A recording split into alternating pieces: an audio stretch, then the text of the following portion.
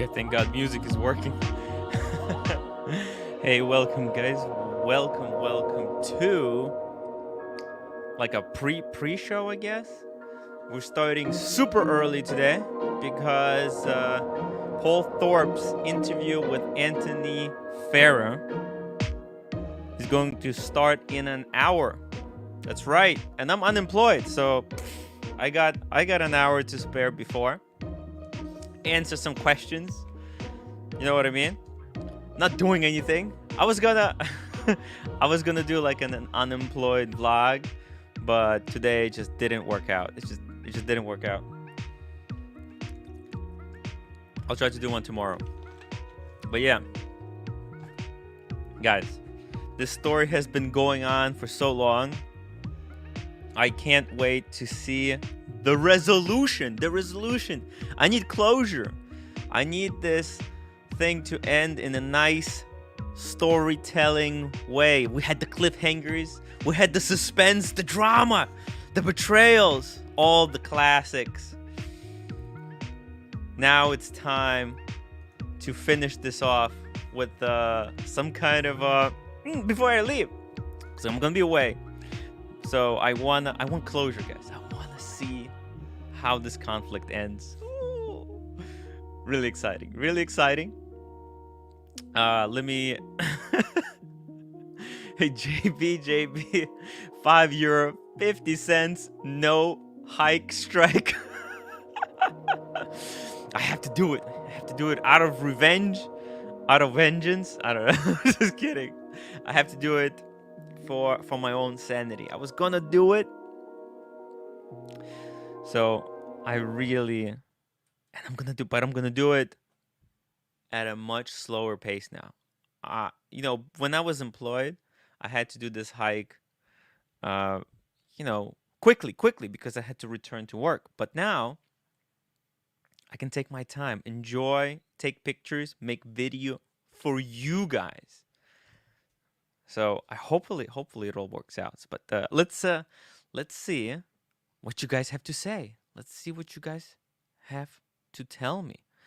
Let me drop the link just in case there's anyone who's not working at the moment and wants to come onto the show and have a chat. What a wonderful day. REG, I want to see trustworthy journalism in the spirit of Pravda. And I think Pravda is the definition of fake news. I mean, when you name a newspaper The Truth, come on, it's gotta be just outright lies. By the way, I think it was the Soviet Union who invented the fake news. Yeah, they were the masters of the fake news. Jimmy, don't see any reminder on Thorpe's channel. Is this going down? Yes, I still is. I'm gonna drop the link to Paul Thorpe's channel right now. I'm gonna be watching the stream live. So if you guys wanna hear my commentary, my raw, so to speak, reactions to the commentary, it'll be interesting to go through. Alex, I don't think Thorpe will deliver. Whew. I don't know who would be able to, but he's not a totally unbiased party. But look, I think he might be able to. Look, I watched the Archie interview. It was tough. It was I think what you'll be able to do out of this is that you'll be able to make up your own mind. So in my opinion, it's a kind of interview is better than no interview. Got Jamie. I think he'll do fine. Yeah, time will tell. Just wondering if this is indeed still on. Yep, it is. RJ Lane, I think it's off. No sign of reminder. No, there is a reminder. I dropped the link, guys.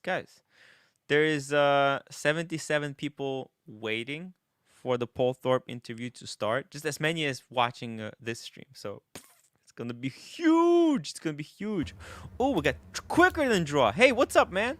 Hey, hey, how's it going? I'm just testing this microphone. Is it all right or? Yeah, you sound okay. Sounds okay. All right. All right, how are you doing? You not nothing to do today? No, I not mean, really. Well, I it's gotta edit. Saturday. I gotta edit a video for something for tomorrow, but it's not for YouTube. It's Oh, for yeah. okay, How goes okay. it? Hey, Just waiting I'll for this take it. thing. I need company, somebody to bounce off some ideas from. So Sure. Okay. we'll watch this disaster live. Yeah, I saw TPG's new video too, and Yeah, some of it's kind of, I don't know, it's bland. You know, I mean, he's since yeah, he's not going for like, doing donuts in a friggin' Audi or whatever it was. yeah. I forget, but I mean, it's. that's all I right. think they really scaled it down. They didn't want to be really flexing in this video, Yeah, yeah, because it was flexing that they got in trouble for, and then testing loyalties and just like, ooh, what the. yep. Hey man, Let uh, me see. Let me let's get see on here. here. We got Madison, New York. This should be good. LOL. Let's hope so. I mean, it's been a lot of drama so far, and hopefully we'll have some kind of a really nice resolution. Jimmy, well, at least our a good friend and Kami timwrite has shown up. Yeah, man. Hey, I've been telling Anthony to do this thing with me, but look. I don't know if I would be able to do a better job than Paul. Uh, I was just kind of I don't know how to say it. Was I teasing Anthony? I don't think I'm such a big YouTuber for him to even bother with me. But I think I'm technically nobody. Let's be honest. Yeah. Well, I've been doing these live streams for 150 episodes. It's not like I've been here for years. I was watching for years, but not actively participating in the discussion. So until recently. Grandel62, I'm pretty blunt on TPG drama. Really glad it built up some great channel numbers. Yes, but glad it's over after today. Oh yeah, I mean, I think people, smaller wristwatch YouTubers who wanted to get into this area, a lot of them got their first break. This is like this first break because so many people were scouring for the content, and we were able to really pick up our numbers on this one. So it's those people who wanted to be on YouTube, they got on. Lux Report, the Watch Cardinal, we got Gentleman's Hangout, just few people that I know who got monetized, who are in this thing for the long game, I think. Now a quicker draw. Oh, I forgot to Yeah, what's play up? your intro. Hold on. Damn, I feel bad. No, no, you don't have to. Oh, it's muted. Okay, here we go. I'm coming in hot. I have to remember this. Minute. Like, Just it has 2 seconds. to be. Yeah, Yeah. yeah, yeah. It's. I've just started doing this. I always muck these things up, but hey, No, no, no. It's better it's late good. than never. Yep. Oh my God, JB again with 17 euro super chat. Tim, you're somebody to us. Now have some dehydrated snacks on me on your hike. Hey Mm. man, you know what? I will. You want to see something? Let me show you.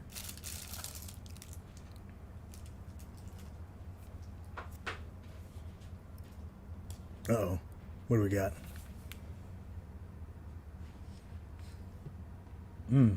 Oh yeah, Mountain House. We've got a bunch of those for just in case. I've They're been good for prepping. they're good for 30 years, Yeah. supposedly. Yeah, Yeah. it doesn't spoil. It doesn't spoil. It's Yep. a little show and tell. I Hmm. think I bought. It was like crazy cheap. I think I bought this right after I did that winter hike Okay. on Archie's channel, and it was like crazy. It was like $100. I think these usually go for like 140 or something. And these are the Mountain House. They're so expensive, and there's not that many of them in here. I'm gonna open No, this but thing. they're probably the best tasting of all that type of food. Oh yeah, I think by far they're just really they take up a lot of space, Mm. because of the pack is so big. Mhm. But there's some breakfasts in here. There's some lunches, so this is gonna really be helpful because I am kind of short on funds, so I'm gonna feel better about it because I wasn't even gonna use these. Mm. I thought, you know what? Maybe I'll eat something cheaper this time, and I'll Hmm. save these out because they're good for like you said, 30 years. Like why Yeah. would I? But you know what? I'll treat myself. I'll treat myself. Thank you, JB. Look, They're good. yeah, thank you for the super chat. Oh, we got Watch Cardinal in the chat. I'm pissed I can't be Oh, there, Tim. I will probably be there for Archie's stream and after show potentially. Let's hope so, man. But yeah. look, It's all I right. mean, it's don't rush it because we know where you at. You want to be, Hmm. you want to be cool. Don't let this take over your life. We know it's important. It's important. Yep. But yeah, just try to be cool. Try to be cool. You know what Vin Diesel says about family? What does he You say know, about family? he just likes using that. You Oh, not seen the memes with him talking about family? No, the no, Fast no. and Furious movies. Oh, Never in the mind. If Fast you and don't Furious. get the reference, it's But okay. the family he's talking about is his crew, right? Yeah, his crew. Yeah, it's all about family. Yeah, That's how we it's, always. it's about the community. It's about the community. And for It's us, I about guess the that's the word. community. Yeah. They're trying to take they're trying to tear us apart. They're ruining this community with their flexing. Yeah. Well, I mean, yeah, it's funny. John Gold, See how it Tim, goes. do a stream within a stream again. That's actually what I was gonna do today. Yeah. I remember now. I don't know. EDC, have you watched the first stream within the stream? No, I haven't. In fact, it's hilarious. This just came in the mail, and Oh, I just plugged it in, and because to improve the quality of the sound. yeah. And I was about to hop into YouTube, and then I saw you were on. I was like, well, I could just test it there. There we go. Yeah. Well, this is like supposedly this is a dead hour because nobody Oh. has been streaming. Well, maybe besides Showcase, but I think even Mm. Showcase never streamed this early. Mm. But it's supposed to be like a pre-graveyard shift or something, like super early morning shift for this community. Community. But Yeah. yeah, it's untested waters, guys. Make sure that you like, comment, and subscribe. And yeah, we will be watching their stream within this stream. It's gonna be a mess, but I'll just try to be quiet and just watch it. Maybe say Yeah. 2 words. It was funny the first time we did it. It was disaster. But man, a lot of good stuff came out of it. So Climb Farmer. Hey Marco, yeah, come later on. Hope you're good. Yeah, Climb Farmer is quite a cool guy. Pete Smith. I can't see the point in the interview. The new timepiece gem video has answered all the main questions. No, not all the main questions. There are. They haven't kind of apologized for trying to test loyalties. They haven't apologized for trying to use kind of charity for self-gain. There's a lot of these nitty-gritty things Mm-hmm. that I think, and maybe they don't have to apologize. Maybe they should just answer that. Like, what is their answer to this criticism? What is Anthony's answer to people who say, guys, you took advantage of a charity for your own self gain? Like, what do you say about that? And I think the community needs an answer. Maybe they'll say, listen, we were under a lot of pressure. We kind of didn't know what we were doing. We're sorry for that, right? Like, I think it's not so much that we need that apology, but maybe some answers to tough questions. Wowzers, Dad, 10SGD. I have no idea what that is, but thank you so much. Hey Tim, upvoted, guys. Thank you so much. Please upvote. It really helps out the show because for some reason I can't get those 100 upvotes per show, and it kills my views. Whenever I get 100 upvotes, I get a lot more views. But when I don't get those 100, it really sinks the show, and then it's not advertised. We got Captain. Oh, Captain, Cap. Captain. What's up, Cap? Oh, wait. All right. There we go. How's it going, Captain? Oh man, you guys, Tim, you're awesome. Quicker draw. It's been a long time since we spoke, huh? No. It's only How many hours? maybe 12 at the most. Tim, so I'm checking my, Yeah. I check YouTube, see what's going on the YouTube. Yes. I see you have a live show. I'm like, boom, I'm in. I'm unemployed. What else am I going to be doing, man? Yeah. This is the Full Employment Act. We got to keep Tim busy and occupied before his trip, before he goes away and Oh, enjoys Colorado, and I can live Yeah. vicariously through you, Tim. Nice. REG, $2. Super chat. I like TPG's new video, giving him a chance. Of course. Yeah. It was Yeah, go Yeah. ahead, sorry. No, go ahead. I was just going to say, he's like, you could tell, you get a little insight into his personality when you see him go shopping for a new space, because he's just kind of nitpicky about the areas. But he is very specific, I think, about what he's looking for. And it's just hard to find a place like that, I guess. I don't know. They shouldn't have given up on that first property, because the real big one that they were looking at, they were going to try and turn into like a big, with a huge space to showcase all the inventory that they have, and Yeah.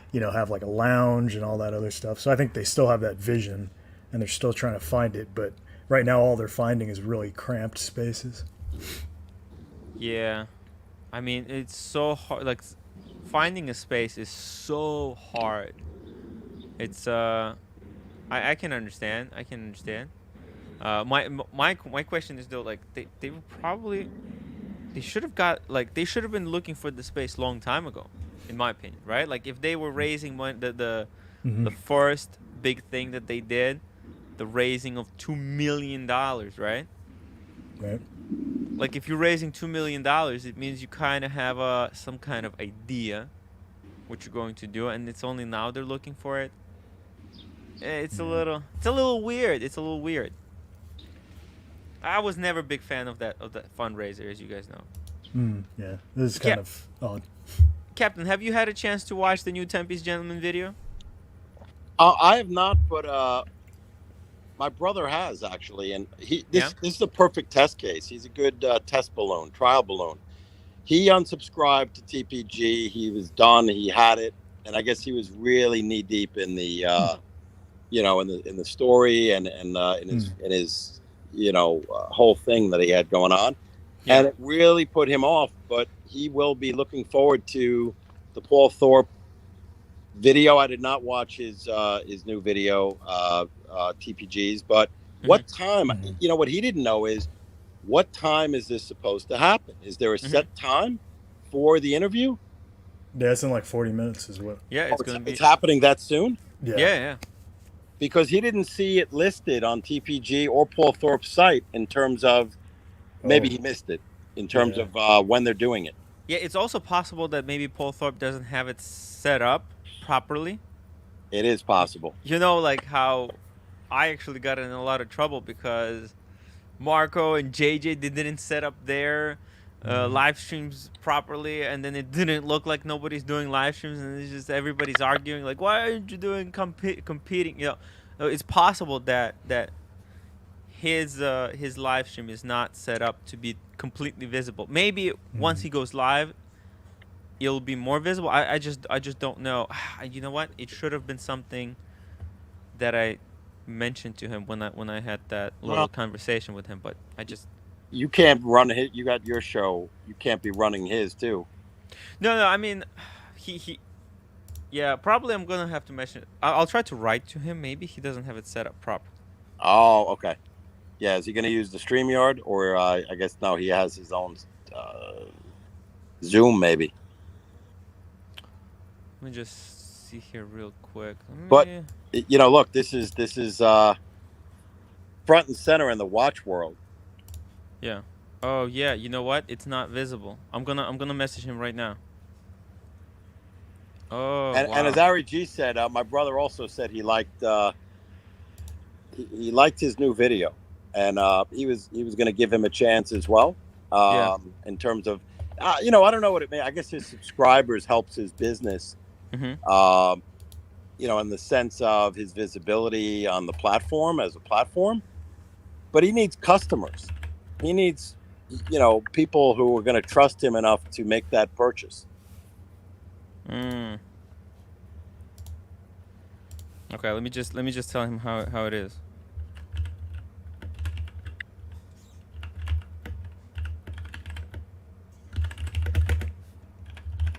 So you're just hanging out so far, Cap? Yeah, yeah. I was. Oh, Yeah. actually, I did pick up my. I picked up my Rolex, my sub. Oh yeah, that's right. It got Yeah, worked on. They put in new mainspring Rolex parts. Rolex parts. Okay. They did a good job, Awesome. and I actually picked up two. It's from a jeweler, local jeweler. They gave me Mm-hmm. two watch pouches. Well, they gave me one, Oh. and I actually asked them for another one. Hey, Mm-hmm. Paul. I spruiked another pouch because those look, in terms of travel, Mm-hmm. the Bosphorus watch 3 watch roll is big and Yeah. takes up a lot of space. So I'm thinking Yeah. the pouches, if you, let's say you take 2 watches or even three somewhere, Mm-hmm. if you get 2 or 3 small pouches or two, one on the wrist, two if you Mm. take an extra couple of pieces wherever you travel, Right. much less space. Yeah. They're not as protected as a watch roll. Don't get me wrong. No. Yeah. But there's something that like sits in between the bracelet and the case back, that protects it, or is Right. there? Okay. Not in the pouch, right? Not in the The pouch. pouch Okay. is just, yeah, you just drop it in and then Maybe just like get a microfiber cloth and just kind of put it in there or yeah, something. it's a good I don't know. idea. That's Maybe keep a it very good idea. just if it fits. I don't know. Or a Yeah, polishing cloth, Yeah. yeah, yeah, yeah, yeah. Certainly, it's just grab and go. I mean, in terms of putting it in a bag, not taking up a lot of space, you could do that. It's an idea. Right. That's pretty cool. Well, Yeah. that's good that they gave it to you. I think I'm taking the Pam to this guy to pressure test it. Mm. He's a local watchmaker. His Yeah. dad's the guy that answers the phones, but the kid, or the not the kid, but his son, who's younger. I imagine he's younger than us, but he's probably Tim's age. But he knows everything about these. He works on grandfather clocks, pocket watches, high end timepieces. He's worked on pretty much everything. So this is Yeah. a pretty simple clock, or wristwatch for him to work on. Yeah. So he should be able to do what it needs to be done. So, They and put, it's keeping decent time. Go ahead. Sorry. yeah, yeah. I also I took 2 pocket watches that I had that were my dad's. Oh, cool. Nothing eventful. Yeah. I don't, Chronos. The doesn't even Right. matter. They're not worth really much other than sentimental value. Right. And Yeah. he put in a quartz battery for one of them, and Oh, nice. the other one is actually manual. I mean, Mm-hmm. God knows what movement it Mm-hmm. has, and it's still working, still running. That's pretty sweet. So that wasn't bad. And he was wearing. It was a young kid. His dad is Mm-hmm. kind of the owner of a couple of jewelers. Mm-hmm. He was wearing a discontinued Aquaterra Seamaster Okay. with Okay. a grayish or a dark grayish dial, Yeah. with the sword hour hand, I guess you'd call it, the arrow. Is it the big arrow on the kind Yeah, of? are there Or, different sizes? I just don't I know. think. Well, I'm thinking Planet Ocean. Never mind. Forget it. Yeah, I'm no, no, off no. on- He I'm actually thinking sold something else. his other Seamaster. I don't know if it was a Planet Ocean or a professional. Mm-hmm. And he likes to trade watches. Um, he said he makes a couple of $100 here and there, and just wears a different piece. But I got to tell you, I was very impressed with that Omega Aquaterra Seamaster. In the gray dial, it was like I don't know if you'd call it slate, or it was almost rhodium looking. Oh wow. Yeah, yeah, with that the pattern goes vertical kind of lines up and Okay. down. Yeah. Right on. Remember Wonder when what I was Tim's in doing. kindergarten? Sorry. Go ahead. You in kindergarten? my teacher used to say vertical, or she used to say horizontally, vertically, up and down, horizontally, Hey, okay, left to I'm back, right. guys. All right. Hey, Yeah, I helped him welcome fix it. back. Now it's visible. Oh, on Awesome. Boom, YouTube, yeah. boom. Hey, There Marco we was go. asking like what all we were wearing. Okay, very cool. I've got my So Explorer 1. no, 2. You got the 2. Oh shit! Right. What am I saying? Yeah, you got this. That's all right. I'm so. I'm sure you got the other one somewhere close by. I keep messing up. Now that I have 2 of them, right? I Yeah. can't just remember. Hard to keep Yeah, I track. got They're my right next to each Explorer, other in my Explorer. box too. So. Whew, man, I'm so. Oh my god! Good thing Mhm. that we caught it before, because that's gonna be a difference between a couple of thousand people watching Yeah. and a couple of Gotcha. hundred. Yeah. That's Yeah. It's Cap Sub. No, Kermit. I mean Hulk. My bad. Man, it still looks like a Kermit from far away. Like the dial does not look green. Whew, I It is just green. reversed camera. There it Yeah, is. Nice. I have it lying on the look this at little that. Amazing. weathered teak thing. Yeah.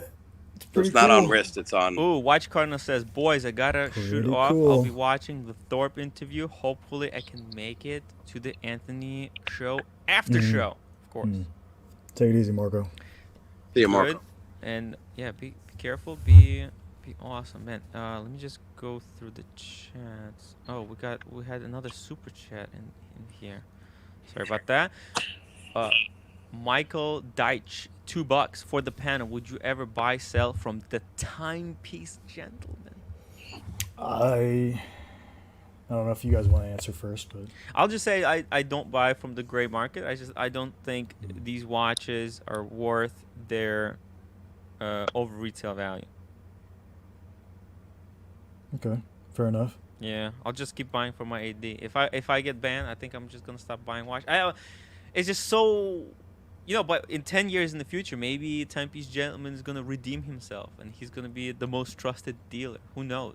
Yeah. So not in the near future, but Yeah. I mean, who knows? 10 years from now, you could be going timepiece gentleman, timepiece gentleman, timepiece. timepiece. Yeah. I Look, don't- But until then, and I have bought from the market recently. Yeah. Bought from David SW. David SW. David Yes.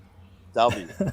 Yeah. So So for Tim and Marco and Archie, Spruik can tell me who they trust. That's who I'm gonna go with. yeah. No, that makes sense. And David and there's others. Roman, I would have no issue buying from Roman. Yeah. I don't really, I don't know. I haven't. The only one I've dealt with is David SW because, as Tim said, I like to buy. If you can buy retail, buy retail. Yeah. But if you gotta look, if you want to buy anything that's not currently made, neo vintage or any used pre-owned piece, then you have no choice. You have to find I don't know how else you do it. Exactly. Like it becomes really tough. Yeah. So you do kind of have to rely on the gray market. Like anything that's discontinued or anything that's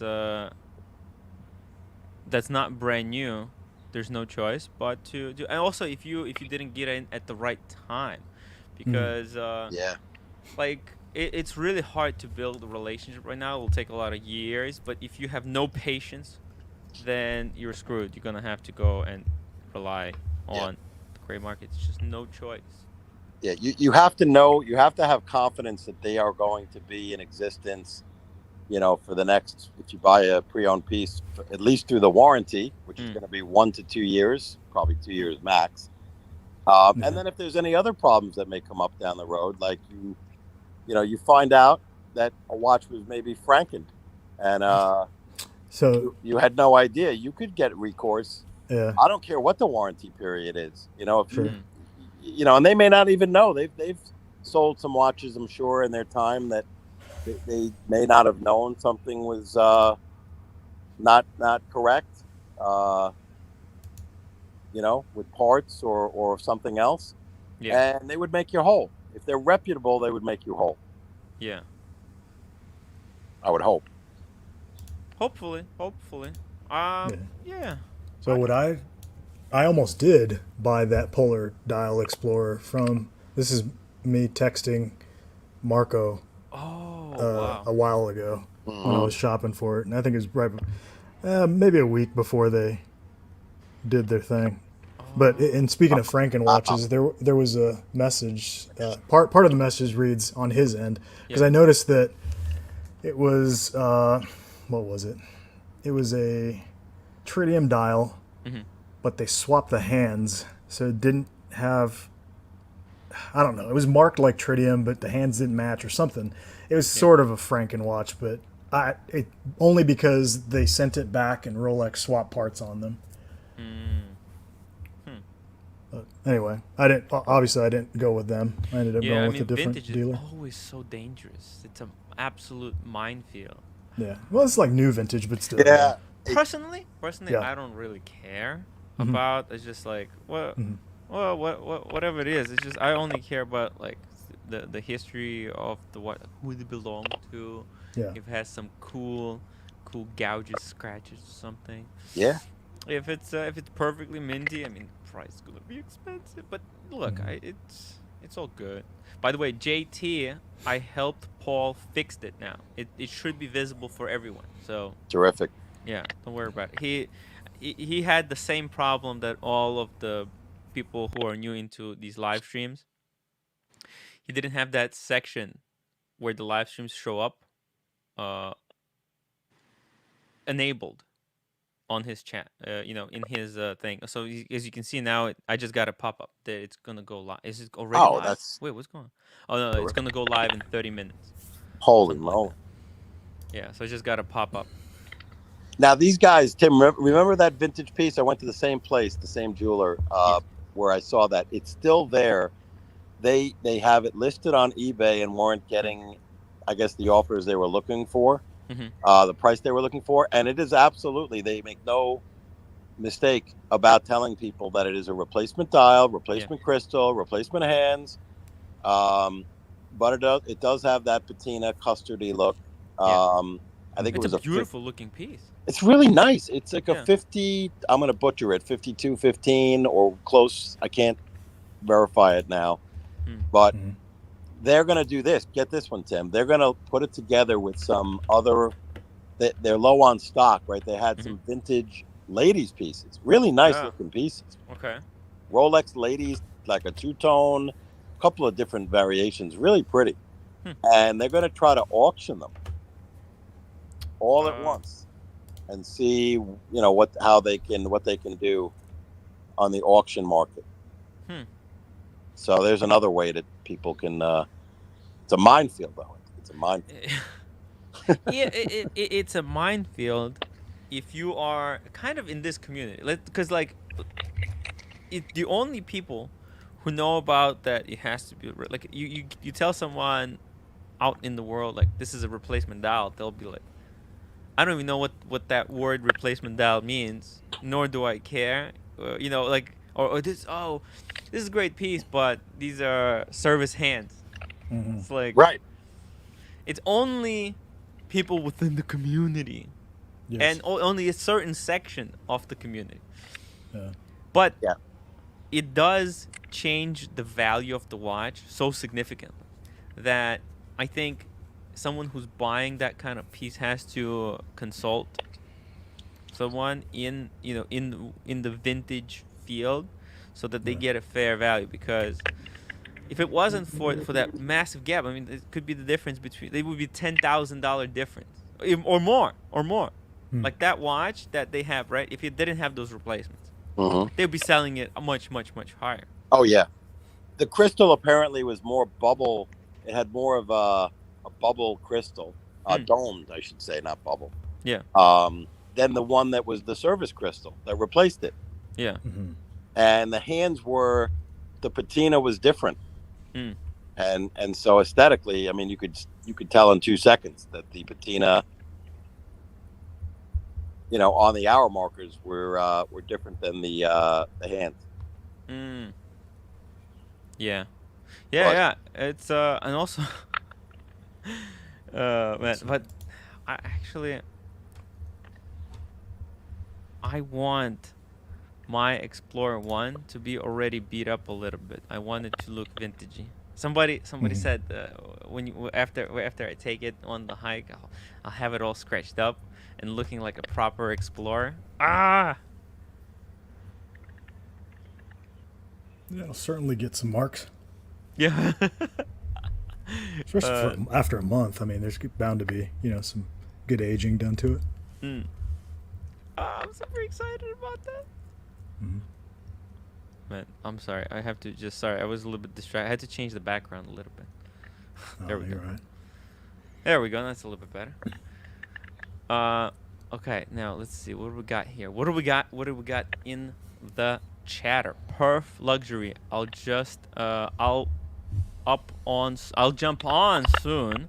Just having a shower first. It's 2:30 in the morning. Man, for someone who drinks that much whiskey, I don't know how Perf is able to wake up so early. Man, you might just be sniffing it. That's it. Cause he might have just gotten home from work. It sounds like. Yeah. We should call GMT now. It's 3:30 or yes, he's in this weird. He's the only time zone where he lives that GMT time doesn't work because he's got that 30-minute difference between all other time zones. I got you. Yeah, it's absolutely insane. That's ironic that his name is 100 GMT. 100%. That's awesome. Yeah, you nailed it. It's so ironic. That's great. Tim S., any predictions how peak views for Paul Thorpe's live interview stream? I'm thinking it's maybe 4,000. It was like 8,000 for when the TPG went missing. Right. So I think here it's probably I'm expecting 4,000. Tim, are you doing a stream within a stream? Is that the idea? You're going to live stream? Yeah. Streamception. Yeah, I'll just pull it up like this. That's insane. And we'll be able to watch it and listen to it together and kind of comment on it. What do you think? What do you think? It's cool, right? Yeah, I think that's a great idea. Yeah. I think that's phenomenal. Should be fun. Genius. It's genius. That's marketing genius. You're a genius. Oh my I think David S. Robinson, is that his name, said the truth is probably more bizarre than anything that we can imagine. And I agree with that 100%, man. Yeah. We have no freaking idea, and we probably won't find out from this interview what the real truth. Yeah.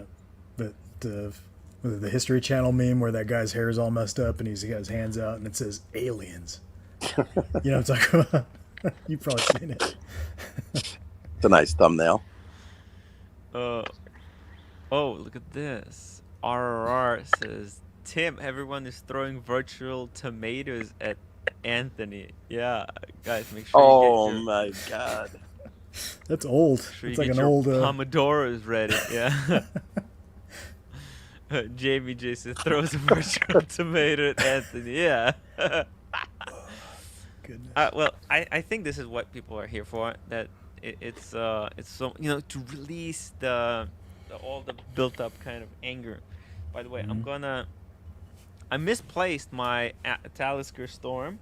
I just don't know where I put it. It's there was just a little bit left, but I don't know where it is. So I'm gonna crack open Talisker 10. Okay. Yeah, because I think of Perth recommendation. I think you'll like it. Yeah.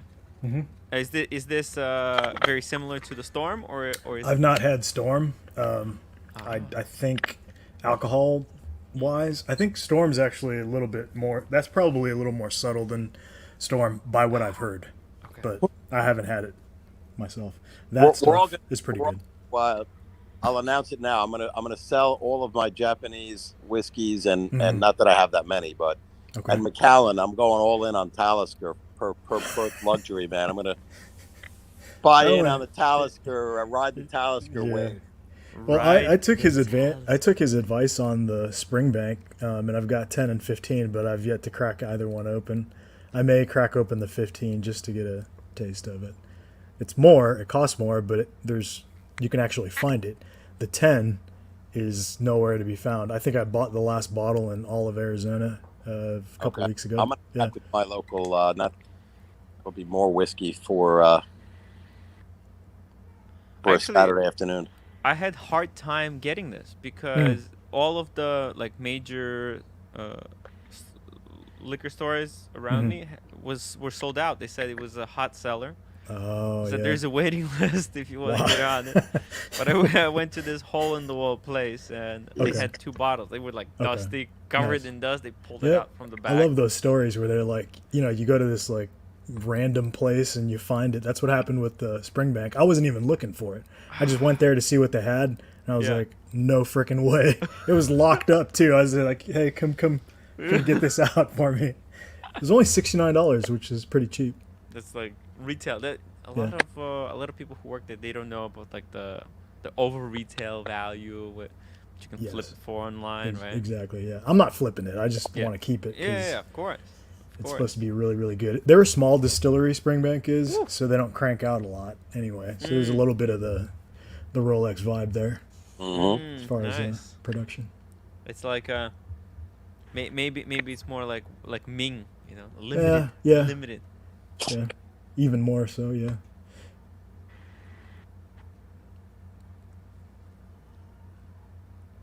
Good. Smooth. You've had both that and Ardbeg 10. Which one do you like better? I'll tell you what I prefer, but They're totally different. yeah. Well, Totally different. yeah. This is kind of leaning towards Macallan, whereas the Storm was leaning towards Artbag. Oh, gotcha. Okay. Yeah. Yeah, This is- but Talisker, the Talisker DNA, quote unquote, is in there. it's so strong, yeah. Yes. Whew. It's. Did you look at the percentage? It's so specific. The percentage. It cracked me up. Oh yeah, it's 45.8. It made me laugh. I was like, why not just round up? Oh, Yeah. 45. To the 10th%. Is that the 10? The Talisker 10? Talisker Yeah. 10. Yeah, it's decent. I like it. It's a good drop. Yeah.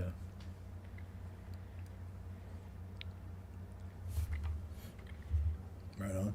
Yeah, it's got that Talisker spiciness, Mm-hmm. Yeah.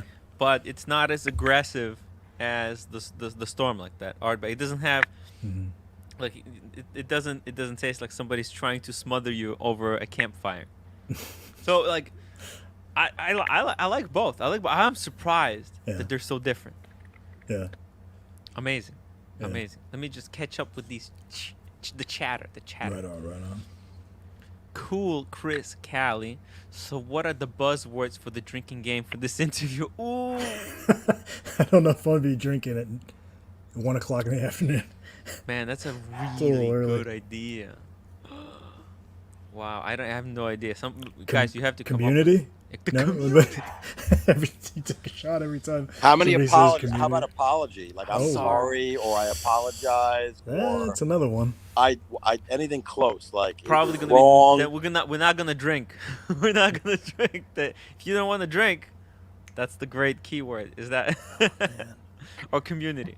I think Yeah. people want the community. People want the community. People want. I think the community. What do you guys think? The community? Yeah, that might be a one. It's Oh. gonna get repeated. Yeah, the watch No community. I apologies. could see Thorpe asking that. Yeah. What did you think community. it's gonna do to the community? You're tearing us apart. Oh, that's another one. How about the word watch? You want to get really shit You- faced? Oh man, yeah, that would be rough. He says the word timepiece. Timepiece. How about if he says, and the way Paul, and this is gonna, Anthony, when he says his name, Anthony. Oh, you can get really effed up. Man, yeah, I must have been of like a firefighter in a different life. Not that I believe in that, but because I really enjoy the Ardbeg. It's really, really good. It's probably the first bottle I've completely, destroyed by myself. Man, the Ardbeg was totally left field. I did not even know that whiskeys were made like that. That was Cooler Fiend got me on Ardbeg. Yeah, Was a total surprise. I was like, man, Mm-hmm. You drink some of it, and you feel Mm-hmm. like you want to jump off a ship and go kill some villagers. You know, with Pillage. double axe. Right. Let's go. Yeah, it's fiery. It's very Yeah. intense. I like it. Oh my god. Yeah, you get that. Oh man. Less than 15 minutes. We get to see some squirming. That says I shit on community, lost sight of Oh, lost sight loyalty. of and loyalty. Oh no. Damn. We lost sight. We forgot what we're really here for. The money. You know, like Charity. How many Right. times is charity? Charity. You know, like even Rolex is a charity, right? Yeah. But they don't shove it in people's face that they're so charitable. Like most people don't even know, right? Right. Like Yeah. how many people know that Rolex is just a charitable trust? Right. Yeah. Not Nobody freaking knows that. Well, we also don't know how much they're donating to charity. But the point is, they're not being so aggressive with their charity. You want to do charity, you do it for yourself. Well, personally, I'm not a huge fan of charities. I think they're kind of because like everybody takes advantage of them, like just to make themselves look like. Every time I hear the word philanthropist, it's just like it makes me sick. It's like if you live in the world where people need to do philanthropy, then there's something wrong with the society, not with the people. Perf luxury. Did you drink Ardbeg Scotch, Tim? I did. Not the 10 years, just the basic one. I don't know what it's called. It's amazing, man. This thing hit me like a truck. By the way. By the way, guys, if you're interested in whiskey, check out Perth Luxury YouTube channel. He's doing little live streams. He can answer all of your questions. He's like a total whiskey connoisseur lunatic. Like he's obsessed with whiskeys. That's why we love him. So guys, go check it out. Check out his YouTube channel. Subscribe. Give him a thumbs up. He's a really fun guy. I mean, he's not the best at these live streams, but nobody started with like mega views. So it's just look, we're still all new at this. Muhammad Ali, £5 super chat. I'm learning the figures, by the way, guys. I know the euro and pound difference now. Looking forward to the interview. I think it will be epic, and then all the reaction will be just as interesting. This is a great drama. Yep. Yeah, you know. Yeah. It's a drama, and then there's many dramas within the drama. The drama within the drama. Stream within a stream within a stream. Oh my god. Everyone gets so triggered about everything. So triggered. We love the triggering. We love the a lot of triggering. I'm Not so just glad. with TPG. I'm so glad I'm able to be present for this whole situation. And I know it's just so specific to the watch community, but still. Cheers, Filthy Phil. I'm drinking a little bit of Talisker 10. Talisker 10, my man. There we go. Talisker 10. It's good stuff. Wait, why won't focus? Says according to, I bought this because of Perth Luxury recommendation, guys. He knows his stuff. Yep. Whew. Yes, he does. John Galt. Whoa. Perth Luxury says I'm uploading another 2 Scotch reviews today.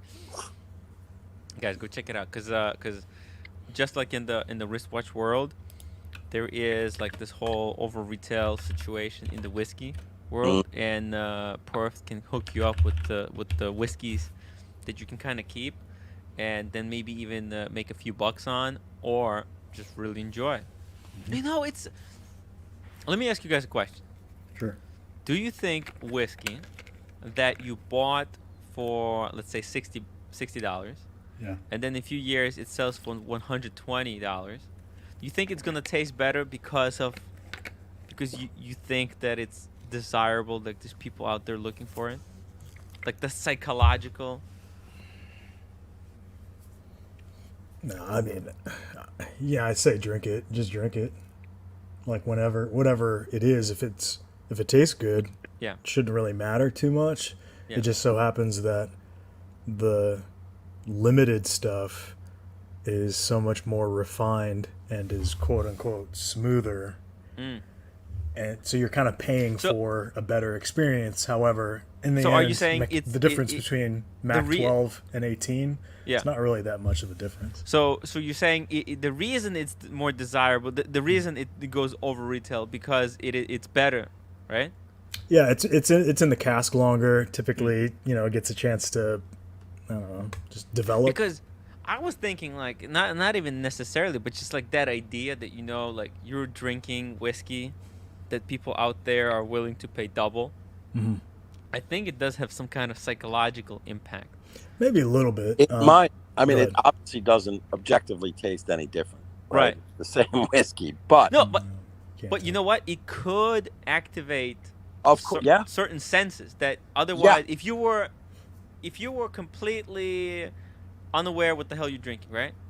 You wouldn't so much care. But like if you're drinking, the story, like, oh, they made this by the sea, like, yeah. and Like you may, I hear what you're saying, Tim. Mm. Your mind might say, let's say there's a spicy note in it, cinnamon, whatever you want to call it. I don't know the various notes in whiskeys, and maybe your mind picks up on, hey, I like spice. I'm feeling spice, like they do with Bordeaux or really expensive wines, French Bordeaux or Cabernets, and it's expensive. Like Opus One is an expensive Cabernet. I think it's Francis Coppola, but or it could be Mondavi. Anyhow, so your mind might basically lean towards those flavors. You might be like picking out nuances or spices or different flavors. Yeah. You might be thinking, because the same thing can be said for, let's say, the Daytona. Yes. Your Daytona. Is it 2 times better than the value than the price you paid for it because the market says it's a desired watch? Yeah. Is it better? No, it's the same watch, but when you wear it, now you're wearing something that's more desired and coveted and has gone up in value, and your mind, might I don't know, make it more special or think it's like even better. I also think, like, because I bought my Daytona at retail, right? I think if I had to buy it over retail, I think I would be more sensitive to all the little details. Like my mind would try to extract value from it that otherwise I don't see. And I think it's kind of the same thing with like whiskeys. Like almost anything that, like, I think if you're paying more, you are more perceptive because you're trying to make yourself understand why is this desirable. Yeah, I suppose Cap and I were talking about that special coffee made in Indonesia last night that's fed to civet cats. Oh God, that's something I didn't want to hear about again. It's the super Oprah expensive. Winfrey, coffee. Yeah. It's like a couple $100. A couple $100 a pound.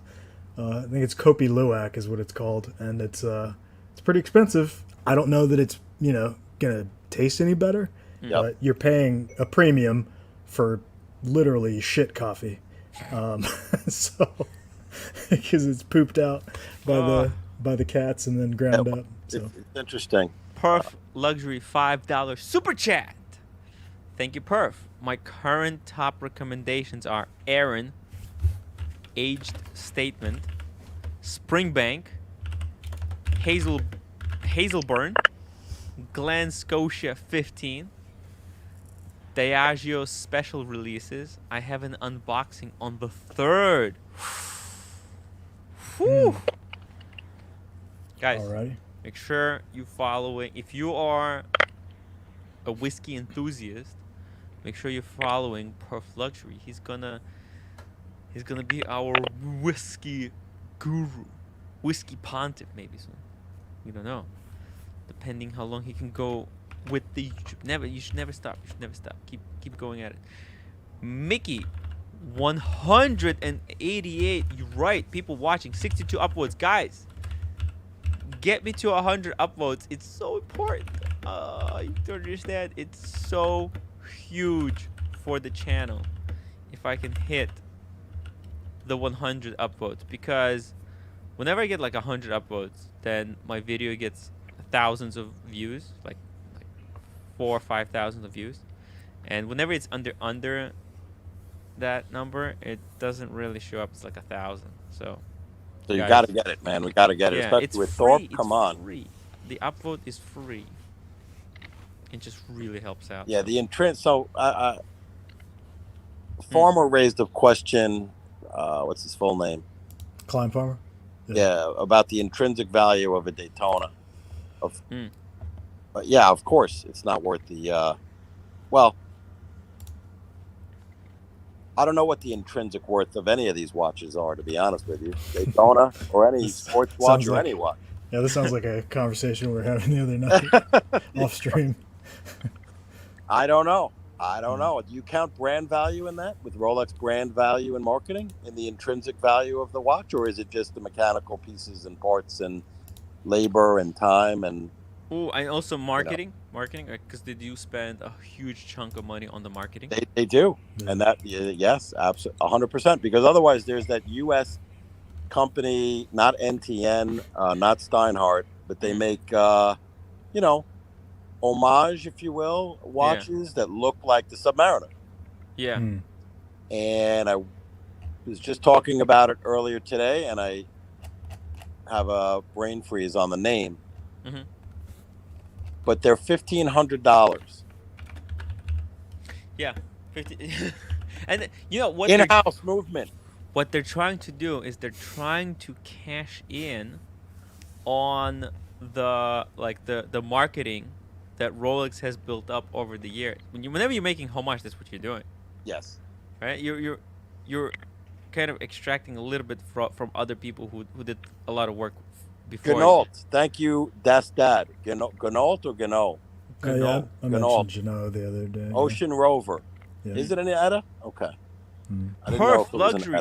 $5 super chat. Whiskey reviews in between raging about the Gorilla knockoff. By the way, yeah, that Gorilla. It's man, it's a designer from the AP who made like a $8,500 homage kind of looking watch to the Royal Oak, or I would say not the Royal Oak, the Overseas probably. That's better described. It's a chronograph, and what they did, they just took ETA or a Salida, and then a chronograph module, just finished it a little bit and made it for $8,500. Damn. And then he's cashing in on the fact that he was kind of working for AP, for all those other brands. So. But yeah, if you want to see some rage on the Gorilla knockoff watch trying to impersonate the great Der Regan Meister AP Royal Oak offshore chrono, I think, right? Paul Thorpe recently got an offshore. I checked out Perth Luxury's some of his video clips. They were entertaining, man. Yeah. The Yankees Red Sox one I thought was interesting. You Yankees fan, Cap? More of I don't want to say, and I'll get crushed. I'm more of a Mets fan, Mets, but okay. Gotcha. That's just because of where my upbringing and there's a whole story behind that. But I do. I was a Reggie Jackson fan. All right, I'm totally dating myself. No. I know who he is. And honestly, when Reggie Jackson was traded by George Steinbrenner, right, I was a kid and I was crushed. If you guys know your heroes, your baseball or basketball or any of your sports heroes, when they get traded away and you're a fan of that player, you're just so angry. Because I watched Reggie Jackson on television hit his 3 home runs in the World Series, and I think I don't recall who they were playing against, but in one game, 3 swings of the bat, 3 home runs, and I was running around my house like a kid. I was a kid, screaming, and all excited that Reggie, my hero, had just hit 3 home runs in one game in the World Series. Yeah, he's a good ball player. Yeah, clutch. Struck out a lot. Let's be honest. Yeah. Oh my god. Oh man. All right, look at this. It's about to start. It should start any second now. If you guys wanted to Marco chuck a throwing. tomato, make sure you see him chucking tomatoes. Is he throwing them out there? Oh, grab your popcorn. Man, I should get some snack as well. Oh, I have M&Ms. No, it's too far. Yeah, no. No, I'm gonna stick to drinking because I don't want the microphone to pick up me chewing. But guys, yeah. Whoa. And the Talisker hit me strong. It's like, oh my god. Yeah, look at this. There is 1,200 people already waiting for the live stream to commence. Commence is to begin or is it to end? Begin. Oh, okay, very good. I got it right. And we have 200 people watching it here with us. Oh, it's so cool, man. When do we ever get numbers like this? It's gonna explode, man. You're going. Yeah. You're gonna be over 300. I knew I had to do this kind. I think, you know what? I think Paul Thorpe is gonna allow me to do this kind of a rebel live stream within the stream, especially because I did the thing. I helped him fix his live stream so that it's more visible, right? I please don't. By the way, guys, let's get to 100 before their live stream begins. We're at 95 of the upvotes. Let's go quickly upvote. 5 more upvotes. I'll upvote on 2 devices, I think, Tim. After I get off, I can't do it. I'll lose the feed. I think I may have to drop during this. I'll watch the stream. No, don't drop. Don't drop. All right, then I'm gonna have to. We almost got it. Did 98. No, I'll stay on. 2 more people. Come on, guys.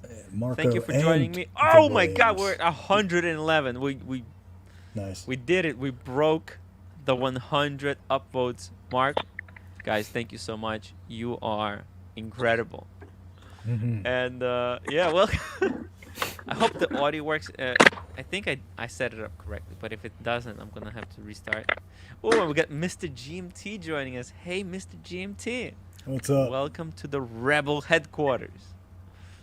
And Maxine, GMT's awake at 4 a.m. Aussie time or 4:30. We don't, however. Yeah. That's insane. Right? I mean, this is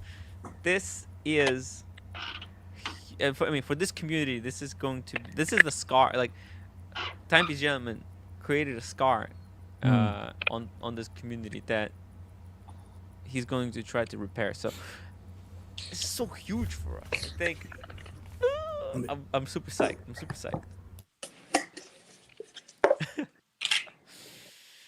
Guys, make sure you grab your popcorn. It's gonna start any moment now. If you want to chuck a tomato, make sure you go there and chuck one real quick, and then come back over here. Muhammad Ali, £5 super chat. I bet AC3 is getting super excited, wondering where he is watching it from. Yeah, wait a minute. Is Archie doing a live stream? I don't think so. I mean, I think it's really early for Archie. Let's see. I'm not sure if he knows how to do these stream within the stream things. This is just only me brave enough to go against the grain like this. We'll do post live stream kind of a reaction with Archie after this live stream is over. So it's all good. We got Perf Luxury, $2 super chat. Captain Mike and the Mad Dog is now my ringtone. Whew, maybe I'll drop the link. Perf, if you wanna hop on, maybe you guys missed the link. So. That's amazing that Perth. That's a sports show in the United States. They're huge. Or they were huge. I don't know if they're still. No, that was back. They disbanded those guys. Oh. Man, that's his ringtone. Interesting. So Tim, you're not gonna want to interrupt the flow, or will you like make comments here and there, or no? No, we'll make comments if you wanna say something about something particular. Of course, make sure to exclaim it. Like, when Anthony says a lie, you can say like, "Oh, I don't believe him" or something, or Or you say know, drink. yeah, or drink. Of course, of course. We have to comment on it. We're watching. I want you to live. comment on it. I don't want to say a peep. So you're free to just watch, but hey, you never know. You might not be able to control yourself. Liar. Perf, welcome to the studio. Perfect. Welcome. How are you doing? Sports radio. There we go. Is that his? WFA, yeah. That's his intro song. Good Nice. morning. Good morning, America. There you go. Some Are of you that. ready for a stream within a stream? I want. You know what? Somebody should be first. You know what you should have been doing? You should have been streaming my stream. Then it could, Oh shit. it could be stacked Oh, like that would three be epic. I was nearly going to. You want to do that? Oh, Bardsley $2 super chat. I bet Anthony doesn't show. Let Ooh. me. You know what? Okay. Let me message Paul. I thought about that as well earlier. I think Bardsey, that would be a disaster. Like, you couldn't think of a worse PR move. I think if he did that. I'm not gonna Well, message him. I'm sorry. I don't want imagine- to bother him. But Imagine dude, what it might do for Paul's channel too. Right. yeah, I had a few people messaging me. They were theorizing that he will not show. They said It's that, possible. Hmm. and I kind of said the same thing. Like, it wouldn't make TPG much was in the chat. Did you see? time to TPG show. was just in Paul's chat saying, "Guys, chill." Oh, Yeah, they must be hashing stuff out behind the scenes or something. Mm. Maybe. Wait, Who hold knows? on. Who knows? Oh, here we go. Jesus, guys, chill. Yeah, you're right. Great catch. Yeah. And then Oh Marco, my God. Marco and the William Shouldn't have Watches said that. He's podcast. gonna make it worse. Jamie J. Tomato for Anthony throws a virtual tomato at Anthony. Yeah. Marco. He's been doing it he's just been doing it like 3 at a time. Guys, I think you should this is good. You have to get it out of your system. Oh, Ridiculous. Oh, Nico. It'll be like gladiators where they have the Nico. thumbs up the or hell. the thumbs down. look at the Showcase popcorn. Marco with his 3 tomatoes. Yeah. We should give him Pinocchios. Oh. He gets 3 Pinocchios.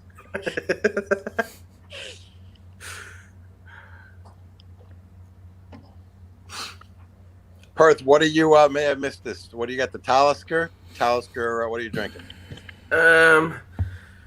Springbank 18. Oh. Sounds That's up expensive. there. Spring Bang. Look, guys. Yeah. At the end of the day, look, I want Hmm. people to get it out of their system, because a lot of people are right now. A lot of people, if you're angry at someone, you can't really think clearly. But once you get your tomatoes out of your system, then we can step back and look at ourselves in the mirror and say, were we wrong? Did we misjudge Anthony? Well, I just hope. I hope he does well. Look, I don't want. Look, I'm just getting into this YouTube thing, right? Because it's my final. I was fired, man, guys. I know how hard it is for anyone. I mean, look, that's his livelihood, right? So, at the end of the day, for me, the way I see this, right, he messed up because they were trying to create a kind of a. They were trying to create a viral video, and it went really bad. It went really bad because of there was lack of people who kind of directed. Nobody. It doesn't seem like nobody was telling them like, "Hey guys, this is bad. This is bad. This is not a good idea. These are all the ways that it could go wrong." So I want everyone to get it out, free themselves of this burden, and then we'll see how it goes, man. I'm just waiting for a great show. I'm just, I want to have some fun and some entertainment, guys, and talk watches. Because at the end of the day, we're here because we want to talk watches. You don't want. Nope. Here we go. Let's see it. Oh, he's live. He's live. He doesn't still have that Anthony? silly Zoom format, does he? Where it's full screen for each person. Oh man. Now, can Please, you guys hear Paul. the audio? There's no audio yet, but They might have muted themselves. let me just change the quality because. Is he speaking? Can we see his Oh, lips moving? Can't Or hear anything yet. Wait. what do we think about the outfit? Is this a truthful outfit? Okay. There we go. Standard. Don't worry, the lips will move and we'll hear something completely different. Oh no! Can you hear the music? Yeah. Okay, very good. It's I see a lot of tomatoes. There's a lot of tomatoes. That's ridiculous. That's just ridiculous. What's Paul gonna make of this? You know, I think I had something to do with the tomatoes, unfortunately, right? Like I did. I think it was my fault with the tomatoes, with the tomato meme.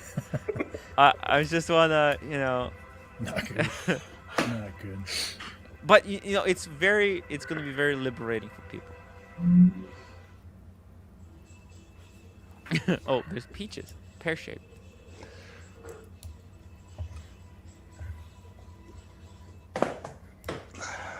Welcome Peaches. back, watch people. Oh, here we go. I'm very, very sorry that we are late. I'm having a technical issue here with my headphones. Anthony is waiting in the background. He is live. He is with us. I'm ever so sorry. This has been an absolute nightmare the last 10 minutes. So because I've tested this today twice ahead of this, and lo and behold, my earphones suddenly stopped working. First of all, can you tell us, just give us a clue, guys? Can you see me okay? Looks good. Looks good. I do have I think I'm gonna have a jittering Okay, problem right. on my So end. we're on. Let's have a look.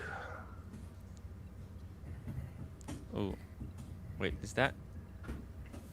No, that's. Just I bear with think me, it's on my guys.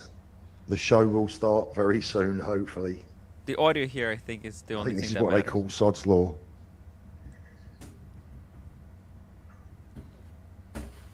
It's a lot of tomatoes.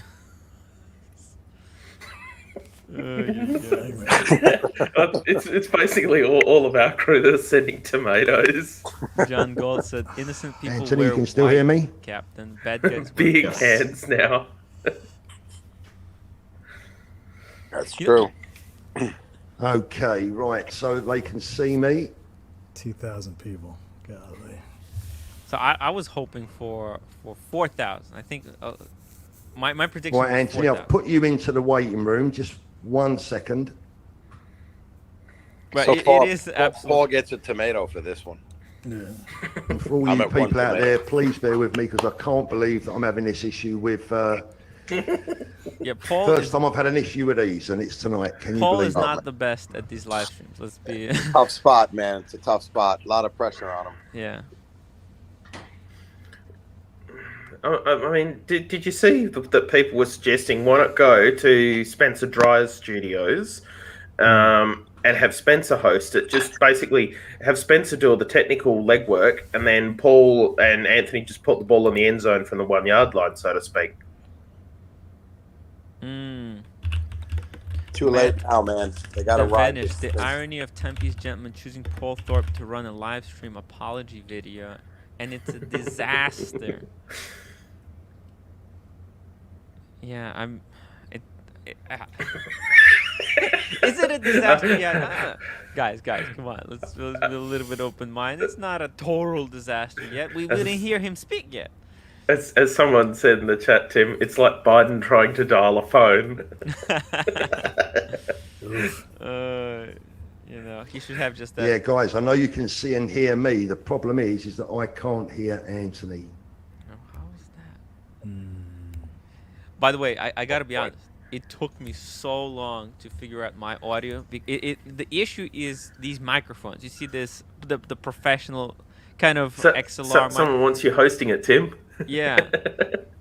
I was trying to. I reached out to Anthony to do kind of a live stream with me, to do it together. He may be popping on your show in about 5 minutes if this doesn't get worked out. I wouldn't mind. It's cool.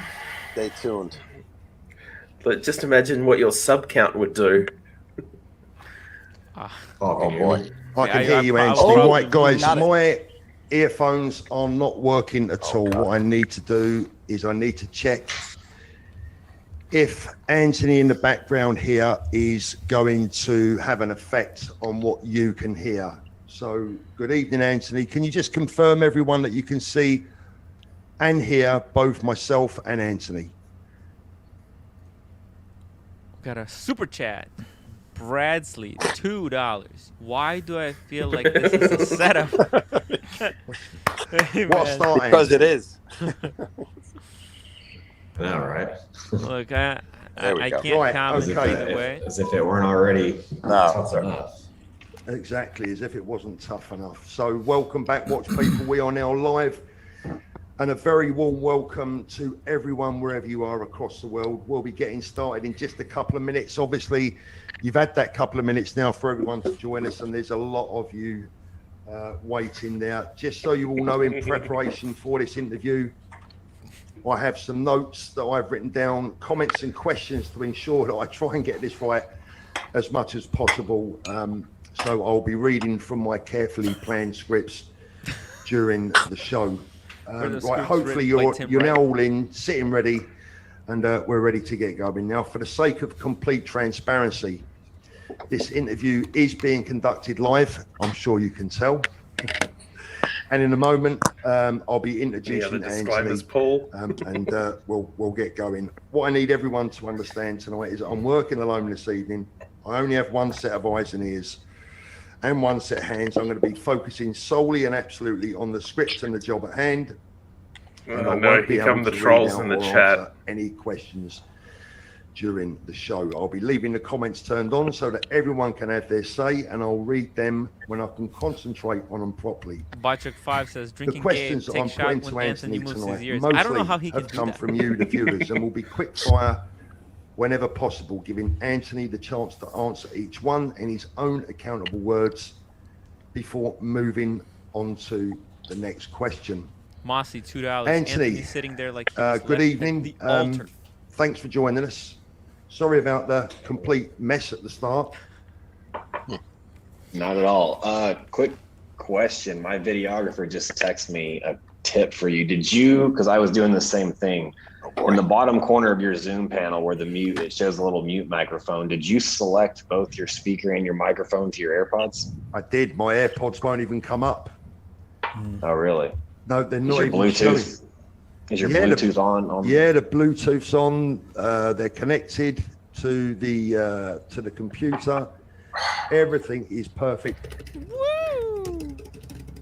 Nicola Nardi. They're just not showing on the options, which is Mr. I can't GMT believe it. wants But to there we join go. I'm us. hoping that we're not going to get too much bounce back. Just bear with me 1 second, Anthony. GMT. I would go wired, man. Would you go Bluetooth in this situation? No, I'd go wired. You go wide every day of the week. It's the do. Apple. It's Right, so okay. unreliable. So let's have a look. Before we start tonight, Anthony, I just want to make one or two things clear. So we both understand each other, and that we both understand the perimeters of this interview. I'd like to put my questions to you in full and uninterrupted, please. If you don't understand any of them first time around, it's important that you let me know, and I'll repeat that question for you. Is that clear? Yeah. Sure. I'm not here to be anyone's judge, jury, or to try and pretend I represent anyone Mr. other GT, than welcome. myself, or to come to any conclusion about any guilt, innocence, or redemption. That's for the viewers, your customers, and for your fellow watch dealers to decide. But hopefully, after tonight, everyone can start to move on, put this all past us. But first, I think you agree there has to be some answers. One thing that I did want to say, What the hell? and I do want to keep some kind of perspective here. Yes, your actions have upset a lot of people, including myself, you know that. But we need to keep this into perspective. This isn't a criminal trial of the century, and I think most people need to bear that in mind. I'm merely here to act as a voice, and I hope to be able to conduct this interview with a level of professionalism and fairness that most sensible people will respect. Now, Anthony, I know you want to open with a statement, but before you do, I just want to read you the following, if that's okay. Please go ahead. I've had hundreds of questions that people want me to throw at you tonight. Clearly, there won't be enough time for us to cover them all, but I hope that I have the most important ones in front of me for you to answer. And I have to say that just like many of those watching tonight, your actions initially baffled me, they disappointed me and confused me. And as a former watch dealer, sometimes they annoyed me. But again, like many of our viewers, I'm only annoyed because it kind of brought the watch community into disrepute. Now, I know that you have a statement to read out. Would you like to go ahead and read that now? I would. First off, thank you, Paul, for doing this. When I reached out to you, part of my statement is that when I reached out to you to conduct this because I know there's a lot of questions out there that people want answers to. I knew that you would use a no nonsense, no bullshit approach. You'd be direct and you'd ask what people want to know. I'm going to give you the respect of giving you the most fair and honest answers and the truth. At the same time, I just want to say that this video and this interview is not for the haters out there. It's not for the keyboard warriors. It's for the people that are going out there being malicious and trying to voice an uneducated, unfactual opinion. This video and the purpose of me being here today is for my friends. It's for my clients. It's for my followers. It's for our supporters that genuinely do have, they feel like they need or they want to understand this situation better. This video is not for the people that are here waiting to catch me slipping. It's not for the people that are looking for something to use against me, my business, my team, anything we've got. You guys, I don't care about y'all. Y'all are going to feed as much as you want, and I hope you do, because all it's going to do is keep spreading and keep spreading. But for the people that are out there to get a genuine answer, that's why I'm here, and I'm going to give you an answer straight from the fact. I also want to say, Paul, that I'm not here to beg for forgiveness. I'm not here to beg for sympathy. I don't want anyone to feel sorry for me. I'm here to answer questions and put an end to this. After this video with you and after this interview, I will never speak on this subject again. This is going to be the end of it. Wow. The other thing I want to say is I want to put something into perspective before we start this. After, I believe we started and we did our first day in the life video back in late October. So let's just fast forward to the end of this October. We'll just make it a year. After a year of having 2 videographers and editors on staff with full salaries, I estimate that to be just under $200,000. The camera equipment, the audio equipment, the lighting, the computers, the servers, the laptops, all the equipment that it takes to produce the content for this show, I've estimated that we've spent so far about $80,000.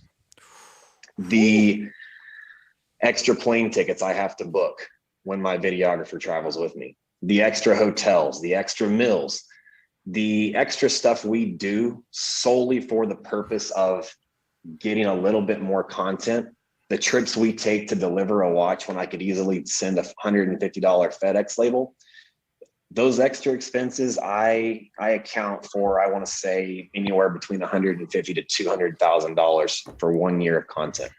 That puts my total around $475,000 to $480,000 that I will spend for 1 year of content. The point I'm trying to make is, how much have I ever charged anybody to watch my YouTube channel? That's what I want to put into perspective. So while people are out there bitching and complaining about what I owe them, guys. Yeah, but I you don't make think money I off YouTube anyway. owe my YouTube viewers anything. I think I owe my clients an answer. I think I owe my friends, the people that I hurt. I think I owe the dealers in the watch community. I do owe you guys an answer, and that's what I'm here to give you. But for the guys that are out there just watching my content for free, and I'm not asking for $1 from you, I don't owe you anything.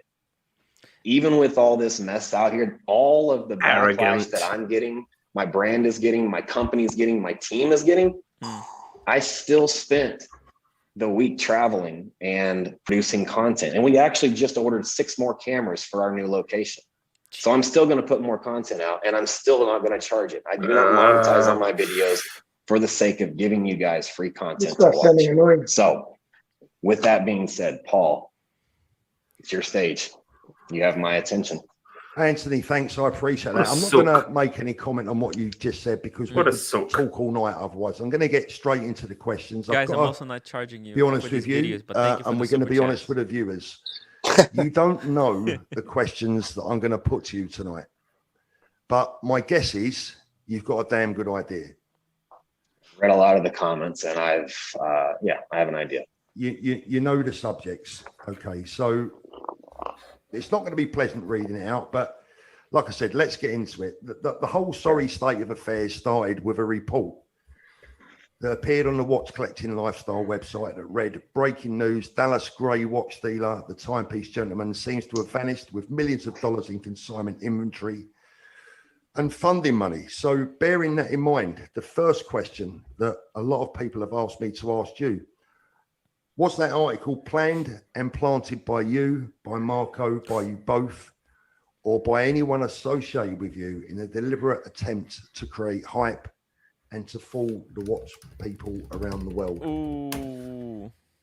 Simple answer is no. What? I had never even heard of this watch collecting lifestyle before that article came out. I think I briefly, if it's the same company, I believe I looked at a magazine once before that had watch collecting lifestyle on it. I don't know if the two are related, but before that, I had no prior knowledge of this blog or Halim, I believe who it is now. I did not actually. Marco knew who he was, but no, that article was not planted.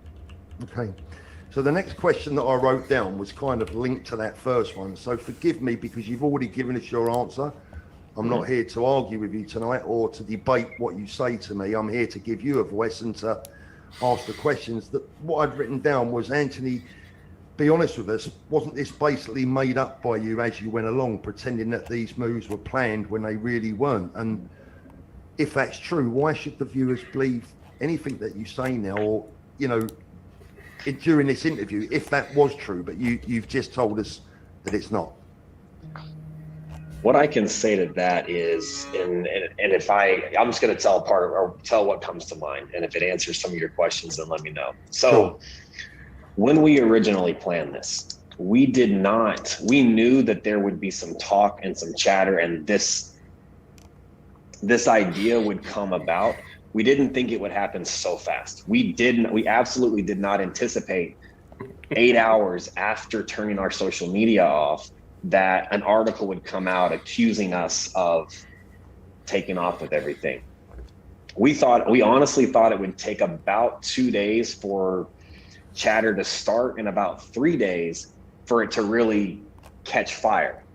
By that point, it would have been Thursday afternoon. We planned on releasing a video Friday evening with the charity and with just the charities and the initial message involved. Now we'll get into it a little bit later, but how it developed into much more than that, based on what happened in the first Yeah, whose 24 idea hours. was And it that's to kind of create a what charity? changed the whole parameters of this blackout, was how fast that spread and how much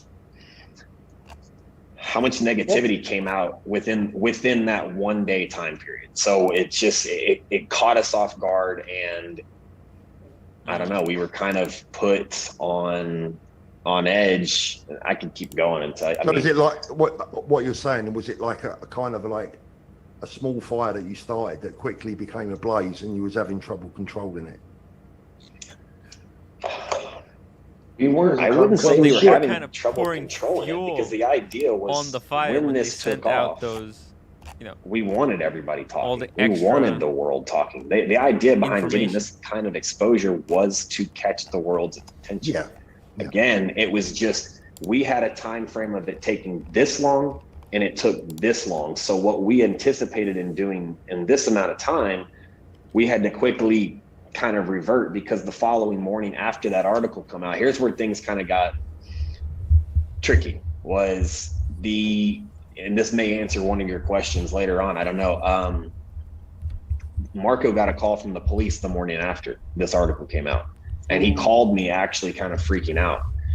And anyone that's known me long enough, anyone that actually knows me, knows I'm not the kind of person to half-ass anything. We planned this event. We planned the charity work. We planned the outcome. I'm not going to give that up just because things took fire faster than we anticipated. It was too early to call it quits, but Marco actually wanted to call it quits. And I told him, no, we decided we're going to do this. If we come back within 24 hours and I felt like at the time, because of what was going on, I felt like it was going to be too hard to explain just disappearing and that article coming out than it would to write it out and see what happens. Stuart Logan, we're such marketing geniuses. It's interesting you talk about Marco, because that is one of my next questions. The viewers will want to know why Marco isn't here with you tonight, because at first it was said that it was Marco's idea, and then there seemed to be a contradiction. Yes. So can you clarify whose idea it actually was, because people are a bit confused? Where is Marco? The idea was born from Marco. We were at dinner at Nick and Sam's, sitting in a booth talking with another client of ours, and I remember it vividly. Out of nowhere, Marco's just like, he gets quiet and says, "What if we tried something, completely off the wall, completely different?" He mentioned what if we blacked out our business for a good cause? And we talked a little bit about it, but again, it was a very, very premature idea. It was a very basic idea. Once he explained to me kind of the end goal, I took over and constructed it. That's what I do. People give me an idea, they come up with something, and I take it as a challenge to build this out and push it through. Because as you guys know, or as anyone out there knows, that ideas are only, people have millions of ideas. The difference in an idea and actually something happening is someone willing to push it through all the way to the end, plan it out. And this took planning. It took a lot of planning outside of our actual business, that's the other thing, is we were doing all this outside of running a business, outside of traveling, outside of doing content for social media. So I'm the kind of person that when something sounds good like that, I take it to heart, and I will take the lead and take the reins on it. So it was initially Marco's idea, but I'm the one that put it into practice. Saw it through all the way. And when Marco called me the following morning after talking to the police, I am the one that said, no, we are not stopping this. We are going to continue this and ride it through and see what goes on. Damn. So did you not consider consulting anyone before you did this? You just picked up the ball, both of you, and you just ran with it. Yes. I felt like I've got to ask you this, because this is the one that's probably baffling most people. I'm baffled. Why did you do it? Well, we've announced things for charity before. I've given a lot to charity that people have not seen. I do a lot that people don't ever see. And I see the kind of traction that social media is my business. Social media is what built us and what got us to where we are. Yeah, but I have seen over the years people try to go out and do something good, and it gets this much exposure. But the littlest bit of drama, the littlest bit of conflict gets 10 times more exposure at 10 times the pace. So looking back on it, had we come out and said, guys, we're going to shut off our social media, we're going to take a break, we're going to take a leave of absence from the business, and we're going to go dedicate our time to charity, would people have supported it? Absolutely. Would it have gotten the kind of traction that it got? No, not a chance in hell would people be talking about this around the world. So by adding that dramatic effect or the sudden, that's it. By adding the sudden drama to it, so perfectly captured the exposure we were looking for, which was that kind of that shock and awe. And I'll come on a little bit more to charity a little bit later because I want to try and keep my questions in order.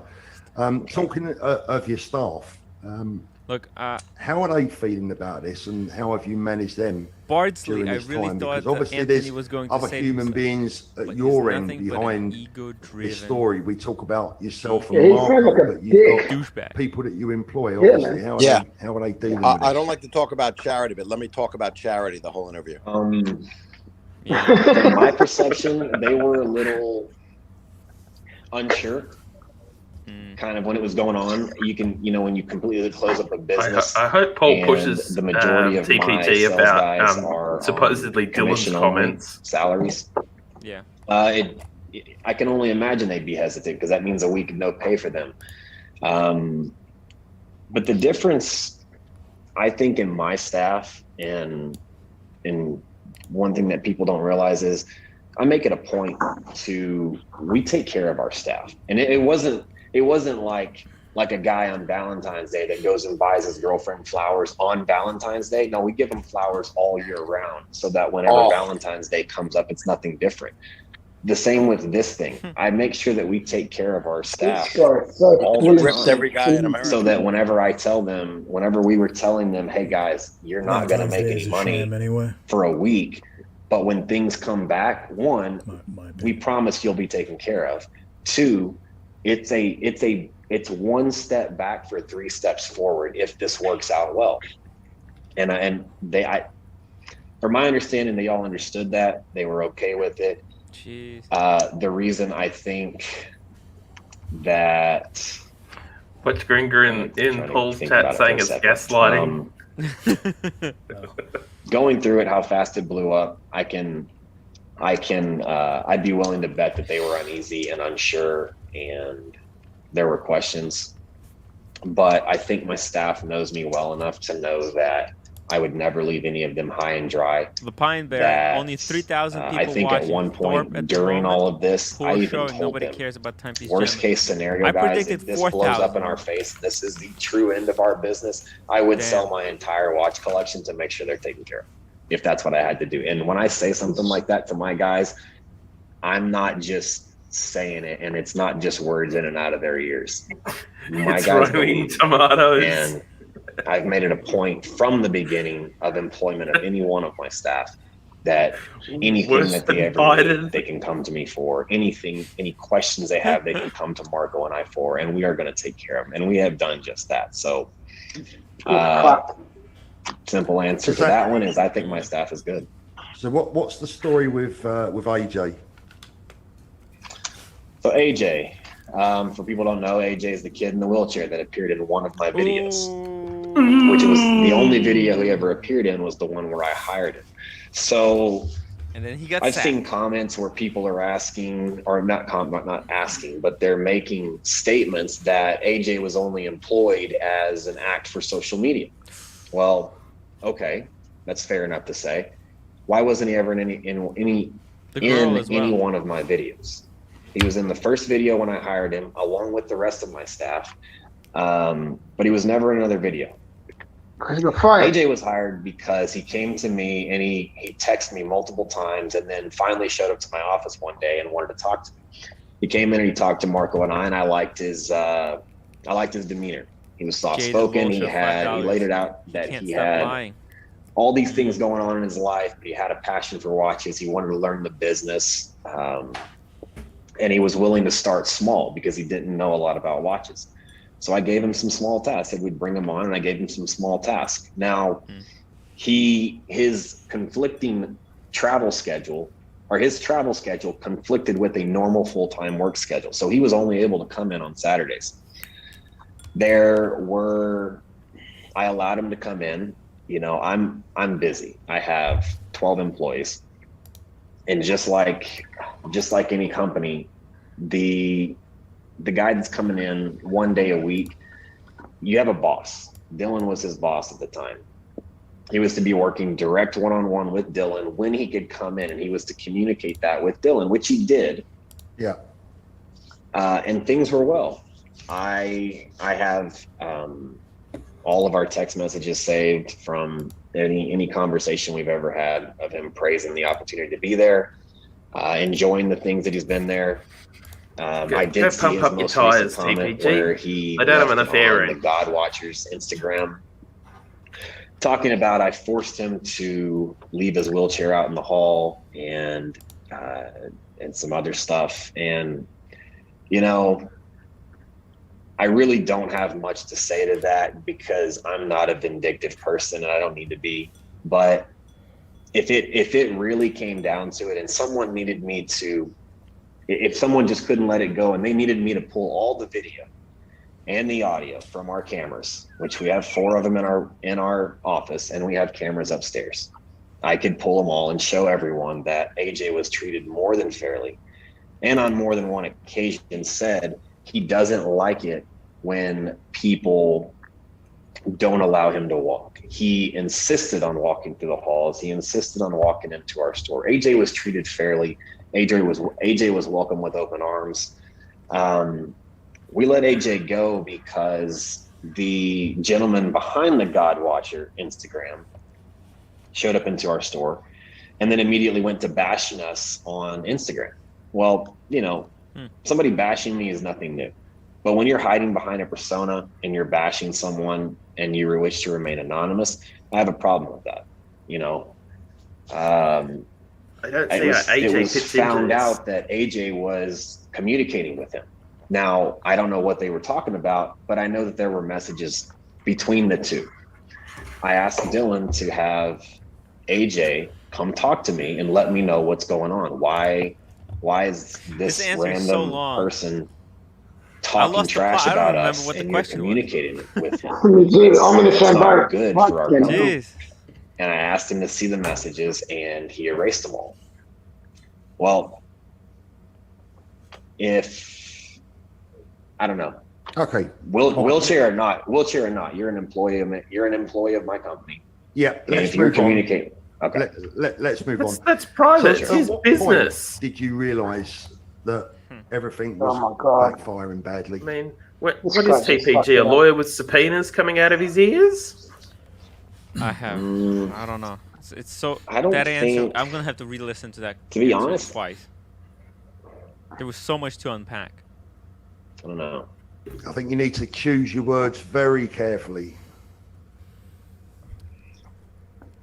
Until we posted our video with the charity work, as well as the behind the scenes stuff. Up until that point, I honestly did not think what we were doing was. Are you saying, Anthony, at that stage, perhaps what you're trying to say, and I'm not helping you out here, because you're clearly trying to think of the right words. Are you saying that you wasn't aware of the damage that you were doing to other dealers? Is that what you're saying? That is true. Yes, Oh my God, he helped him out. I wasn't. I was not aware of the effect that. I was not aware of the effect that it was having on actual dealers in their business, because no dealers had reached out to me talking about. Well, he wasn't picking up the effect phone. it's having on their business. Nobody actually mentioned the damage that was being done. The only damage I heard of was the critics on YouTube. This is why blackout and the nasty situation comments. never works. I don't care about those comments. I don't care about that. That's, you know, Roman tried to get, dealers did try to get a hold of me, but nobody sent me a message saying, you realize what you're doing. So no, I honestly was not aware of the damage that was being done until we posted our video and it shed some light on how this turned out, which... Yeah, let's move on to that video. And now, you know, look, the reason that me and you are doing this interview is because you know I'm going to give it to you straight. I'm not enjoying saying some of this stuff. Because I'm looking you right in the eye and it's kind of embarrassing. Hey, it's not easy to be in his position. But I have to be honest and say that I felt that video was a bit of a car crash. It's better than nothing. Let's just agree on to be that. Perhaps badly thought out, even a last-minute attempt to pull yourselves out of the frying pan. So what is the truth behind that video and the whole, you know, I've written down here the whole charity question.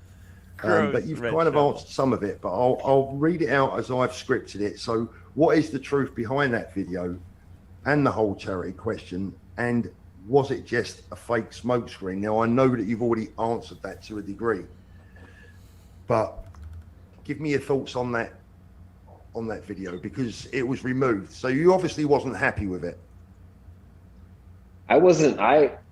Honestly, I was okay with the video. I was not happy with how malicious people were getting. And when people start pulling up records of members of my sales team's families' addresses, I have a problem with that.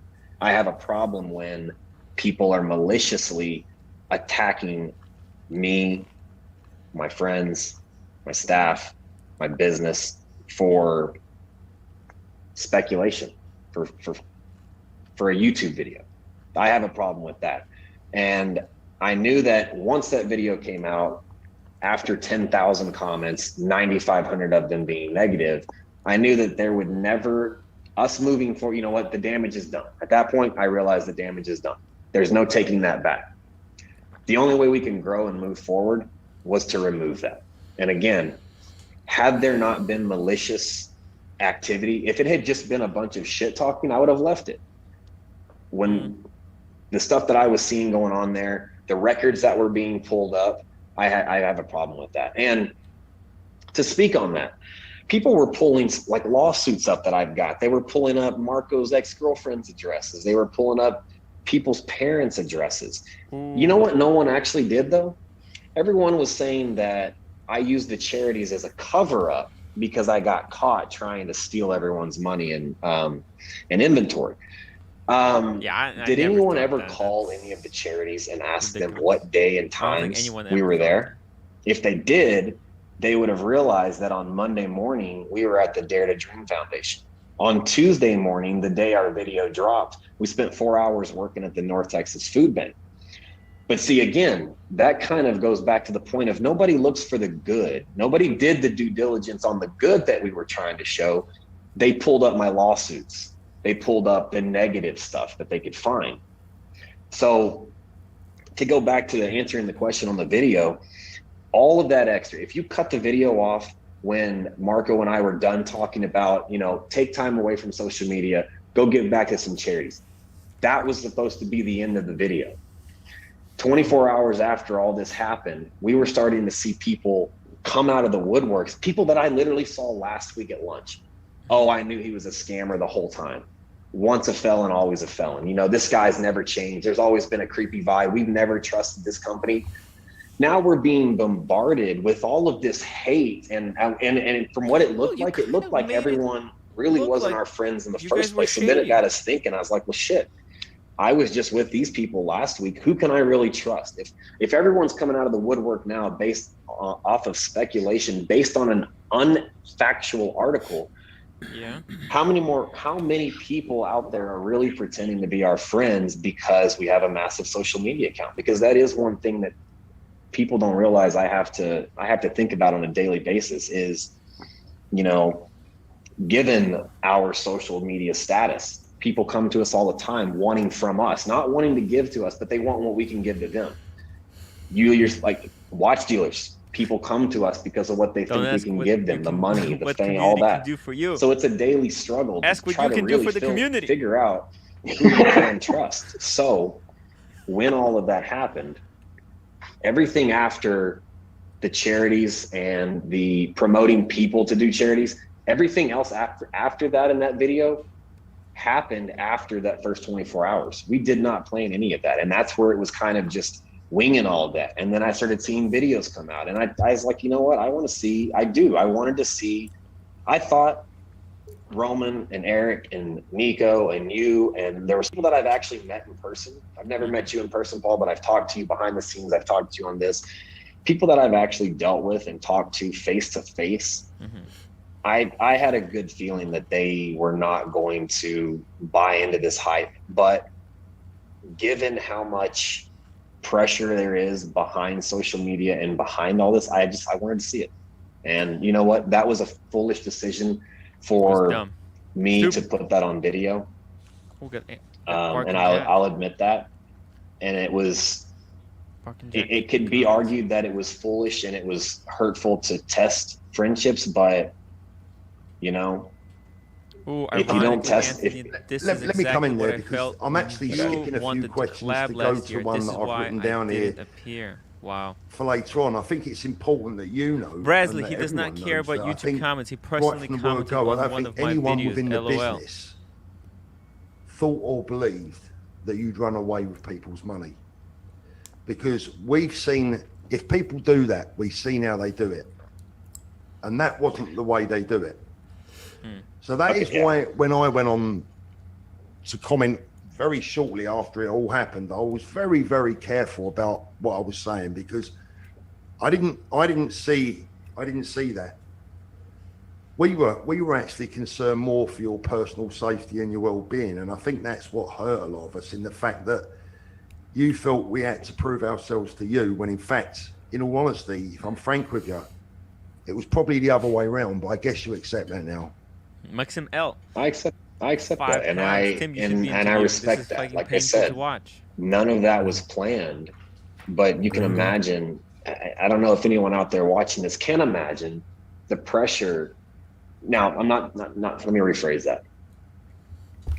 When you have something happen like this, and given, yes, this was a drastic scene.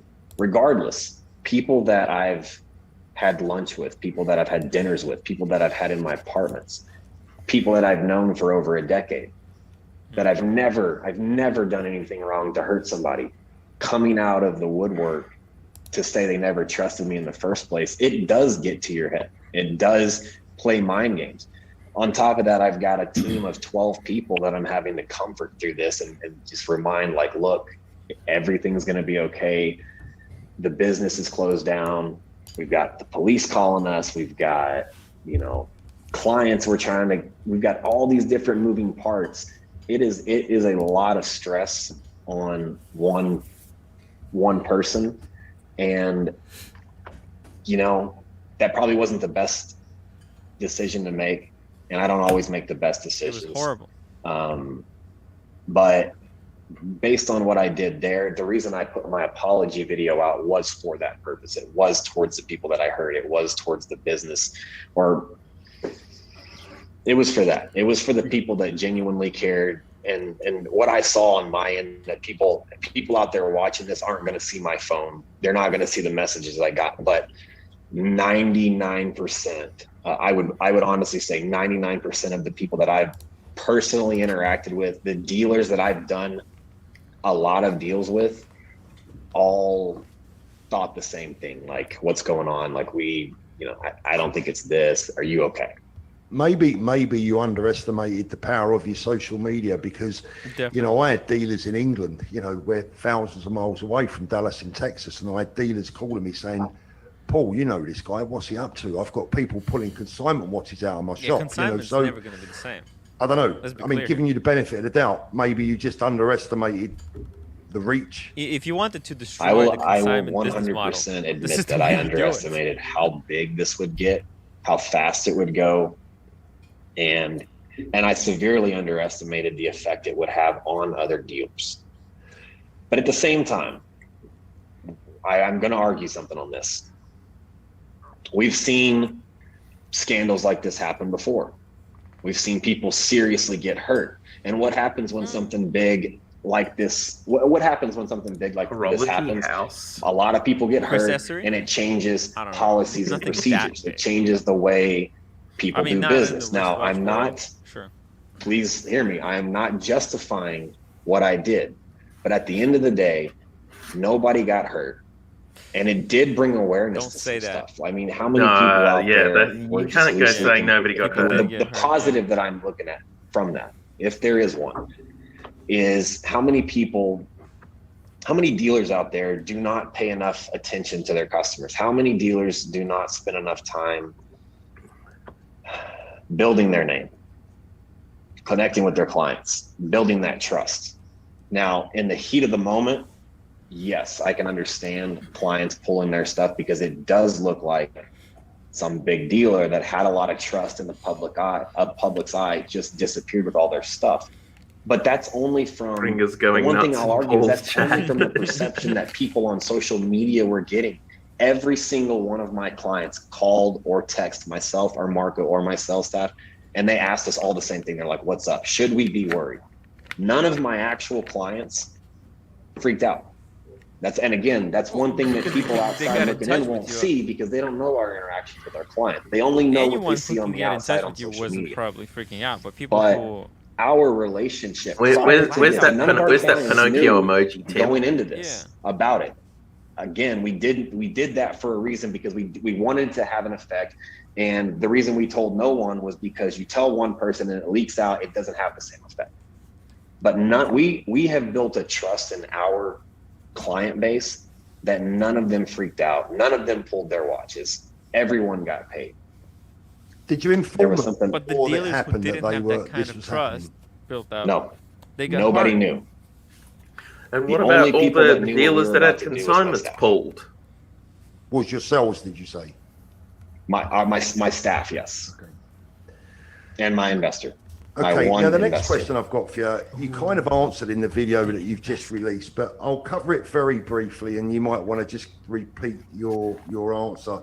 It's about the 5 oyster perpetuals and the charity proceeds. As I say, you've already covered that in your video. So the auction that we all help vandalise are already going to know the answer. And the next question was, correct me if I'm wrong, but there was a promise to donate 5% of revenue to charity in July. Is that still happening? And if so, how will that money be distributed? Business. And to which charities? And which charities are going to receive those funds? Are those questions that you can answer briefly? Real quick, the charity watches, as I mentioned in my video, we've already sold 2 of them. We still have 3 of them up for sale. We designated each of those watches to a specific charity based on the color of the dial and something that resonated with that charity, being the logo color or something. Way to do it. Yes, starting in July, 5% of all of our profits are going to be donated to those. They're going to be divvied up at the end of the month, or calculated up, and then divvied evenly between those 5 charities. And at the end of the month, I'm going to give those running numbers. It's not going to be every video. Okay, yeah, you've already covered that, to be fair. Right. Anthony, your bank accounts being frozen. Can you tell us what that's about? Because as far as I'm aware, banks don't close down because of what's happening or banks don't close down accounts because of what's going on in social media. What's the story behind that? Well, closing down and freezing an account are 2 different things also. That's what people need to understand is people are saying my bank accounts are closed. My bank accounts aren't closed. They're very much active. You can imagine, again, going back to it's a normal day. It's a normal Tuesday. Everyone goes home, 5 o'clock. It's a normal day. The bank shuts down. 6 o'clock, this article comes out. By 8 o'clock in the morning, the whole world is talking about the $1 million scandal that just happened here in Dallas, Texas. If I'm the president of a bank where I see this guy almost every single day, if I'm not in the bank every single day, I'm talking to someone at the bank, queuing up wires and confirming wires. It didn't even shock me that night when I logged into my account and saw that they were frozen, because I just assumed that this article's gotten out. It's everyone in Dallas is talking about it. It's standard protocol when you see something like that come out. You have to take action, because how bad would it look on the bank if all these guys really, if this were a real scenario, and I had to the tune of $500,000 or $600,000 in my account at the time, plus another $400,000 coming in, how bad would it look on the bank if they took no action and allowed me to continue to steal everyone's money? So what but you're as saying people is, watching it was preventative measures. Yeah, it was the bank doing due diligence. Is that what you're saying? Yes, and the bank did not know I was coming in to film that day. As people watched my video, I came in there, I talked with the bank president, I talked with my rep, and by that evening, my accounts were unfrozen, and we continued business as usual. Again, it's speculation. Nico Leonard trying to rescue this in the chat. The transactions in and out, days and times, and someone really wanted to do some investigative reporting, I've got it all there. Cool. Okay, look, I've got one question that I want to ask you now that's not so serious, and then we're going to get into one or two that are perhaps a little bit more difficult. I spoke to producer Michael ahead of this interview. Okay. I want to ask you about your version of events with him. Is it true that he pulled out of a collaboration with you after this happened? It is. I spoke with Michael at the airport. Marco and I were actually at the airport headed to LA right when the video was posting. We actually posted it in the lounge at the airport before boarding our plane. When we landed, I had some messages from Michael that I needed to call him. So I called him and he explained to me, he asked me, he's like, have you seen the comments that are going on? I hadn't yet. Somebody's impersonating. Yeah, Marco's now got the ultimate badge of honor of fake YouTube account. And it's really bad. I got in to start reading them, and then I realized how bad it's posting rodent pictures. And Michael told me, is like, this is not, my platform is not a platform for negative stuff. It's a platform for positive inspiration. Very immature. Showing like the fun side of stuff. And that because of the amount of hate and bad publicity my video was getting, he did not want to post a video or do any kind of collaboration at that time in fear of the negativity spreading from my channel to his channel. And I 100% respected him for doing that. Okay. I mean, it wasn't an important one, but it's one that people wanted me to ask. So I asked it. This one is going to be a little bit tougher. And, are there any private individuals, any watch dealers that you currently owe money to? Oh, man. No. Or who are requesting that they are paid back immediately? In other words, do you have anyone chasing you for money that you owe them right now? Bill West. Not a single person. Paul Thorpe is too much. Anybody's owed money, they've gotten in contact with me or Mike. Too bland, too vanilla. Now, I can't say that people that sent us Paul stuff Thorpe's yesterday defense, or Thursday he's not like a professional have been paid, interviewer, but they will be on Monday. Okay. But as far as I was outstanding hoping for more balances, Frost Nixon. No. Everyone that is owed money, they're paid. Yeah, from a former watch dealer's viewpoint, that's a big question for me, because if there was the urban, a dozen dealers out there that you owed multiple amounts of money to and were asking for back and you wasn't paying them, I've got to be honest with you, that would be a problem for me. That's why I would never publish a picture of myself. I've asked you the question, you've given me the answer. So on that subject, can you tell us more about your $2,000 investors and where they currently sit?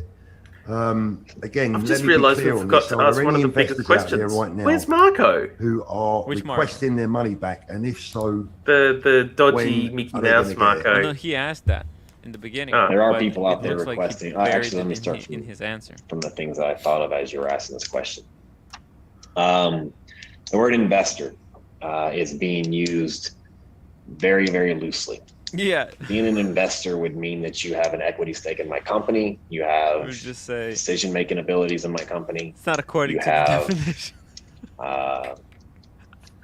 You have a stake to receive invest in dividends. timwrite.com. You're going to make money on that. I don't see this Muppet listed on the stock exchange. Maybe it's my fault for wording this initially whenever I announced this. I may have worded it wrong. Yes.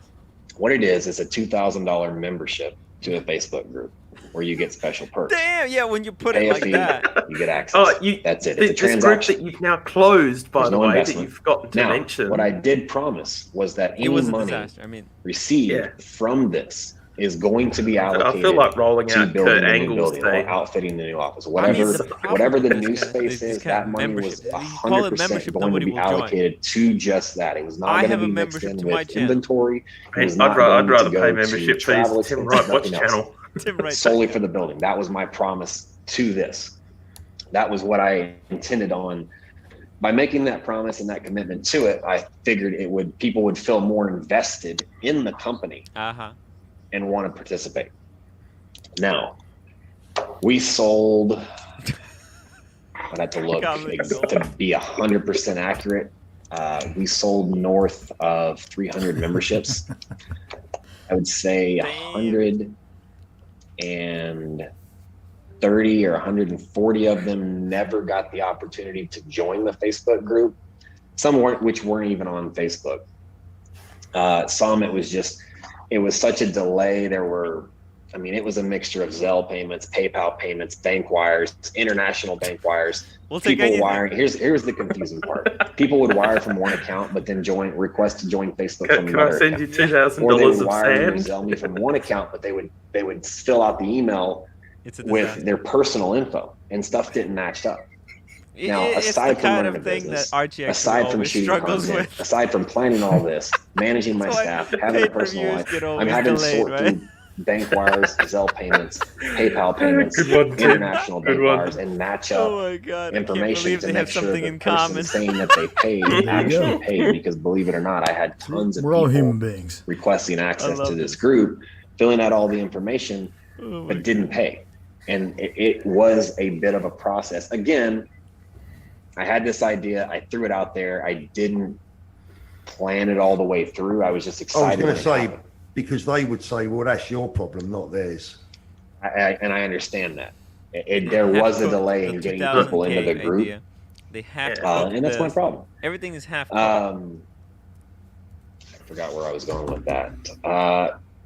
To answer the question, people have been requesting refunds, and I'm giving them to them. There's been logistical problems, but the question originally was Adrian from Bark and Jack's going in on them. Are there? How many of them out there? Let me. Yeah, he said you poor chap having to do work for 600k. This interview's been planned. I've been expecting quite a few people to contact me and say, Paul, I'm having a problem with Anthony. Because that's what people do. They write to me. I think even Nico Leonard, I think, is going in now. I've had about maybe 5 or 6 people write to me alleging an issue with you. Well, when I've gone back to them and asked for evidence, using the watch card, proof, Marco, everything. I've actually only had 2 people. Next thing you know, I'll get spoofed. Yeah. One was a gentleman who you'd already paid back. Another is a gentleman that I believe you're paying back on Monday. Jay Wright, yes. thank you for the He super reached chat. out to me and I actually him to Road the rest 3. proved to be, as far as I could tell, Urban because Vermin they didn't 3. come back to me with any evidence. I mean, look, we can accuse anyone of anything without any backup or any. When someone says to me I've had a problem, I want to see what the problem was. They didn't come back to me. So for me, there's 2. But look, the question that I asked you was, how many people out there are asking for their money back? And the super chat. do you know that off the top of your head? And if you do, Tim, when will they get their money back? Because that is a big question that I really gotta ask you. So Marco's gonna hate me for doing this right now, but over there. I was gonna wait until next week when I can actually sit down and take the time to do this, because believe it or not, to queue up 150 bank wires at $2,000 a piece takes a lot of time. And Zelle limits. So for anyone watching this, Zelle limits for me to send Zelles out are $5,000 a day. Half my people don't have PayPal. And to queue up bank wires, we're still in these times of COVID. I have to go into the bank and sit there while the banker queues up every single one of these bank wires. It takes time on top of running a business. Yeah, look. First off, anyone that's requested a refund, my apologies, it's taken a delay. Everyone that sent us money is going to get their money back. Now, having said that, we spent it. From advice, just kidding. From my mentor, we are actually going to close that group. and I'm going to refund everybody, because the initial idea by room. that, My tent is again, for 2 people. unorthodox, unheard of, but it worked. Within 24 hours, I think we sold over 100 memberships. Within 72 hours, we were up to 200. Within about 2 weeks, almost 300 memberships to this group. And it was just getting started. Again, this group was put together very quickly. It wasn't planned out.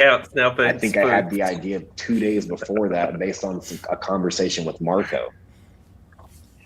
And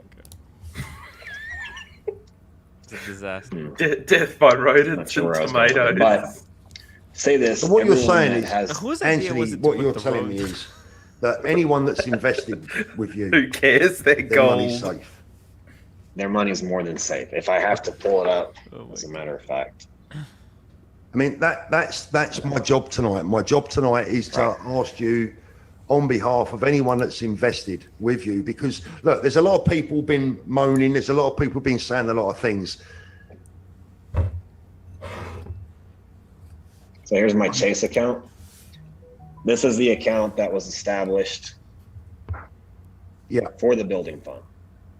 Whew. Now, you may notice it's off on that because I've been those odd numbers. It's not even $2,000 numbers. I have been paying a portion of people back through bank wires. I've been paying people back through PayPal, and that's incurring fees on my end, which I'm going to cover. But luxury, $2. As of the time of this video right now, there's 287,000 left in that account for my VIP members, all of which is going to be refunded. And we're going to close that group down simply for the sake of, you know what, honestly, my mentor just said, he's like, you're going to come out of this. You're going to come out bigger, better, and stronger. And when you do it, trust me, you're not going to owe anyone a dime. And there's no better feeling than that. So being who my mentor is and what he's accomplished with in his life, I'm going to take it. I promised him I'd take his advice. And would Archie be considered my mentor? So, yes. Everyone who has money with me, I'm following in his footsteps. In an old video, you once said that once someone has lost your trust, they've lost it forever. So why should people feel differently about this situation? And that's a hard question. Damn. But sometimes you have to answer for your own words. What would you say to that? Whew. See, I told you guys that Anthony didn't know what was coming. Damn. I still stand by what I said. Damn. If you lose my trust, then it's gone. What about the other way? But when I say that to someone, what I mean is, if you're my friend and you betray me, you've actually hurt me. You've lost my trust. If you are one of my employees and you steal from me, or you do something deceptive to hurt my brand or my business, you've lost my trust. If you are a fellow dealer and I send you a watch and you break it and you don't pay me, or you just disappear and you don't pay me, you've lost my trust, and that I don't give it back. But see, I don't like this answer. Because you can learn. If you have a YouTube channel, president, and mistakes. You can learn put out a bunch of free content. Giving. Damn. And you never asked me to pay for that content. You've never asked me to drop your email so I can spam you with ads and collect data from you. Damn. If you've really never asked anything of me at all, more than liking and subscribing and sharing to maybe win a Rolex or something, and you put out a video or you do something that maybe I don't agree with or I don't like, Archie's secretly his mentor. I could be mad. I understand that. Chris, I could be hurt. Chris Esri account in the chat. But at the end of the day, you didn't physically hurt me. You didn't steal from me. You didn't betray me. Your content wasn't what I wanted to see, and I can get over that. So, yeah, I think most people will understand what you're saying there. I mean, the next piece that I've written down, seems a bit harsh after what you've just said, because I kind of get that. What you're saying is the people who you really care about or you owed money to, you didn't think that you was being disloyal to them. I didn't hurt any. I mean, when I say I didn't hurt anybody, I did not maliciously hurt anyone. Yeah, I did not. Mean to, I think I didn't mean Anthony, to. Yeah, I think people were hurt, but I don't think you meant to hurt them. Accessory. And if they're and I mean this as sincere and wholeheartedly as I can say that, if there's a dealer out there Oh, Mike and that Jack's going in. my This is cool. actions This is gold. Seriously hurt your business, reach out to me and tell me how I can make it right for you. If there is a way, if I hurt you, if my actions cause you to lose money, if my actions Man, this is gonna be really cause your business a strain, then tell me, and let's sit and let's talk and figure out a way I can help you. Obviously, I have grown up very fast in this industry. I've done very well on social media. It's true. I didn't do this by becoming, I didn't get to where I'm at by being an idiot or by being stupid or by being a crook or I was a felon, but not being a felon. Wait I a didn't minute. get that by being an idiot. I'm not, Crime you know what I'm piece. trying to say. Yeah, I know. I got here by working my ass off, No, dude. I mean, being I think he passionate about what I understands do, How lucky he is. asking for with a lot help, of things that he did. believing in the people that were helping me, and then giving Good, back. good on Adrian for going in on him. If you look at Yeah. what it's been said, It's and really I've nice never to said see this, but Adrian people being have said this. spicy. I've changed an industry, and I've changed it for one. And here's where I see that I've changed an industry because look how many dealers are now taking to social media. I'm not malicious. Look at how many Comment on my dealers. YouTube There were a channel, few TV before my advice, time and that were honest, big, malicious. but very, very, very few. Now, over the last 3 years, you've seen more dealers in the watch and diamond industry take to social media, and not just take to social media, but take to it more seriously because of what a 2-time felon fresh out of prison 4 years ago was able to do in a matter of 3.5 years. And I say that to say, there's a lot of guys out there with more experience in watches than me. There's a lot of guys out there with more experience being a dealer than me. There's a lot of guys out there with more experience running a business than me. There's a lot of guys out there that have done a lot more than me and have a lot more experience than me. But there's one thing I'm good at, and it's social media. And there's one thing I enjoy doing is taking dealers and showing them social media. And I'm not even gonna point it out or call out who all I've helped, but people would be surprised at how many people are now doing what I do based off advice I've given them. Sure. Very true.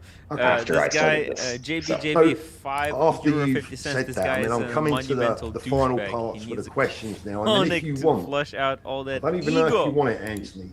Right, but I have 1, 2, It's definitely 3. not how I would have went about I have doing 4 this kind of pages interview. of advice for you from me personally. If you want to hear it, if you don't want to hear it, it's fine. Gotta hear something. But the last question, which is kind of a difficult one Ooh, after we're near the end, you've guys. said what you said, you've kind of preempted it a little bit. But I wrote down, Anthony, people like Roman, Nico, Eric, and many others took you into their circle and they trusted you.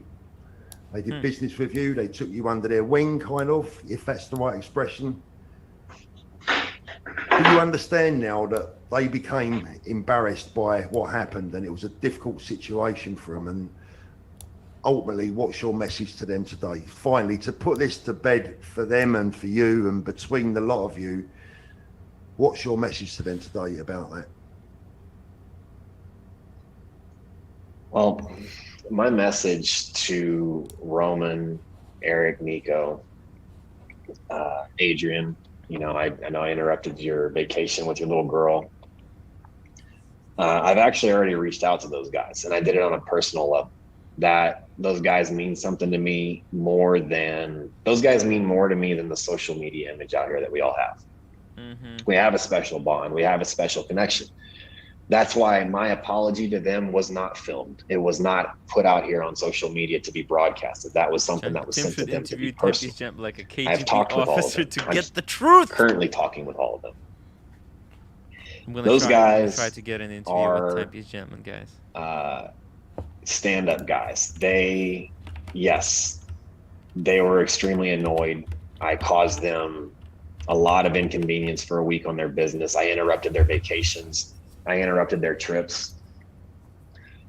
But whenever I tell those guys, and when I put this message out here, that I did not do anything I did with the intentions of hurting anyone, or especially them, I would like to think that they believe me. I think they do. And I'd also like to think that when I say anything and everything I can do in my power to make up for that, I will. And I think whenever I tell that to them personally, I don't do it on here. I talk to them personally. Yeah. When I tell them that, I think they believe me. We all make, and they all, talking to them privately, they all kind of had the same message back to me. It was like, you're young, you're stupid, you're new in the business, you had a little bit of fame, you made a little bit of money. It happens. It happens to a lot of people. These guys have been around a lot longer than I have, and they've seen it. Roman's seen it countless times. Eric has started over from scratch after getting all that, I didn't do anything that hasn't been.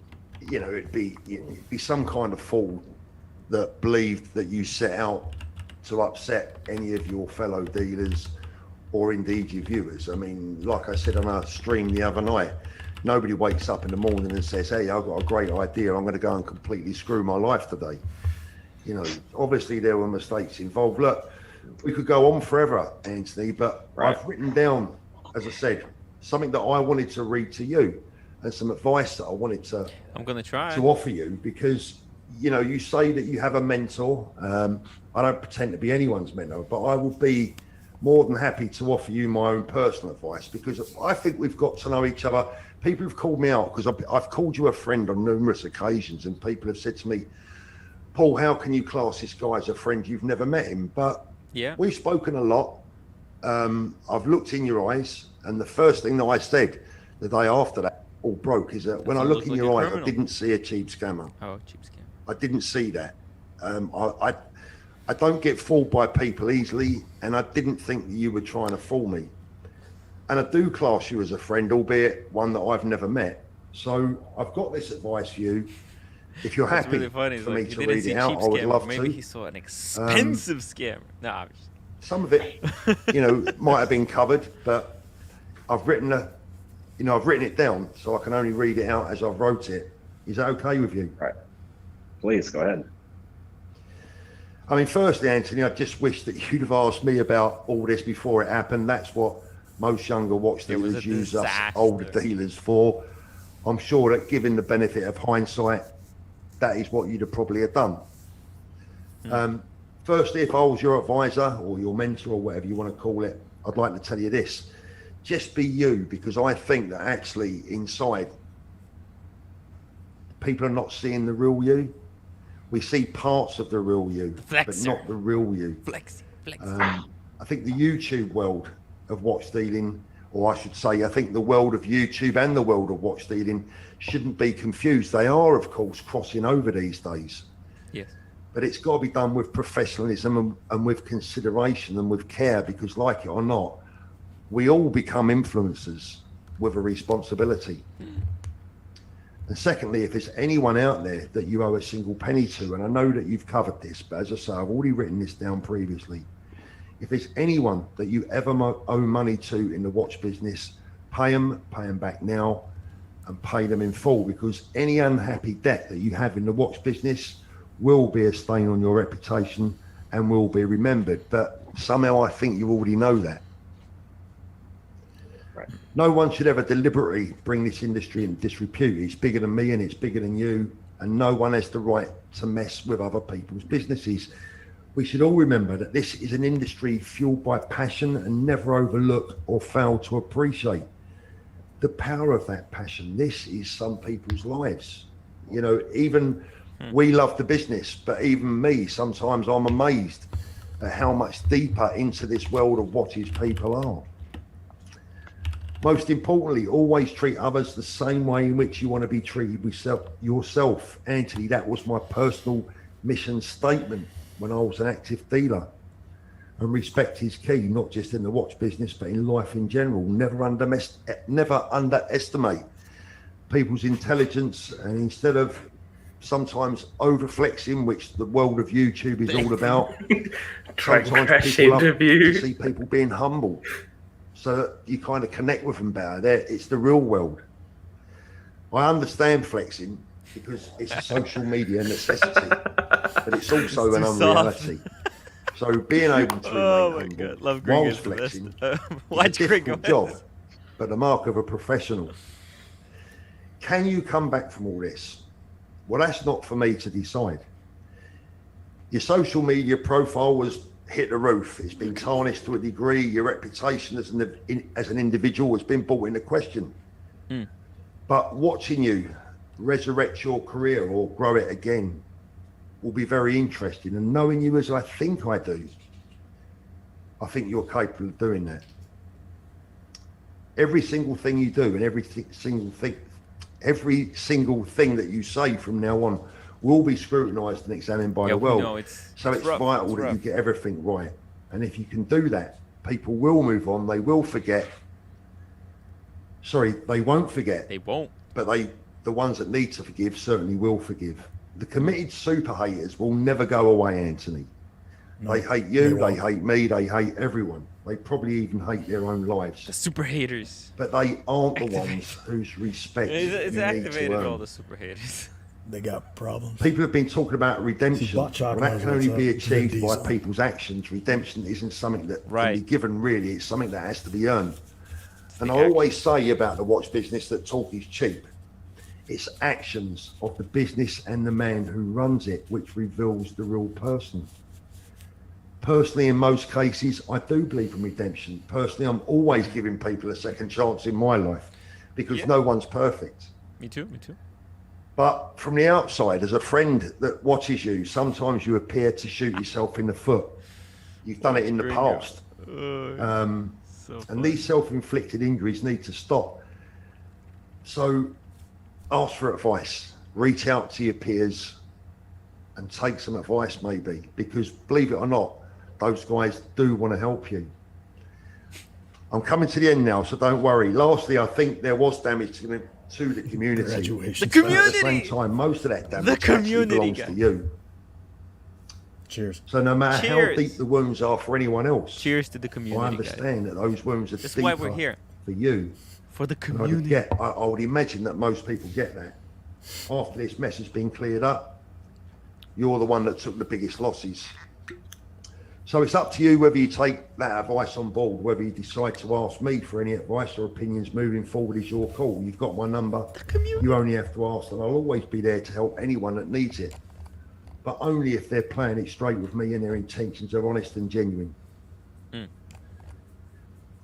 I've got to add that any advice that I give you will be given with the public's best interests at heart, and that's the key, and perhaps something that has failed to be understood in the past. Putting their best interests at heart is actually putting your own best interests at heart too. So really, Anthony, that's it. Apart from saying, is there anything else that you'd like to add?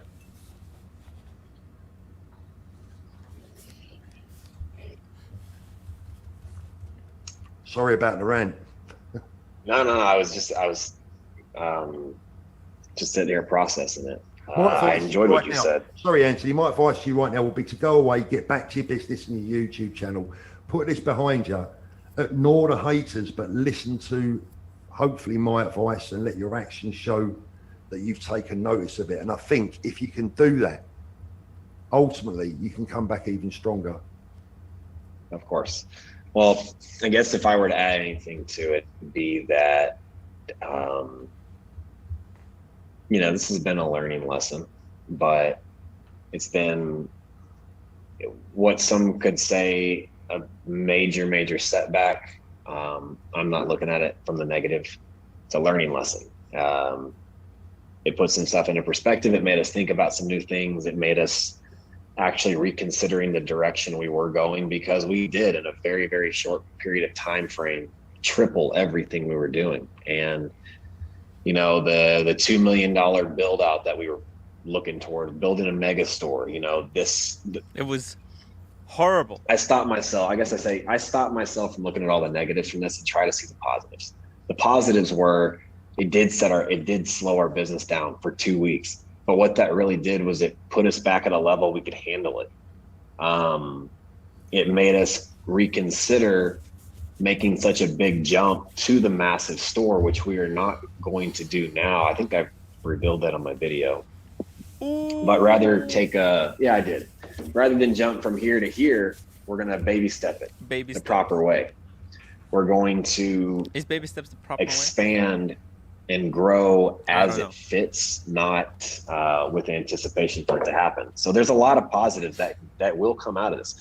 But if there's one last thing I can say is that, you know, I have a badass team and they are busting their ass. We have a lot of stuff planned for the rest of this year. I do promise I will consult before we make any major moves, but we're not going anywhere. Gentlemen timepieces, timepiece gentlemen, we are here to stay. Marco and I, our partnership is awesome. Our staff, amazing. It's just the super chats, guys. That's the only way I get paid for this. So you're looking ahead and you're positive. So am I right? You're going to run maybe a smaller, tighter ship from here on in? Yes. I think that's a good decision. Yes. I do think that's a good decision.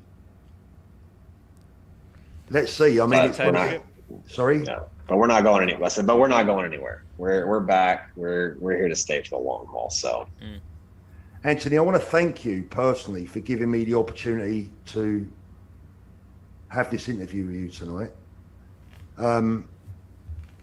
You could have chosen a lot of people. Yes. And I respect the fact that you chose me. And I would also like to thank you for allowing me making no conditions.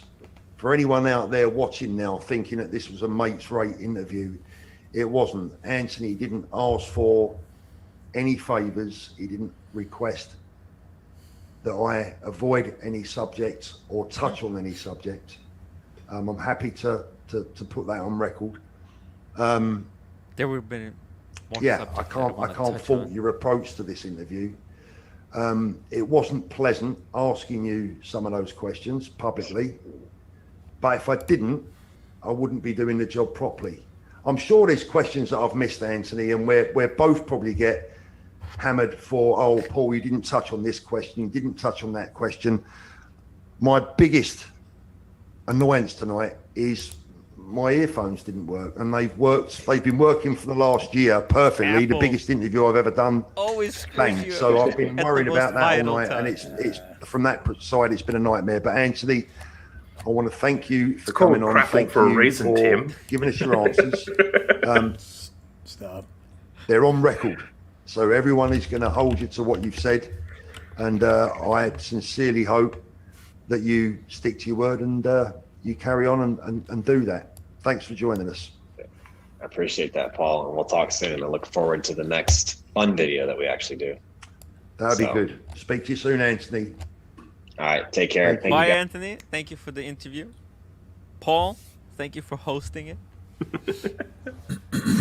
So for those who were wondering whether this going to seal the deal, whether the Timepiece Gentleman saga will end on some kind of note, I am unfortunately going to have to deny. I think it continues. Well, there was a lot of questions. Well, I reckon. Hold this poll in the chat, Tim. Do you the poll question? Does this leave you with more questions than answers? Yes, I love it. Love the question. Are you satisfied? Are you full? Are you satisfied? I don't know if anybody else was saying this, but I know that once people see something and they make up their mind about, something, it's just not going to change. Like, it's not going to change anybody's mind, no matter what's said. I think there's no satisfying the need for negativity, I guess. To be honest, I didn't think I was going to be satisfied anyway, regardless. But I'm not going to get that hour back of my life, so it doesn't matter. I know. Yeah, so it's either way. It's like, Ooh. 1 second, guys. Let me just quickly. We got 1 second. Perth Luxury said $2. Rather listen to Mike and the Mad Dog than this. By the way, you have to send me that drop because I do want to do. I do want to make that drop. Oh, I will. We got I will. Mr. GMT. By the way, Yeah, Mr. GMT. The music. Yes. Thank you. Welcome to the show. REG, $2. Tempe's Gentleman did good. We'll debate on stream another time. And let me read this one. DC said, I'll donate 100 to throw a prison pie into Anthony's face. You know, the kind with the hammer hitting it. Damn. It's vicious, okay? JB, €5.50. At the end of the day, this guy is who he is, and you are either going to like him or hate him. I think he is a very pompous individual. By the way, just out of fun and just for the community. You know what I did? You're not going to believe this. What you got? You know what I did? I sent the StreamYard link to Anthony. Oh, gotcha. Just to see what happens. Maybe nothing's going to happen. You've just given me a brilliant idea, Tim, for your next merch idea. Yeah. You could have like a screenshot of the interview between Paul and Anthony, and a train like coming out of the middle, and then it comes off the rails, train crash. Hey, if someone can illustrate it for me, that'd be great. Or like there's a car coming in the middle, car crash. By the way, guys, if you're watching, my God, we have 368 people watching. Please hit the upvote button. We've been here for 2 hours and 36 minutes on this marathon. We'll now be reacting to the video. By the way, let me drop the link in case a few more people would want to come in and talk. Look at this, the poll, guys. Oh, sorry, I didn't know you dropped it. To answer the question, have you been satisfied with the Paul Thorpe versus Tempe's Gent interview? We had 23% of the people said yes, and 77% said no. Guys, vote now. Make your vote count. It's only out of 370 viewers, only 142 people voted. It's less than the percentage of voters is less than in United States. You know what means about how cocky he is, how he thinks he's. The way he speaks, he thinks that he's all that when he's not. That really pisses me off.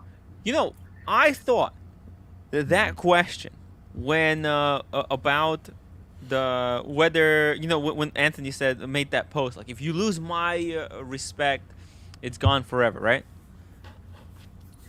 That should have been the question where he explains he learned his lesson. You can't come out of this experience and show that you haven't changed. You have to show growth, show change, and that was a setup question for the Anthony to say that I understand now.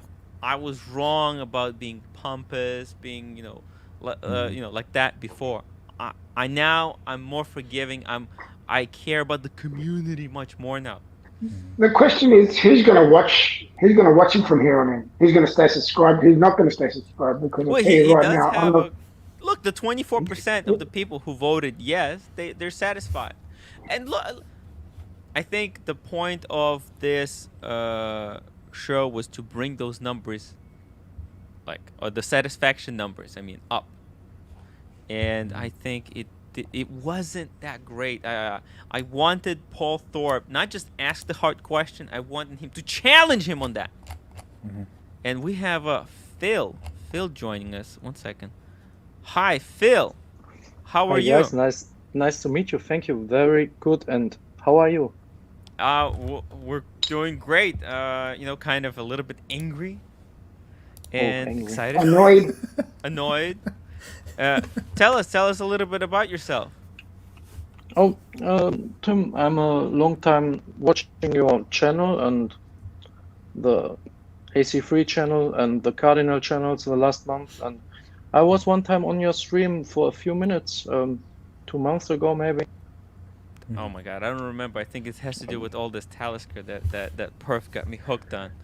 But are you from Germany? Sounds like you're from Yes, Germany. yes, yes. Oh I'm my from God. Germany. What, We what have part? so many German viewers. By the way, I hope you guys are doing okay over there. I've been watching the news, and it's just crazy. The Yes, flooding. yes. It was crazy. Yes, it's okay.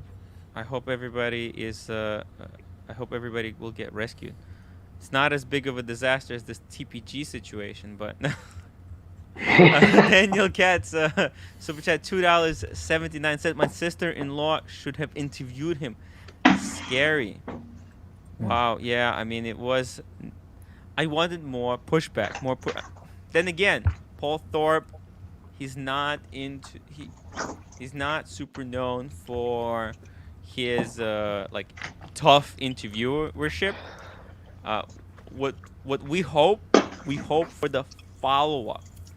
Paul Thorpe has to come out with the video because he did say he'll tell us if he felt that Anthony was truthful or not. So I would just hold off on Paul just a little bit just to see what the follow-up video is going to be like, okay? Watches 24, $5, just awful. Classic forum shopping by Timepiece Gentleman for a soft interview. Makes me want to wear quartz. Damn, it's Well, vicious. I'm not, because of him, I'm not wearing anything. Look, nothing. Makes you not want to wear watches. I'm not wearing one.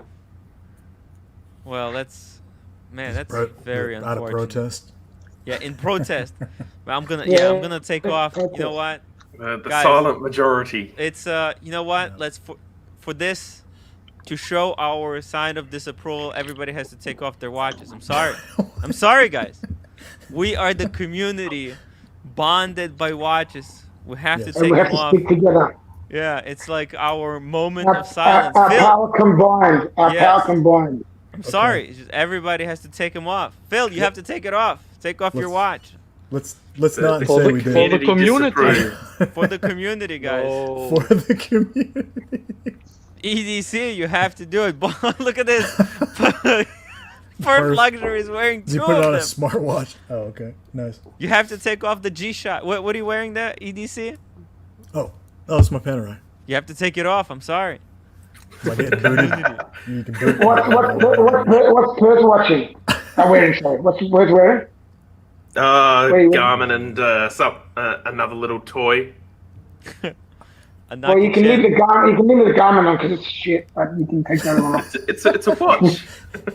By the way, this is so good. Anaki Chen, $5 super chat. Guys, give Anthony a break. His content is free, like 99% of the YouTubers. Well, yeah, that was complete. By the way, EDC, I'm serious about taking off the PAM. what's up? What am I doing? We're taking our watches off. For what? Okay. In No, sign I've never of been one that- solidarity. We're look, disgusted by how this interview went. Oh, good. I've never been one to give in to peer Wait, are pressure, you so one of the- I'm not starting now. Wait, how did you answer the poll question? Did you approve of the interview? Yeah, sure. I can be the. I'll be the scapegoat. Sure. Damn. Let's do it. Okay. If you want to show your side of disapproval, you have to chuck a tomato at. I mean, enough tomatoes were chucked. I think. Here's my Waste my of take on vegetables this. at that point, right? Yes, there was. I thought I saw a couple of eggplants as well. Tomatoes or rodents. There's some a little bit of that too. Let's quickly say what it's going to say. Tim, Yes. looking backwards, I'm just asking myself, what was the number one thing Anthony has to apologize for? Because it was that long drama, I can't remember. Oh. What was it? For me, it was the charity thing. You know, I don't care about this marketing. Yeah. But Right. Yeah. that went a little bit bad. For me, and I think community pretty much agrees with me. For me, the apology was supposed to be for first doing this social media blackout and not picking up the phone calls without telling people why you're leaving, and then like creating a setup, making it look like they left with the money, right?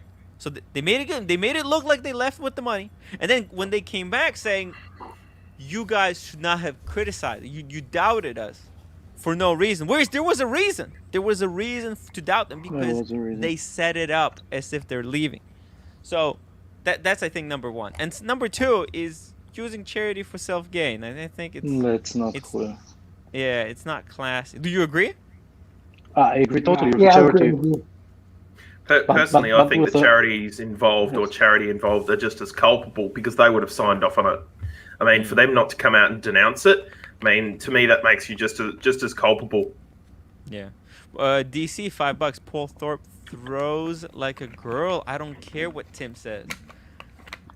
Look, it wasn't like a debate, right? It wasn't a heated debate with the back and forth. He just asked him questions, and man, the Timepiece Gentleman's answers were so freaking long.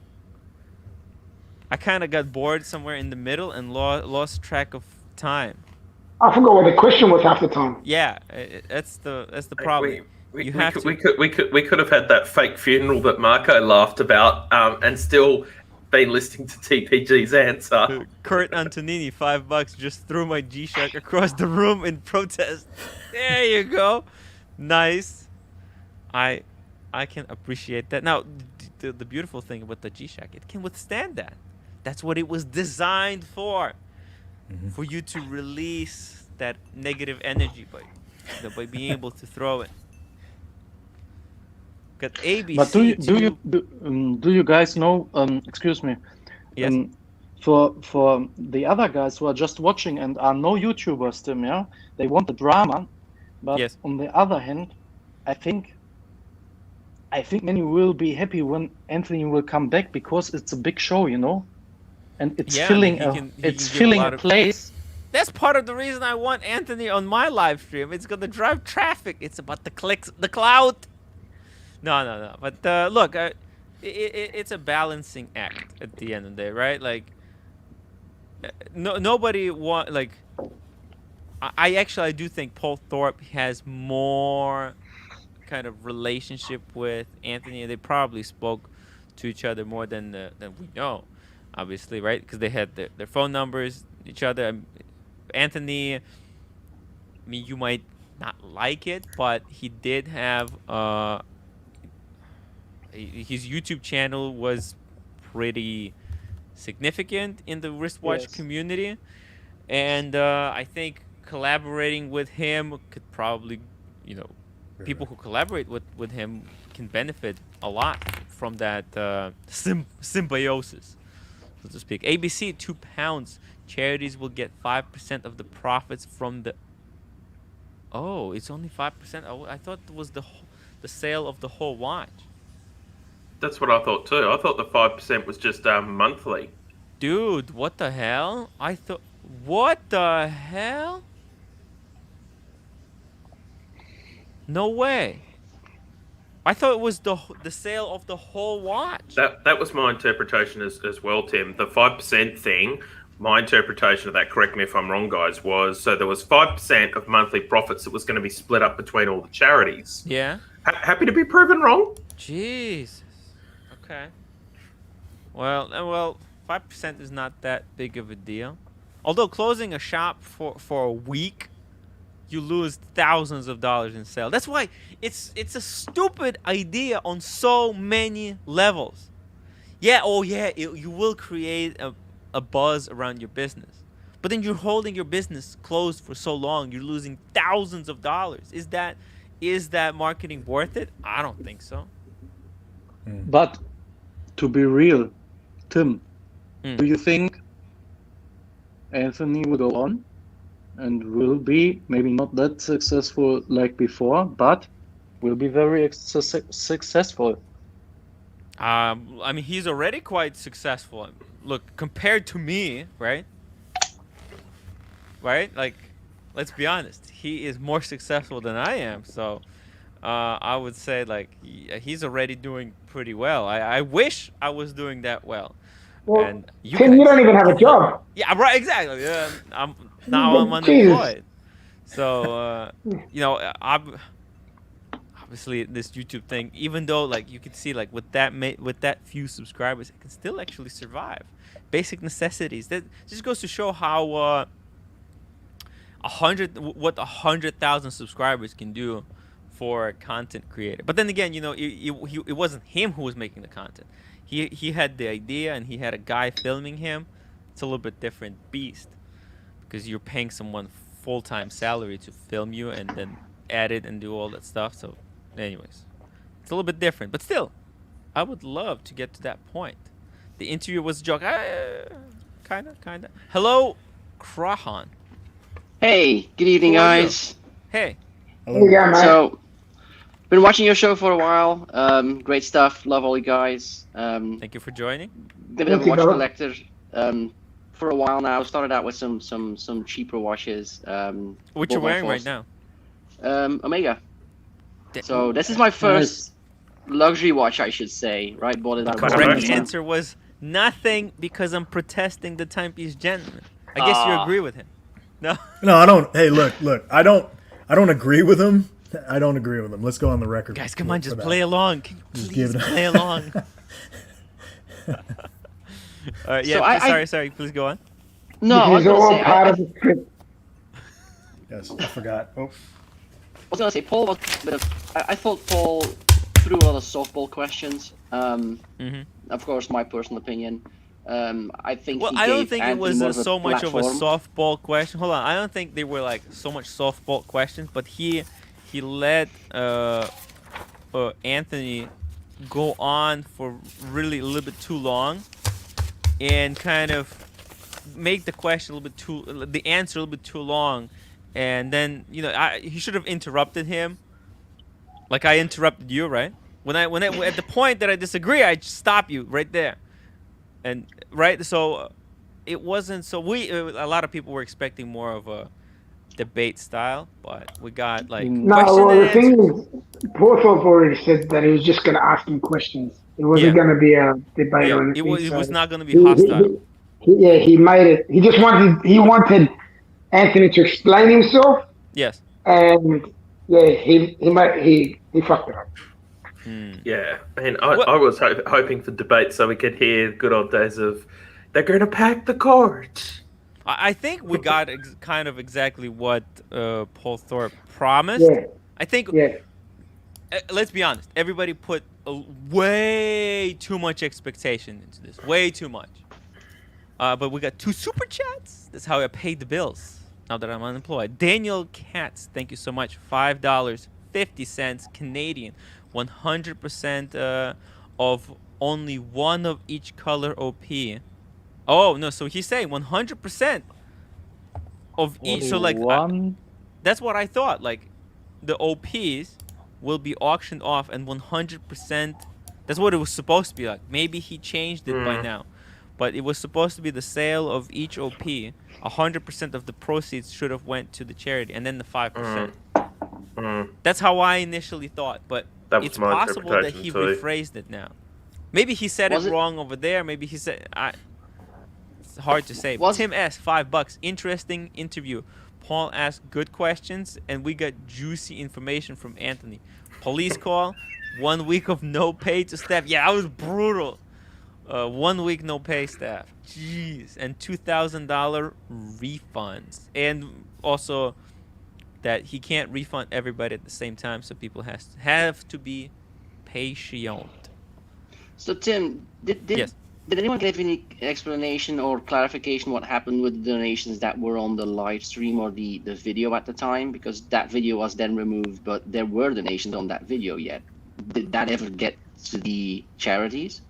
Do we know? I have no idea how that works. I think it's quite possible that if you don't hit the threshold that you set out, like if you set the charity for 250,000, if you don't hit the 250,000, all of it gets refunded. But I'm not sure. I know that's how it is with Kickstarter.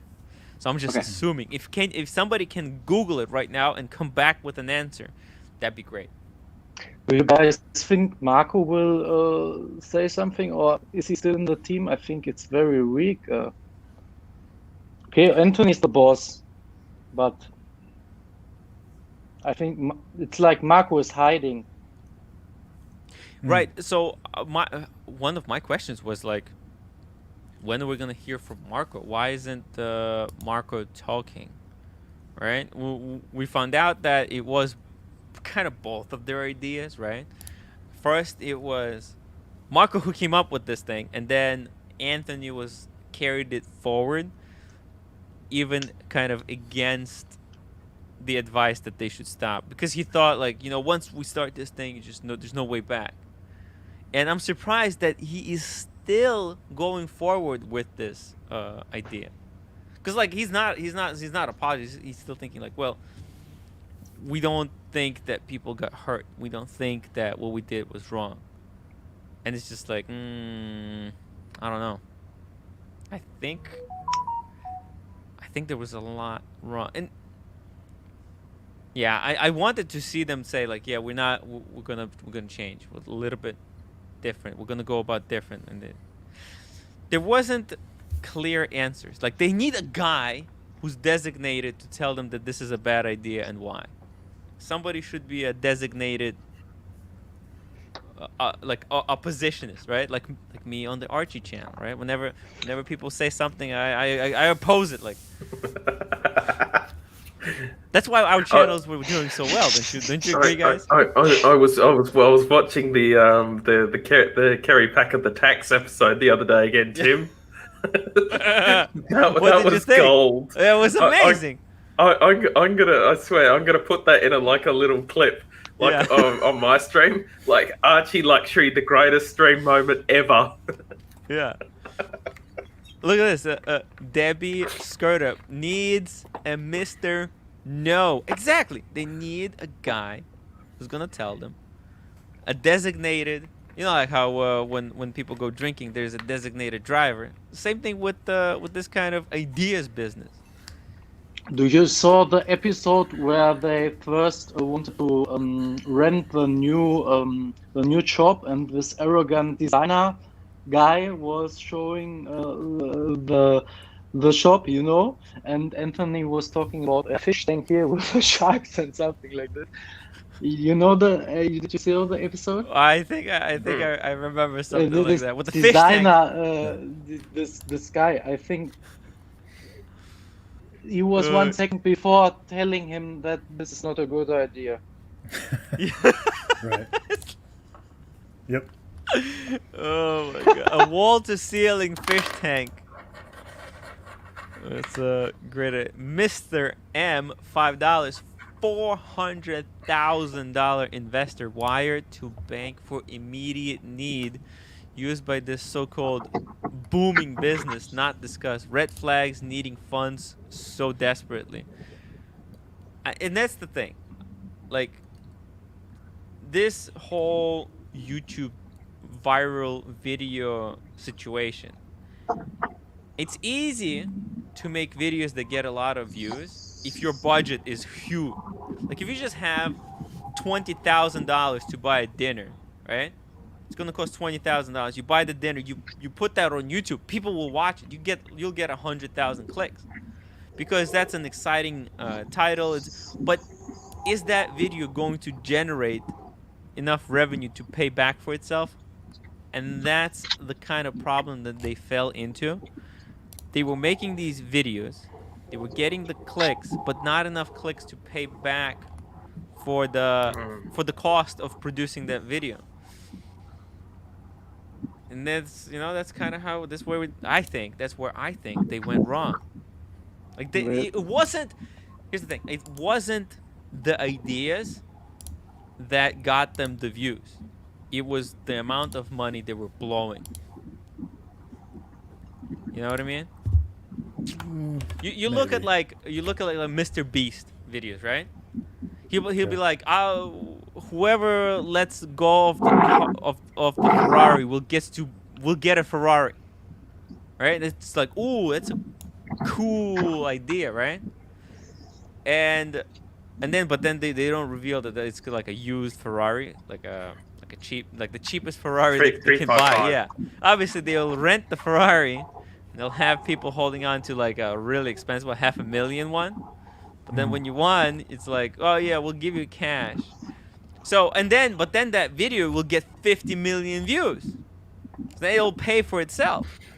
But they were spending. It looked like they were barely breaking even. So I got that same feeling from the Facebook group thing that Anthony said at the end of the interview, where he said that given how many and how quick the subscription came in, it was turning out to be a success. But to me, I think it's easy to make claims and make promises of like you're gonna get good deals, etc., etc. Of course, people are gonna subscribe to that, right? I mean, it's still a matter of executing on what you're promising, and that failed flat completely. Yeah. Since he's now going back on that promise and he's canceling everything and supposedly refunding everyone again. So I don't think that necessarily means that he did it the right way. It's easy to make promises and do those kinds of things.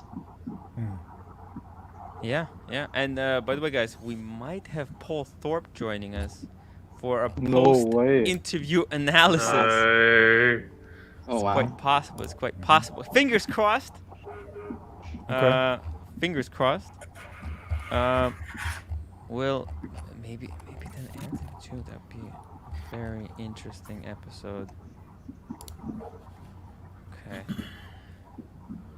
Where is Archie? Is he thinking about coming on? Is he? What? Huh? Paul? What was the question? It's 11 o'clock at night over there. Yeah. Yeah, it's a little bit late. Maybe we can get him for a couple minutes. Hey, it's midnight over here, so no excuses. Yeah. Tim, is he in your chat? Well, I think he's watching, and he sent me a message to to send him the link if he can join. So I just sent him the link. Hopefully he'll. It's not like a few months last year when Arch and Paul exactly weren't getting along, and then one day there was a fake Paul Thorpe account in Archie's chat, and he let him on. Yeah, no. Nicholas Federico, $2. Thank you for your help. I think. Tim's got direct line to Paul Thorpe, so there's no imposters coming through. Yeah. He's got the red telephone, got the Reagan telephone. That's right. Exactly. Kendrick Spirit says, "Link up Archie." Archie's still asleep. What time is it over there in Austin? It's 8 a.m. for Archie. It's 6 a.m. for me. It's 7:30 for Mr. GMT. Oh, okay. So Mr. GMT is in his own time zone. Yeah, I'm definitely in my own time zone. Yeah, definitely not GMT. Half hours. But what we're gonna do after this show ends, we will go over to Archie's stream. He's gonna have a stream in about an hour, so guys, don't worry about it. We'll have an Archie follow-up to this. We'll have an Archie explosion. Mr. GMP, where are you driving? What time is it? I'm driving to work. To what? I'm working today. It's work, yeah. I'm driving to work, yes. Crazy. Yeah, I'm always working. Always working. I can afford my beautiful watches if I don't work. No, I got off shift at about 3 a.m. our time, so yeah, bolted home when I saw a notification from Tim. Well, I actually fell asleep. I actually finished work at 12 and didn't get to sleep till 1 in the morning. Sheesh. It's rough. Yeah. But It is. guys, wasn't it entertaining when suddenly the live stream with Paul Thorpe started yesterday with Arch? I think it was very funny. Archie great, was so excited. Yeah, it was good. Oh man, Archie is and it's great that he got him really early, because as we know, Archie can't control himself in the morning. Paul Thorpe, I love your channel, but I feel you let the community down. Not in the content of questions, but you totally let him off the hook by pressing him. By not pressing him. I know who would have been a good interviewer. We need Jeremy Paxman, not Walt. We really didn't push him hard enough. I mean, look at these people over the back. It's hard to push someone, especially like his whole stream wasn't working in the beginning. I feel sorry for Paul with tech. Yeah, and we got Paul Thorpe joining us, actually to answer some more of the questions. Crazy. What an Hey, honor. Paul, how's it going over there? Hey, Paul. Hey, Hey, good Paul, how you evening. going? Good How you evening. going, Good buddy? evening. Big fan. Well, how you doing? Absolutely. I'm not too sure how I'm doing, to be honest with you, because Mm. that was a big disappointment for me. Not so much from the content viewpoint, but I have one of those technical glitches 3 times today. Yeah. I've tested my system and it was perfect. I get onto the show and my iPods would not connect. Nothing would be recognized. It was just a complete nightmare and it just screwed my head up. But there you go. Yeah, It's no, done. actually, I was just saying that, having like some kind of technical difficulties, it can really throw off your whole game. So you were put on the back foot. I mean, right off the gate, you feel like you messed up already, and it's just it. Yeah. Yeah. Man, and I mean, I'd rehearsed this for 2 days and, and then I have and a then when you simple thing. need, I mean, look, they're working now. yeah, Don't ask me why they wouldn't Yeah. connect to the computer. It was a simple thing. I needed to reboot the computer, yeah, and that wasn't the time to be doing it. But anyway, look, there you go. It yeah, is what it is. yeah. My camera. If I do a stream and if I turn off the camera, it will not turn on until I restart the computer. It's like, so I'm used to now that I know the hiccup. That Yeah. I got one try to get this camera working, and then if I don't, it is what it is. Oh, look at this. We got Nico Leonard watching. 5 pounds. You've done very well, Paul. Well Hey, done, mate. Nico. You all right, buddy? I've just come off the phone from Nico. We've just had a chat. Guys, look, listen. I want you guys to be honest with me. Give it to me from the hip. I've spoken to 2 of my friends who I trust, and they're good friends. They tell me the truth, and they both said that they didn't think I did too well.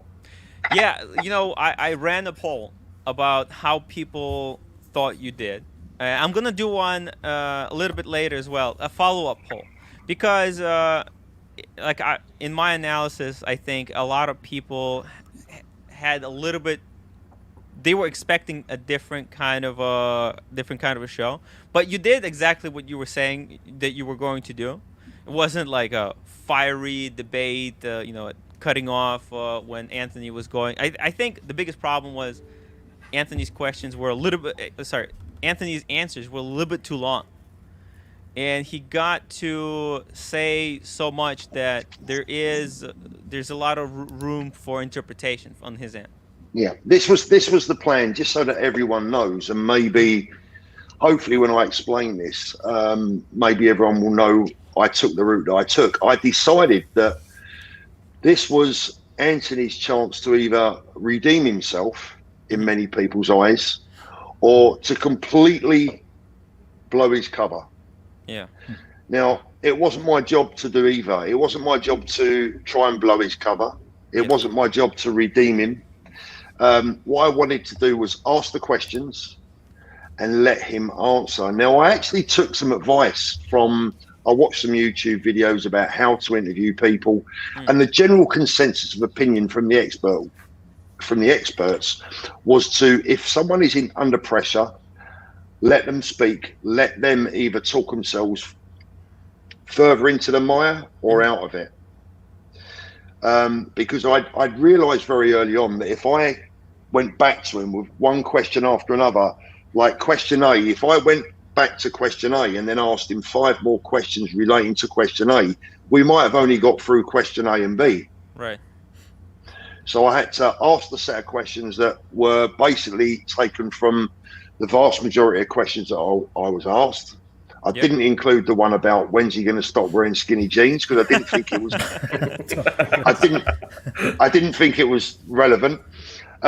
So look, I'm hoping that I asked the questions that most people wanted to ask. I've got a question for you. How did you find his answers? Like, what did you think his answers? Did you like his answers? Did you think they were? How you going? What did you think of his answers? Do you want to know the truth? Yes. I could barely hear what he said. Because what happened was that because I couldn't hear him in my earpods, I had to play his audio through my computer. Oh my God. Okay, so I'm listening to him. I'm listening to Anthony through my computer, not wanting the sound to hit my mic so that it got the bounce back. So I've got my volume on like 1. Yeah. Wow. So I can hear him barely, but I could just about make out what he was saying, and I knew when it was my turn to speak. But as far as having a conversation goes, it was a bit like speaking to someone through a window for me. The lack of Nato AirPods says that we killed still it for adore me. you, Paul, and at least you had the Thank balls you. to give it a try. Thank you. Thank you so much for that. It's tough. Look, it's tough. And it's Stuart tough, you know. Let me Go on, just carry on. read these 3 and then we'll continue. Paul, do you believe Anthony or you feel he's lying, which is what you were going to answer? From what I heard, I think I stick by what I said at the end. I think, how can I put it? I don't think there's a lot of harm in Anthony. I just think he just does the wrong thing sometimes, and he's proven that in his personal life. I mean, he's been to jail a couple of times. He's a man that's capable of making stupid decisions, and I think this was a stupid decision. Did he tell the truth? I don't think he was, with the benefit of hindsight, from what I got, from what I could hear, I'm not sure that he was completely truthful about Nico and Roman not telling him, or him not knowing that damage was being done, because they told me during that period that they were unhappy and that damage was being done. Unfortunately, due to the technical difficulties I was experiencing, it didn't make for the best of interviews. I mean, look, the way we're speaking now is a whole lot different to the way in which I was able to converse with Anthony tonight. Oh yeah. I can't believe it. It's just one of those things. And Emma, $5. Narcissistic people know how to fool well-intentioned people. His long-term business will fail as it relies on unsubstantiatable. I can't read that. Arbitrage of pricing. I mean, look, that may well turn out to be the case. You know, as I said again during the interview, you know, it's not my place to comment on whether he'll come back, whether people will let him, whether people will allow him. That's for every. You know, you've got a panel there. There's 6 of us. You know, it may well be split. I don't know what your guys' feelings are. Perth Luxury, Frost versus Nixon, or Frost Hall versus Nixon Timepiece Gentleman. Paul, do you think the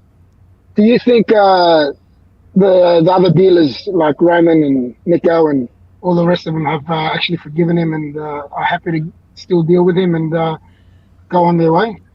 My guess, I can't speak for them. I can't speak for them personally, but I can only take a guess.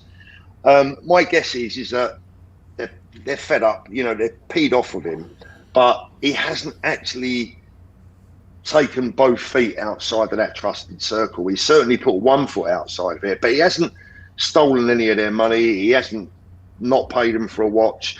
The things that hurt watch dealers in the business, the things that really wind us up, I tell you what they are: non-payment, late payment. Late payment really pees us off. If I lend you a watch and you say you're paying me on Monday, I want the money on Monday. I don't want it Thursday. I don't want to have to call you and say, "Where's my money?" Yeah. You know, that's the sort. Yeah, that's what really grates watch dealers. Now, as far as I'm aware, at least, in fact, I'm sure he hasn't done any of that to them. So my guess is that the vast majority of dealers, and I'm just being truthful now. I'm not talking about Roman. I'm not talking about Nico. I'm talking about all watch dealers. Money talks, and ultimately, at the end of the day, the money side of this will talk. My guess is that most dealers will still do business with him because they're sure they're going to get paid. Look, would I do business with Anthony tomorrow? Do you know what? Yeah, he ain't going to rip me off. Just on that, Paul, I don't know if you're aware of one of the big major online grey market groups called the Modani groups. Yeah. Did you hear what happened there? I haven't. No, tell me. Him and his staff got booted out. Whoa. When was Oh this? yeah.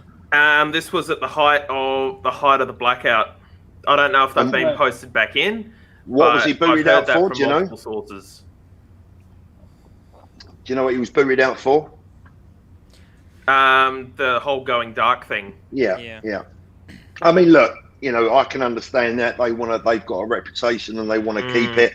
I mean, look, they're active. The Mondani group is very active. But look, let's be clear on something. I ain't sticking up for Anthony. I'm not sticking up for no one. But I will say this: is that, you know, watch dealers in general, we're not the most angelic bunch in the world, because there's big finance involved, guys. Right? Yeah. Big finance. And everyone wants to look after their own. Everyone wants to look after themselves. Money, I keep saying it, money talks. And if Anthony has got a good watch to sell a dealer tomorrow at the right price, that dealer will buy that watch from him. Make no mistake about it. Are they fed up with him? Are they peed off with him? Yeah, of course they are. There's a lot of dealers in the UK that were peed off with him, but they're not going to lose any sleep out over it, because ultimately they're all pretty well oiled anyway. They're not going to be eating crisps for Christmas dinner. You know, they're still going to have turkey. So it's not the end of their world, you know. Hello, Watch Cardinal. How are you doing over there? Hey, Tim. I'm sorry I couldn't join you guys today. It is my grandparents' 57th wedding anniversary, so I'm just at their house. I wanted to drop by 2 minutes, Paul, and I just say I think you did do a fair interview. I think it was good that you allowed him to speak and you allowed him to explain himself. And you know, at the end of the day, we have to. I don't want to say judge, but be critical of what he says and his point of view. You know what I mean? It's not for you to make his words up. It's for Timepiece Gentleman or Anthony to say his piece. And I think you did a good job in doing that. I think that it was a well-conducted interview. I think you could have been a little bit harsher, but you know, that's just our opinion, right? We wanted a public, We wanted public shaming, right? We wanted a public shaming. I think the chat had fun. I think to be fair, guys, I never saw it as my job to publicly shame him. I'm not into pub. You know, look, listen. You know, Archie said I'd gone soft. He said, "Oh, what did he say?" He said, "In your old age, you've gone soft." Well, let me tell you, there's an old saying in a fight game: the last thing a fighter loses is his punch. And if I needed to punch someone verbally, you know, I'm quite capable of doing it. But I didn't see that as my job tonight. Everyone in the world has seen the criticism. Yeah. We've all seen the criticism. We've all seen, you know, some of the horrible things that have been said. We've all seen the criticisms that are well-founded.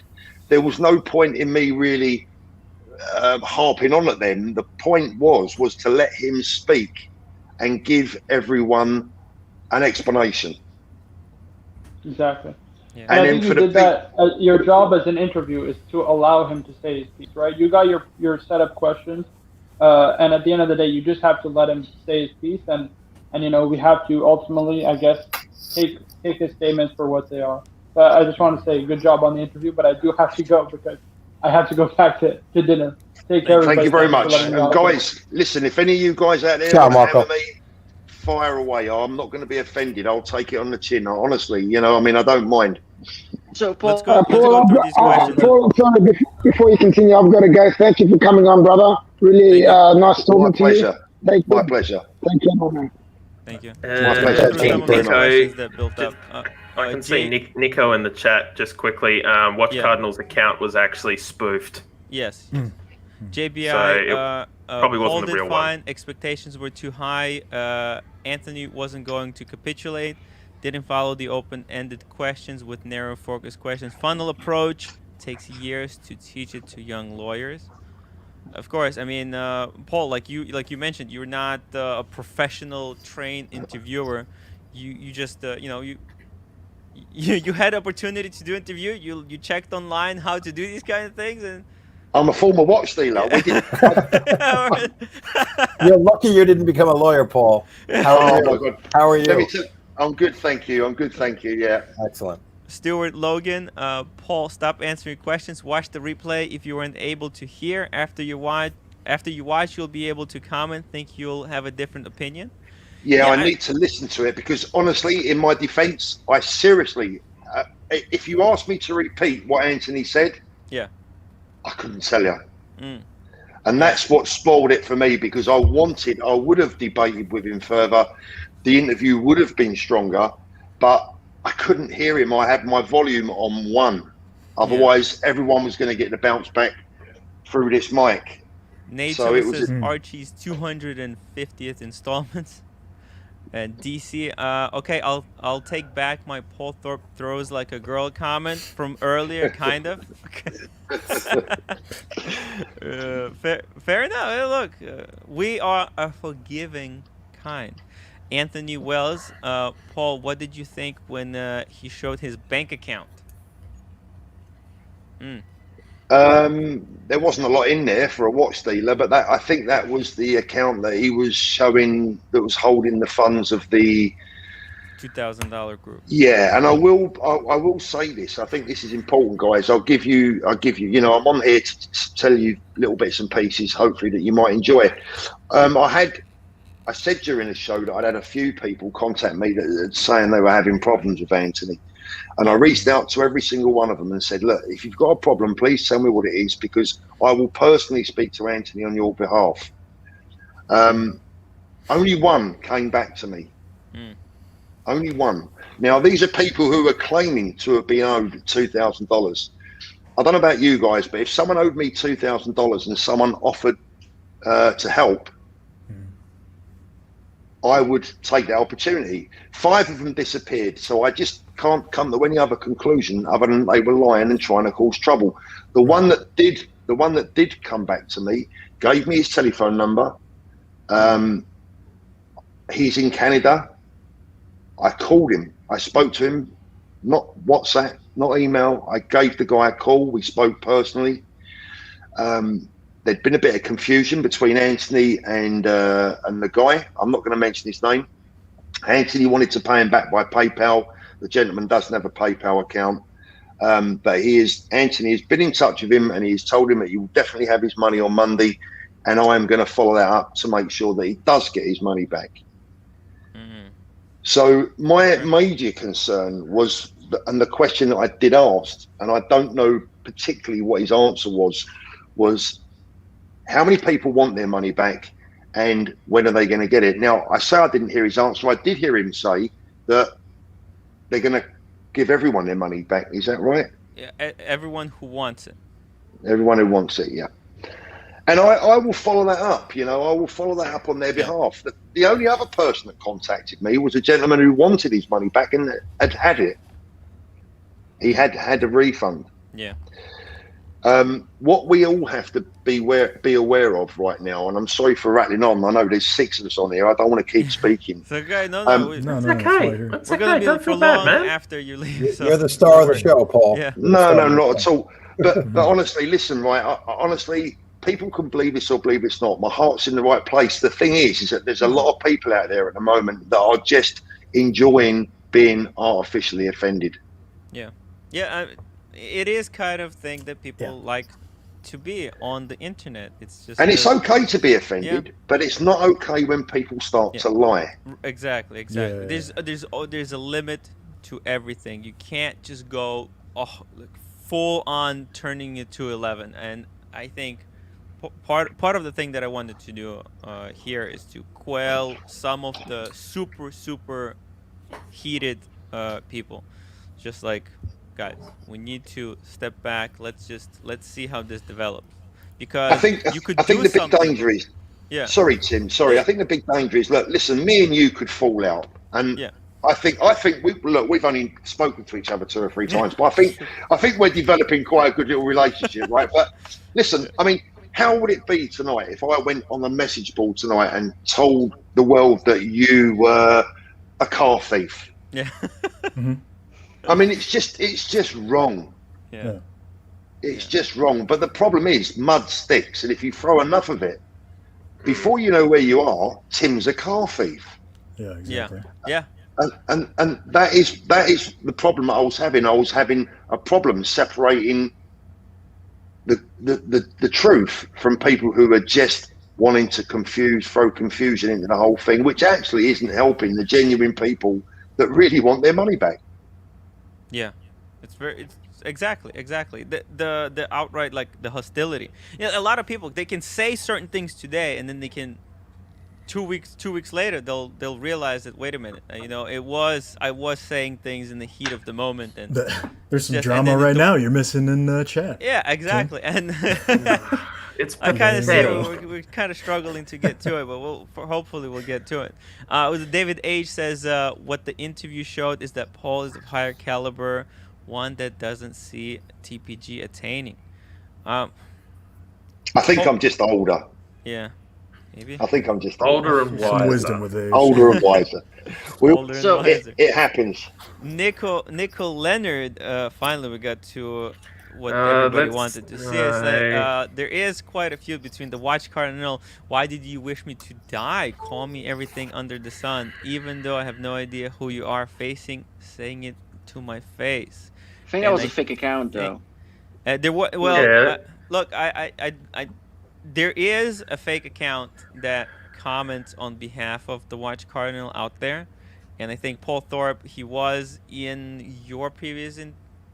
There is this guy who's spoofing the Watch Cardinal. And they were spoofing the Marco account as well. Yeah, but I think also Marco was very critical of Nico Leonard. So, and just to let me just get through this. Perf, thank you for your contributions to the Tim Fund. This is going to be very helpful. And I believe here the Watch Cardinal actually apologized if he ever said anything like this. So here, Watch Cardinal says, Nico, I apologize sincerely if I said that when I clearly and obviously crossed the line. Again, my apologies. I don't know how to make it up to you, but if I could, please let me know. I missed the mark. So there is growth. Young men, and the things they say. Young men open their mouths before the filter grows with age, Paul. the mouth moves faster than the brain. Yeah, we come in and clean up the mess, Paul. Yeah. And Nico said that he did hear it on the stream. But look, obviously I think a lot of people underestimate how young Marco is. He's still 22, so much younger than the Timepiece Gentleman, much younger than most of us. Although he's wearing a Rolex, it doesn't mean that. Do you know the lesson for a lot of people here? A lot of people hopefully have learned the lesson from this. Is that, look, you know what? Behind these bloody things, right? There are human beings. Yeah. Okay. And this is the problem with a lot of people.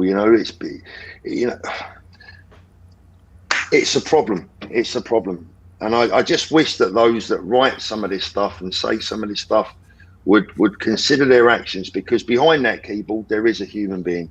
And it can be really, really hurtful. Really, really. Most of us guys, we can take it on the chin, but look, it's not nice. Yeah, it's so easy nowadays to say something to someone when you're behind the screen. You're doing it here. It's not like the olden days where you would get punched in the face for saying something. So we do have to kind of step back and try to look at ourselves. This is the most relaxed I've felt all evening. I can actually hear what I'm saying. Not only can I hear what I'm saying, but I can hear what's being said to me. It's a real bonus. So a question, Paul, that I have, as I watched the interview and it came to the end and you went into the advice portion. Yeah. Did you feel, I'm within this crowd here, I am just a spectator, right? I am not known or anything in the watch community.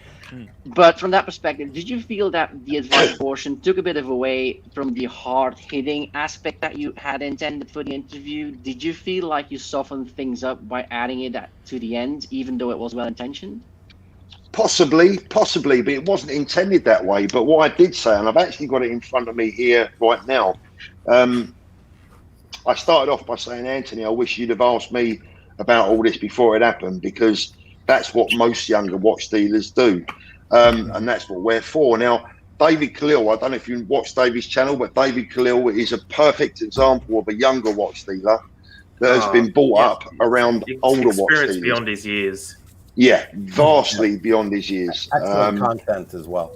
Yeah, good content, very knowledgeable. But David was brought up by one of my best friends in the watch business who is a similar age to myself, a little bit grayer than me, a little bit heavier than me. But he knows his stuff, and David has been brought up by Alan. I wouldn't take the credit for David's education, but I've known him since he was 15 or 16, or any part of his education. But he's travelled with me. You know, we've been on a plane, and there's Alan on one seat, David in the middle, and me on the right, and he's going to be affected by the company that he's keeping. Maybe Anthony hasn't had that benefit, but going back to your question, was it soft? I mean, maybe, but I would offer that advice to anyone. I did say that during the statement or the advice that I'm always happy to offer people advice. That's what I do on my channel, hopefully every day of the week. So I'm more than happy to offer anyone that advice. And I think what I said, I would stick by every word of it. You know, he needs to be just him and be honest. And if just him isn't going to be acceptable to the watch world, then everyone needs to see that. And that's why I let him speak as he did, to try and reveal himself more to everyone. Yeah.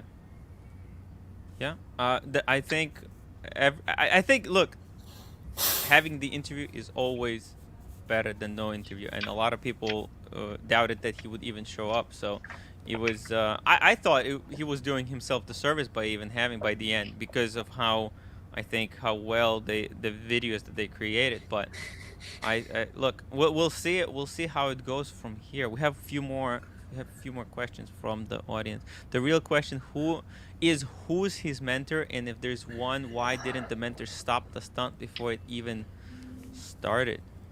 That's a good question. Yeah, that's a very good question. Yeah. One thing I will say is that maybe this is like a big boxing match. There needs to be a rematch, because you know, you can see how different my relaxed state is now. I'm not under any pressure. I could hear everything that's being said to me. I mean, if you've ever, all I would say, guys, forgive me, if you've ever tried to conduct an important interview when you can't even hear what the guy's saying, it's not hard. It's not easy. Yeah, the amount of pressure, and I've Oh, seen, I could tell something was wrong. And immediately, like whenever I do one of these shows, when there's no stakes at all, and when the music is not playing, man, it ruins the vibe for me. Which and people will tell I have that problem all the time, and it's just. Well, as soon as the show ended, I rebooted the computer. Everything was fine. That added to the stress level, I would imagine, Paul. Like right at the beginning, everything was fine, and then there was sound issues, and naturally there's added stress at the moment. But you handled it like a true professional. As best I could, put it that way. I'm not sure about as best I could. If you go back, Paul, and you reread the chat, I mean, a lot of people were fired up because of the technical delays, and everyone was thinking that it was a no-show, right, at some point. And I think a lot of the scene was set by that, and I think you need to look past that when you reread the chat as well, because it puts things in a bit of a different context as well, I think. Yeah.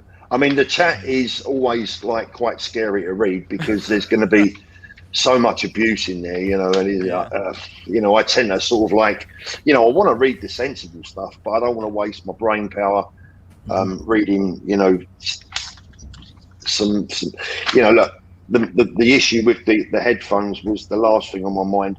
I've normally got a spare set of AirPods. I'd lent them to my daughter last week, and they haven't come back, so it's a lesson learned. Kudos, DCNLV, kudos to Paul Thorpe. Haven't seen the whole interview, but everyone has to temper their expectations. Timepiece gentleman, future actions will define his future. Yeah. Horological Freddy Krueger. Tim, where is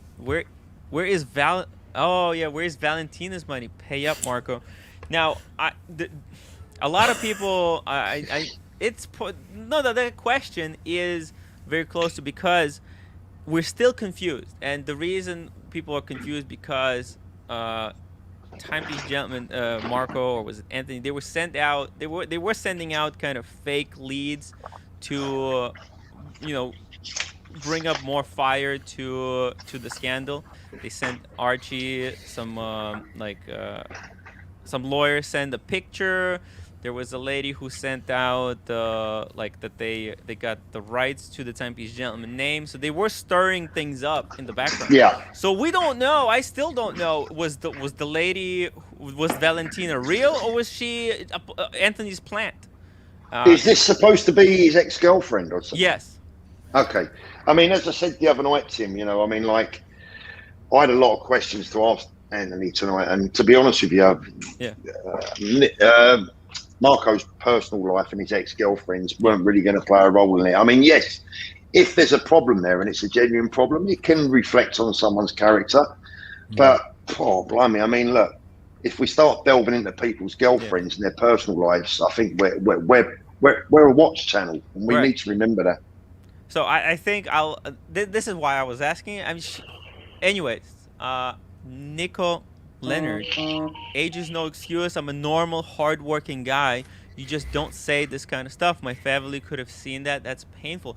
I think, you know, like, people look at your channel and you do play this character, the very bombastic kind of character, and people think you could, you know, that you have like this armor that you cannot be hurt. And this just goes to show that every one of us is human. And if I said anything, look, man, I think I do try to actually choose my words a little bit more carefully, but I am not impervious to saying the wrong thing, because it is a live show and we do drink quite a lot. Marco, yeah, Mark feed Nico. I don't think Marco would have said that. He is not that type of guy. Paul, tough gig tonight. Well done. I am not convinced by Anthony though. And Chris Horology House Esri says, mystery is solved. I am Crabface Mentor. Very good, very good. Well, don't let anyone say the internet doesn't have a sense of humour, right? And Malo, Nico, you said some stuff too. Stop playing games. There was a little bit back and forth, but Marco is as someone who's working with Marco quite a lot, is a little bit. This is soon going to become bigger than Timepiece Gentleman. This little feud. He could be a little bit on fire sometimes. That's why we like him. I mean, look, hypocritical Anthony's apology. Nobody accepted it. He's still scammer. Watch Cardinal apologies. I need to accept it. Fuck off. I mean, look. Sorry, guys. I'm not being rude here. I'm just speaking to Nico whilst you're doing that. Go on, carry on. Yeah, nobody accepted it. I don't know about that. We'll see how it plays out. We don't know. You know what? Like, no, I mean, this does prove a point where it's like, if we're on the team, that people think that just because, and Nico, look at this. Like, it seems like we're stuck in this team. One minute, guys. Just kick me out for. Hold on a second. Okay. I'll take you off. I'll take you off. Here we go. I'm gonna bring in Sam just real quick. Sam, just stay there for a second. I know you've been waiting for a while. Never is. Yeah, I'm gonna address this because, like, look, I'm gonna address this question of teams. It seems that there are two camps. There's Camp Anthony and there's Camp Archie, and people are very reluctant to cross camp. Whoa. We go on the record and say I'm not for either camp. I'm just kind of an observer on the outside. Okay. So Me too. Three camps. But I would be one of the first people to reach across the aisle and say, listen, well, I said, like, look, we can forgive Anthony. Like, there has to be start somewhere, right? We have to start the forgiveness at some point. If there's a stalemate and nobody's forgiving anyone, then it's not going to go well. Okay. JBI, Paul, just give me a thumbs up whenever you're ready. Okay, he's ready. Well, I'm going back on. Welcome back. Okay, I've got Marco. Sorry, I've got Nico on the phone. Yes. Okay. Can you see? Yes. Hi, Nico. Take your headphones off so people can hear me. Can you hear me? Right, go on, speak away. Can you hear Nico?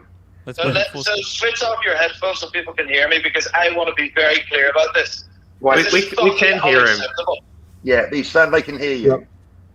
Yeah, this is fucking unacceptable. You don't wish anyone to die, and you guys fucking defending him. It's on a fucking live stream. There's enough people on this chat that have seen it, and you're still fucking defending it and saying that it's not true. Me, we're talking about fucking watches, guys. We're watches. We're passionate about watches. Why would you wish anyone to die? Why would you wish anyone a heart attack? Climb a fucking tree. Leave me alone. I've never heard of Marco until this point. So there's no back and forth. Man up. Say it right in my face. And if you really mean your fucking apology, and make the fucking video about it, you fucking wanker. So that's me. Done. Very interesting. I'll speak to you tomorrow. You know what? I think I know what Nick was talking about. I think it was Archie who wished Timepiece Gentleman. That was my understanding of it. Yeah. I'm just not sure why Marco is taking the blame. But look, I think it's pretty easy to determine here without guesswork. See, if there's something on video, right? Video is forever, as Paul said, unfortunately. Yeah. So we don't need to guess and speculate. I don't think we should. Yeah. On saying if it's Marco or Arch, I'm a little concerned here I do remember that we're Archie going down a saying rabbit hole without knowing the truth. I do remember Archie saying that. So okay, well, no, someone may have said it, and it sounds. Look, I don't think there's any debate on that. Should not be said. You don't wish anyone to die. He took down the stream because of that. Totally unacceptable. And so I, for one, can speak personally that that is unacceptable in any situation. Okay, guys, let me get through these chats because I'm so far behind. JBI Deke says, prepared to waste a lot of brain power reviewing that chat. And REG $5, Mr. Thorpe, you did a good job. I felt you handled it really well. I also felt Timepiece Gentleman responded to you fairly and completely. Very good. The voice of reason. Yeah. God, I'm gonna miss a lot of chat. This is better than the Olympics. Yeah, isn't it? Man, it's all. It's Tim, just this is how stupid I am. You're getting paid every time I see this pop up. You're getting paid. You need to speak to my agent. Yes, we can share revenue. Oh my God, Mark P. Just a point. By the way, I would love to come into your streams. Your super chats weren't enabled last time. Just a point. If that was real Nico, he would super chat in euros, not British pounds. No, that was real. He's in Northern Ireland. That's British pounds. Yeah. NATO, can we watch Archie response live? I'm gonna be there. Archie will kill me if I don't show up.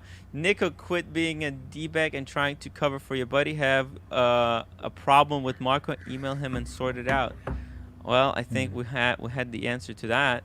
Alexito, €5.50. Paul, why did you offer Anthony your advice at the end? Because I will offer anyone advice. I mean, let's be clear. Anthony hasn't murdered anyone. Yep. Right. He's not abducted any children. Yeah. He's not stolen money from any watch dealers. He's made a mistake, a big mistake, but he's made a mistake. So, Alexito, my answer to that question would be, my friend, I've never met you in my life, but if you came up to me in the street and said, Paul, would you give me some advice? I'll give it to you. Yeah. There you go. Big Sal, true gentlemen apologize when they're done wrong. They also accept the apology, shake hands, and move on, not continue to troll. I think Marco did apologize, although he still couldn't recollect what it was. Maybe, somebody should clip it and... Either way, it's in the past. Move on. Well, by the same thing, Timepiece Gentleman, what he did, the scandal was in the past, and we should move on as well. Exactly. Yeah. Alex, drama keep going. 2 communities. War begins now. Okay. Horological Freddy Krueger. Shut up, Nico. Silly fucking prick. Suck it. Okay. Okay. I think think we got through it all. If I missed anything, I'm sorry. I think, look, Watch Cardinal says, Nico, I need to know when I said this. So if somebody would just please clip, I think they're talking about what Archie said. I think there's a couple Nico, of super chats, Tim. What happened? There's a couple of showcase. I think it was Arch that said this, not Marco, actually. Yeah, okay. I think someone should go back and take a look. I think he messed up the pontiff with the cardinal. Yeah, spicy. But also, to be fair,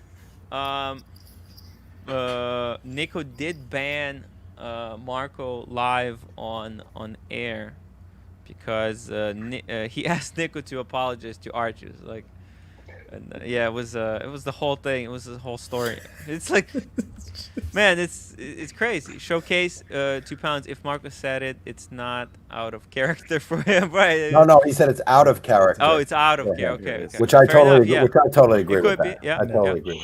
It's out of character. Yeah, I don't. If it were said. Yeah, I don't remember anything like that, but it could be now.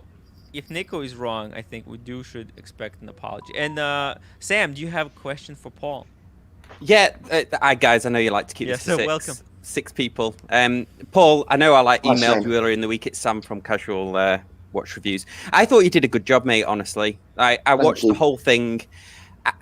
I'm the same. If I present for a living, like software, and if there's one technical hiccup, it can throw you off. But I thought the questions were fair. I thought his answer, I feel like he gave honest answers. I couldn't fault him for the answers he gave. There was a little bit of grey area. You're right. Like, why wouldn't he tell his closest watch dealing friends what he was planning? Because then they could kind of be in on the ruse a little bit more.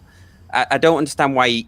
I know he said like the impact would have been lost, like somebody would have leaked it, but I'm sure like his closest community friends wouldn't have leaked it like you or Roman, unless you didn't agree with it at the time. But yeah, I just wanted to dive in and say I thought you did a good job. Considering. Thank you very much, Sam. I'm going to get a bit deep. I'm going to get a bit deep with you guys now because I trust that I'm amongst friends, as it were. You know, I'm going to be honest with you. Someone earlier on in the week said to me, what is the connection that you have with Anthony? Why do you feel that you have a connection with him? And what is it? And I've got to be careful what I say now, but I'm going to speak from the heart. I think Anthony is, how old is Anthony? Do you guys know? 30s, early I 30s, thought. I think. Something early 30s. 30. I think he's 32 if I'm, but anyway, he's in his early 30s. You guys will probably know I have a son that I've had problems with, a lot of problems in my life. Okay? I am not trying to deal with a young man that's making mistakes. He's not new to me. Right. And I don't walk away from people that I care about without trying to give them my help and my best advice. Yeah. And what I saw with Anthony resonated with me because I see a young man making a mistake and I'm desperate to try and stop him from making those mistakes. I'm desperate. You know, I've been desperate with my own son. Please don't do this. Please don't do that. Don't go down that route, you know, and then it's very difficult, you know. So I suppose from an emotional viewpoint, it might, you know, be hard for people to understand, but Anthony is young enough to be my son. And I kind of like giving him a little bit of fatherly, maybe putting my arm around him as a fatherly figure. Does that make sense? I mean, no, it does, totally does, Paul. I was gonna chime in earlier and say the advice towards the end that you gave him was something I wish my dad set me aside and told me. It doesn't always work though. No, I know. I'm hard-headed as they come, so I get it. Well, it didn't work with my lad, you know, but ultimately, look, you know, all I can say is that I think that is one of the things, you know. Tim, David Khalil wants to come on. Yeah, I dropped the link. Have you dropped the link? I can Yeah, go on the gonna back. I can go on the Yeah, back. let's get David on. Yeah. Sam, by the way, sorry. Yep. Sam, by the way, I'm getting millions of emails, mate, Now I know exactly who you are, and I've put a face to your name. Yeah, I'm with you anytime you need me, buddy. Okay. Yeah, we'd love to have you in the Casual Watch Talk show. That'd be great. I'll set up some time with you. I know it's crazy busy. We do not have to talk about this. There's plenty of other stuff we can. Yeah. Talk about. DAOC Anthony appears to be unapologetic at times. His statement was one of deflection and victimization. He is a narcissistic egomaniac. I mean, if that's the conclusion that you arrived to, like other people will do too. Yeah. I mean, it's just we can't ever know what the person is like. We can only know how we interpret them. Because even if he says the truth, we just can say, well, maybe he's lying, or there could be. It's hard. It's hard to appear in a certain way once people got into their heads that you are one way. Changing image is never easy.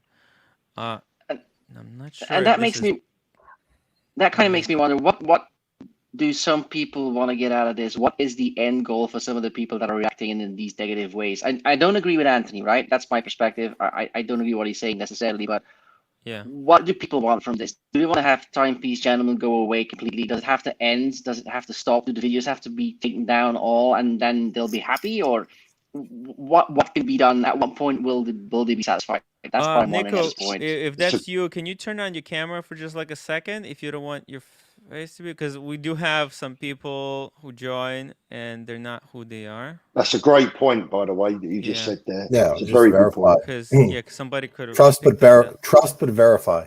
Yeah. Yeah. Sorry. We said that on our live stream yesterday about what is the best answer that he could possibly give. Yeah, unless you can type your name that you put into the name over to Paul, because so that I verify. If your camera is not working, I can verify. If you just say I don't.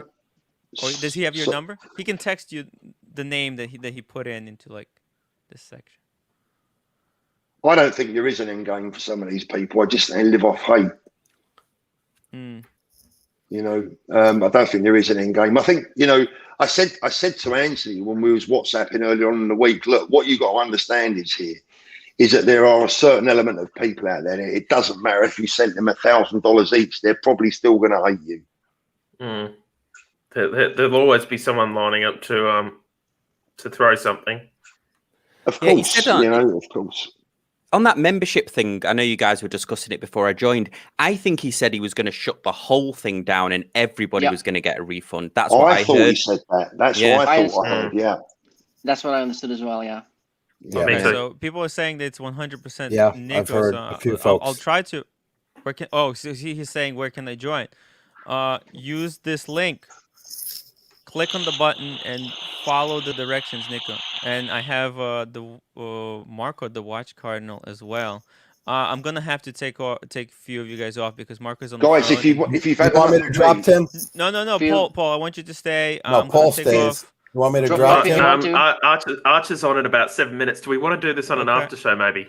No. It's continued. We're not gonna be able to reboot this. Let's get Marco. Do you want me to dive off as well, Tim? Yeah, let's do it like this. If you don't mind, hold on. You're very low. One second. You're very low. Can you hear me better? Let me boost you. Can you say something? Can you hear me? Yeah, can you hear me better now? It's really low. Now you know what my interview felt like. Yeah. That was painful in the beginning, man. Paul, I was feeling for you. I'm like, I've had that happen. But it worked out. Sorry, guys. I'm literally on my headphones are as high as they can get. How can you hear me now? Can you hear me? It's a little bit better, but it's very better. It's a little cracking, Marco. Is this Nico? Is this Nico? Nico? Whoa, there's a second Nico. Hold on. You got two? Yeah. Tim, can you hear me now? Yeah. Whoa, he cut out. Nico, hello. There he is. You're on. Yo, can you hear me? What's up? Nico, hold on. Yeah, we can hear you. Yo, yeah, there's yeah. Can you hear me, by the way? I'm trying to figure out how this works. Yes. Yes, loud and clear. Yeah? Yep. Yes. Fantastic. Captain, Tim, first of all, appreciate the invite. Hey, no problem. I appreciate that very much. So I'm gonna say that out loud. And the reason why I went in like an absolute mad one is very simple. Is that Nico, you don't have to explain yourself. I totally understand why you did it. If I said that, I will be mad. Okay, sorry, go ahead. No, 100%. I appreciate what you're saying, but that's not an excuse for you to do what you've done. And now comes the thing, right? Because you don't realize, no, let me finish, right? You don't realize what impact that can have on someone. I'm a hardworking man, right? I have a family. They can read, they can listen to that stuff. They can hear that stuff. Think before you say something. What I do is I want to have fun. I want to have fun in the watch industry and make the watch industry a more fun place. What you're doing what you're doing to me was sheer hate, which is fine. Everyone, I accept that, and everyone has the right to do so, and it's fine. Hating is one thing, but wishing someone death or heart attacks and then using being drunk as an excuse, that's not the industry I stand for, my friend. So you need to think really, really hard on what you're doing next and what you're going to say next, because we're going to pull out that live stream, and I will absolutely take this on YouTube and we'll bring this back. It will literally collapse in your face, right? Nico, so what I will say is this. I'm going to go. Hold on, Nico. I'm going to go through all the live stream footage. Okay, but hold on, Nico. Can I let you say your piece? Can I say my piece now? You let me talk. Of course. You let me speak. So now it's your turn. First of all, I want to say, if I did say that, Nico, I apologize. I was 100% in the wrong. 100%. There's no excuse. I'm not going to come here and sugarcoat my actions. Hold on. Please let me finish. So I need to accept your apology, but you don't accept Anthony's apology? No. You don't have to accept my apology. You don't have to accept. I'm telling you, I'm in the wrong. If I did that, I'm in the wrong, 100%. What I will do is I will scour through every live stream possible to find that exact moment. I will not make another video, do another live stream, appear on anything until I find that moment, because I want to make this situation. I want to make this situation right with you. If I said that genuinely, hold on. The comments that you made. Because go ahead. Sorry, go ahead. If I genuinely said that, I will apologize to your face. I'll make 100% a video. I mean, listen, I'm on here. It's literally my grandparents' 57th wedding anniversary. I'm having dinner. I had to tell them, listen, I got to take this call. It's really important, right? And again, I'm doing this not to try and dig myself out of the potential hole I created, but it's because I wanted to be a man, come on here and apologize. Again, if I said it, because we do hundreds of streams. We do hundreds. No, you're totally unreasonable. 100%. If I said that, I missed the mark. We're all sharing the same passion. Yeah, go ahead. So I almost remember the stream distinctly as to what it is. Okay, it was a stream. I'm pretty sure Archie pulled it at this point. He got pretty drunk, and I'm pretty sure it was Archie who said those things. I'm gonna be totally honest with you. I'm not throwing him under the bus because there's no evidence yet, right? I want to see the evidence. I'm going to go through the footage, but I'm almost certain I did not say that. I'm almost certain. But again, if I said it, I'm in the wrong, 100%. Listen, to be fair, if you're standing next to someone, standing next to someone that pulls the trigger and you're the one that is laughing. Nico, I even said you crossed the line. Don't take it that far. I even remember distinctly saying, because I always say that to Archie, he will take it a little bit too far, and I tell him, pull it back 10 steps, because it's not right that you say something like that. So again, I can't stay very long. I want to come on here. I appreciate that. Let's stop this drama right now. So I appreciate that. I hear what you're saying, right? But listen, just for next time, don't get fucking drunk on a stream and say bad stuff about anyone. There's no need to. We're sharing the same passion. Nico, I don't get drunk on stream. Anybody who knows me knows I don't even drink.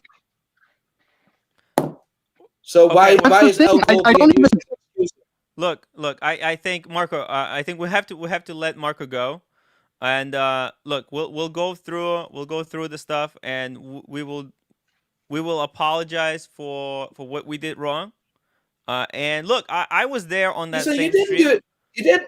Listen, you don't owe me an apology. Like, an apology is not making things better. It's not about an apology. It's about having standards in the watch community, right? Yes. Because you don't say that about people. Yeah, it's about change. And look, going forward, I think if you go through, we have been very new to this. Go 6 months back, we just started doing this 6 months ago. So as we do more of these shows, we do learn and we change. And look, if you go back, you could probably tell that we have gotten a lot better and a lot clearer with our words than we were before. Listen, if you want to succeed in the YouTube space, I wish you all the best. There's different ways of doing that. Of course. Right? There's different ways of doing that. A gentleman like Paul, I mean, everyone can have their own space. But doing it this way is not representing the industry right, is it? But Nico, and for me, there is this sentiment. We didn't create. Now there's a misunderstanding here. I think like a lot of people think that we have created this sentiment around Anthony, and I was just gonna say like this sentiment exists out there. I heard you saying. Yeah, I heard you saying as well. Is that apology? Is that legit? Is that so? So you guys don't accept Anthony's apology. I didn't. But now I you're being didn't say a hypocrite. that. No. I didn't. I didn't say, Nico. I didn't say whether I accept it or don't accept it. I was analyzing the apology, and I was saying that I don't think people will accept the apology because of the way the apology was presented. If you watch the stream, you will see. I said it would. The community will not accept it because I find this so important, right? And this is why normally I don't really give into hate and stuff like that, because you'll always have that, and that's fine. That's part of the job, right? Yes. But one thing what really, really, really was hurtful is that my family can read that stuff. You see what I mean? If someone wishes you a heart attack, yes, I have faced medical issues. Yeah. Yes. Not happy with it. I'm working on it. Right. Yes. Fact. But do you think that's nice to hear if my family sees that? That's just wrong. Of course. And that is the point why I'm so hammering on this, right? Yes. We all have the obligation to be the best that we can be. That is not the best that someone can be. That is just shambles. No. And for you, to be honest. What if I never said it to begin with? That's my thing. No, I'm not finished, Marco. But we were there. We are partly responsible. But Nico, here I'll tell you this. I understand. Look, here's we. In some way, we are responsible for what Archie said, and maybe and not. But I'll tell you this: you are definitely. Of course, no. But in a crime scene, in a murder, there's the one that pulls the trigger is not the only one that is guilty, big man. Oh no, I understand. Do you understand of course, what I mean? There are accomplices. Of course, there's accomplices. So I'll tell you this: you shouldn't be. There's a line that is crossed, right? Yeah. And I think it's too boring for anyone to ever hear this again, right? But this is for me, right? Yeah. I'm a hardworking guy. Every one of us. Anthony is a hardworking guy. You can say about him what you want. I am not happy with Anthony, right? Fact, right? Yes. But I don't cross a line, right? Yes. I don't want to cross that line. I have a family. Like, you see what I mean? But Nico, I'll tell you this: wrong. This man, let's Archie, talk about watches, Nico, because it should be about this watches. Archie will be there whether we are there or not. Hold on, let me hold on. Archie will be there whether we're there or not, and the people who are there, it could be worse and it could be better. And if you go back, and I'll tell you this, you go back 6 months ago, and Archie was far more vicious, far more mean, and he crossed way more lines than he does before. Because Archie, mate, Archie didn't even face me head on. Like, Archie was disrespectful towards a friend of mine, and I stood up for that. And Archie doesn't face anything head on, because I can expect a video now about me tomorrow or the next day, obviously. I think we might all expect one. Nico, I think. Yeah. But listen, I don't want to talk. There's gonna be a video about me. Don't worry about it. Right. So I don't want to talk about anyone that isn't present here between these four YouTubers. Right. Yeah. I don't. I don't want to talk bad about someone that can't defend himself. Right. Yes. It's not my cup of tea. There's a line that you do not cross, and I would appreciate that, Tim, that you would not host that. And you're free to do whatever you want. But if you ever want to do anything in the future regarding YouTube, we will cross. Our paths will cross, right? Of course. But if, like I said, if you ever host anything like that, please bear in mind that someone has a family. And what we do is we talk about watches, mate. Watches is our passion, Can right? I at least reply to that? Can I be given the right to reply? Please, Marco. Tim, how's my audio first and foremost? I know it's crap. It's shit. It's absolute shit. Okay, hold on. Let me turn Yeah, your audio is not very good, mate. Nico. I'm sorry. Literally, this is so impromptu. Hold on. Nico, one thing that you said there that I wholeheartedly agree with is that we're representing an industry. And it's important that all of us watch YouTubers. And I think probably a mistake that I don't know, apart from what you told me this afternoon, when we spoke this afternoon when I was in Brighton, Nico, it's the first I'd heard of the heart attack comment. That's when you told me earlier is the first I heard about it. Yeah. These guys, the younger guys, sometimes perhaps need to take a lesson from what you've just said about we are representing. If they want to have a career in YouTube, but they're going to be respected, then there are standards that we must all achieve. Otherwise, we're not taken seriously. And I think that, like, listen, I would have never come on a stream like this for my, but like there's a line crossed, and for me,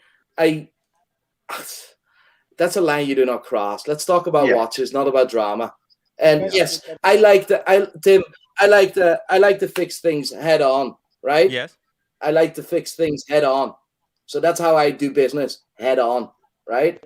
So there's a problem, and it will be solved straight away, face to face, or like this, directly. I don't speak bad or ill about anyone that can't defend themselves. I would barely speak bad about anyone anyway. But listen, we all have our sins, right? Well, yeah, but of course. And look, I reached out to Anthony. I had a little mini conversation with him, and earlier today he said he would like to do some kind of conversation with me. Maybe in the near future. So use that and grow, and use that to grow your YouTube channel. Use that to do your ambitions and whatever, but don't facilitate stuff like that. Is so bad. Because that is just no, mate. I think if you look at my channel, wishes. No, I never. No. Hey, that is a bridge too far, mate. No, that was. I agree with you. That is. But we actually talk watches every single day. Marco, I still can't hear you, man. I really wish you could defend yourself, but I still can't hear you. There's no need to defend yourself anymore. I've said what I said.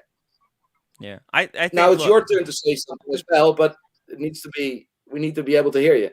Yeah, look, I think there a lot of the times there's people will say, and I talk a lot, and people will say I will say something, and a lot of people will interpret it the way they want to hear it.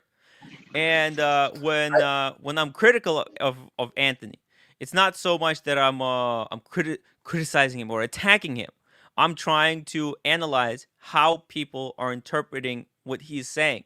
And obviously, there's been a lot of people who are attacking him and going after him. But at the end of the day, I want to lessen the fire, because I don't think this is a worthy of 11 this. The reaction has been completely out of proportion, and I think my reaction is out of proportion. No, not. Do you think that my reaction is out of proportion? All right. Well, I don't know. I don't know if I can comment on you. I think your reaction is fine. If someone wishes you death, right? Yeah. If someone wishes you death, right? And Yeah. your family is able to see that, right? Yes. Would you not want to stand up for yourself? Okay, but and say, guys, that's not nice. Yeah. Do you understand what I mean, Tim? No, I understand. Right? I perfect. I understand. I haven't been given the possibility to defend myself. There's nothing I can do to defend myself. It's unreasonable, right? Yeah. And listen, No, of course. Marco I don't know Marco. Maybe he's a nice guy. I don't want, that's nice, right? I don't know him. And that's fine, right? That's fine. But all I want to say now is do not facilitate anything like that. It's not good for our community. We have we have a responsibility, Tim, to serve our community, the watch world, the watch community. Yeah. And I am trying the hardest I can to make it fun, to make people enthusiastic and talk about watches and take away the snobbery about Casio, about I'm wearing an expensive watch, right? And let's not call us, but look, this is also on my desk, right? Yes. I want to take away the snobbery of this, and I want people to be proud at what they have, right? Well, and I'm analyzing whether you're successful at it. That's that's your conclusions. If I am or if I'm not, that's fine. That's completely not the conversation. But that's what I try to do, right? Can you guys hear me now? Okay, now we can stuff hear you, like Mark. this. Mark, okay, can you hear me now? You can hear me now? Yes, we can hear you perfectly. Okay, here's the thing I want to say. Okay, and listen, Nico, if I said it again, I will say this again. I sincerely apologize. It's totally off base, and I will take it on the chin. Again, there's no excuse. There's not AIDS. There's nothing else. I don't care. I don't want people to make excuses for me. It's out of bounds, right? So I'll just start off by saying that, okay? I don't want any excuse making. I was totally off the reservation on that comment if I made it. But here's the thing, Nico, okay? Is one, I really don't remember. It's not an apology. If you made Nico, it's not an apology. No, but that's not an Nico, apology, buddy. Hold on. Listen, it's Can I fine, finish? right? It's fine. But If Nico, I don't remember saying if you were in the this. same room, if you were in the same room where someone was shot, you were guilty as well, big man. And it's fine. Listen, you don't need to apologize to me. It's not making my life any better. If I did it, I need to apologize. What I want you to do the next time something like that happens is make sure that it doesn't happen again. And that's all, right? And if our paths will cross again, then I would like you to be able to look me in the eyes straight. That's all I want. But just be like, it's not cool to hear.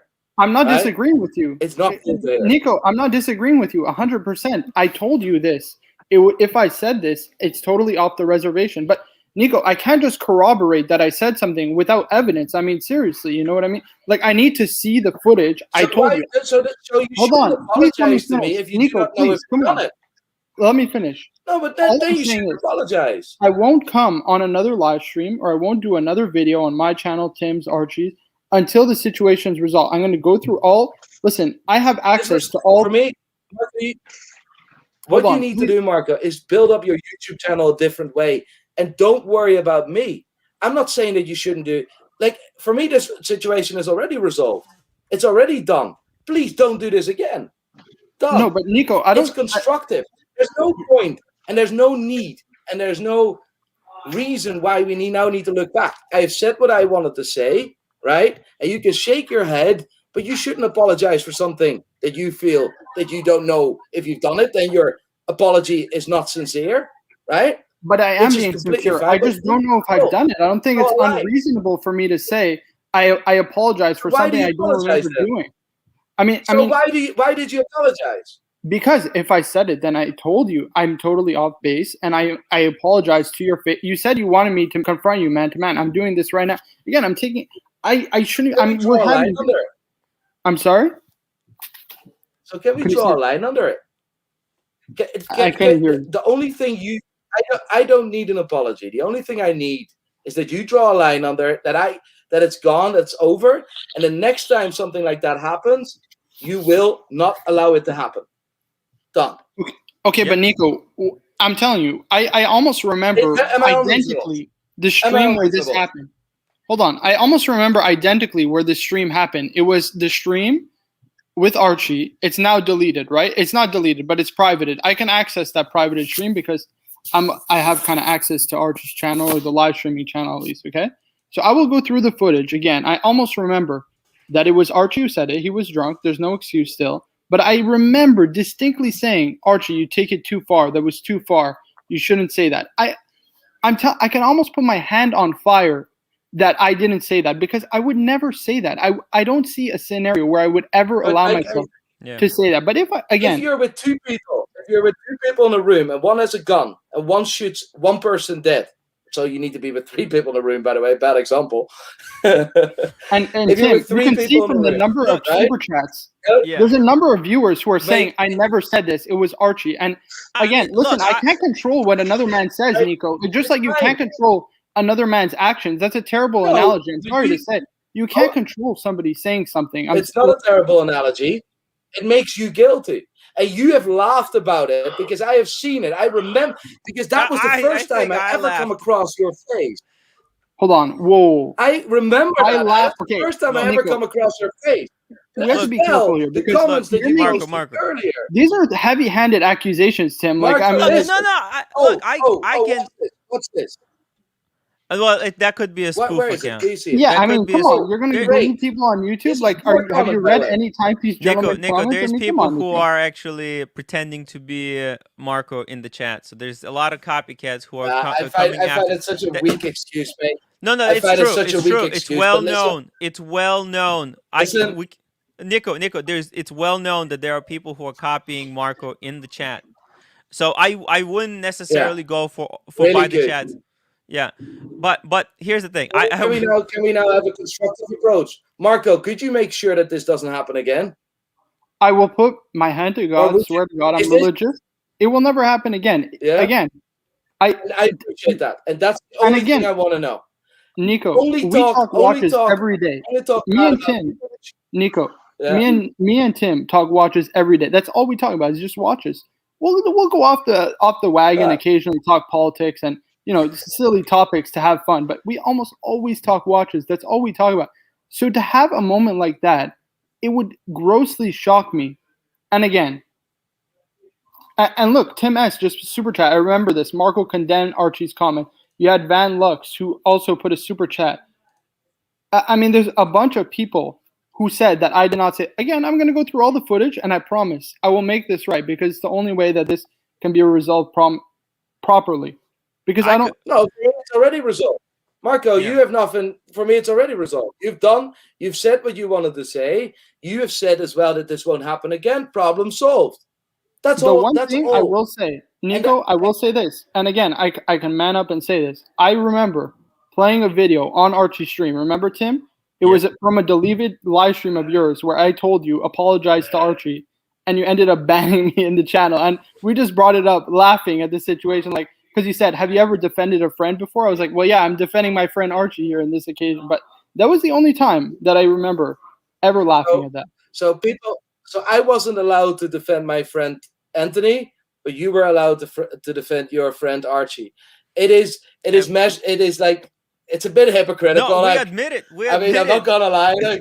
I will be the first one to admit that there is very little crossover between the two communities.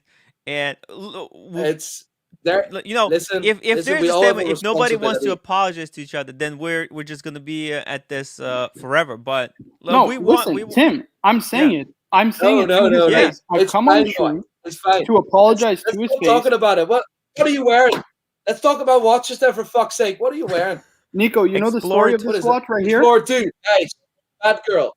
Nice. You know the story of this watch, Nico? Nice. Know let me tell you the story about that watch.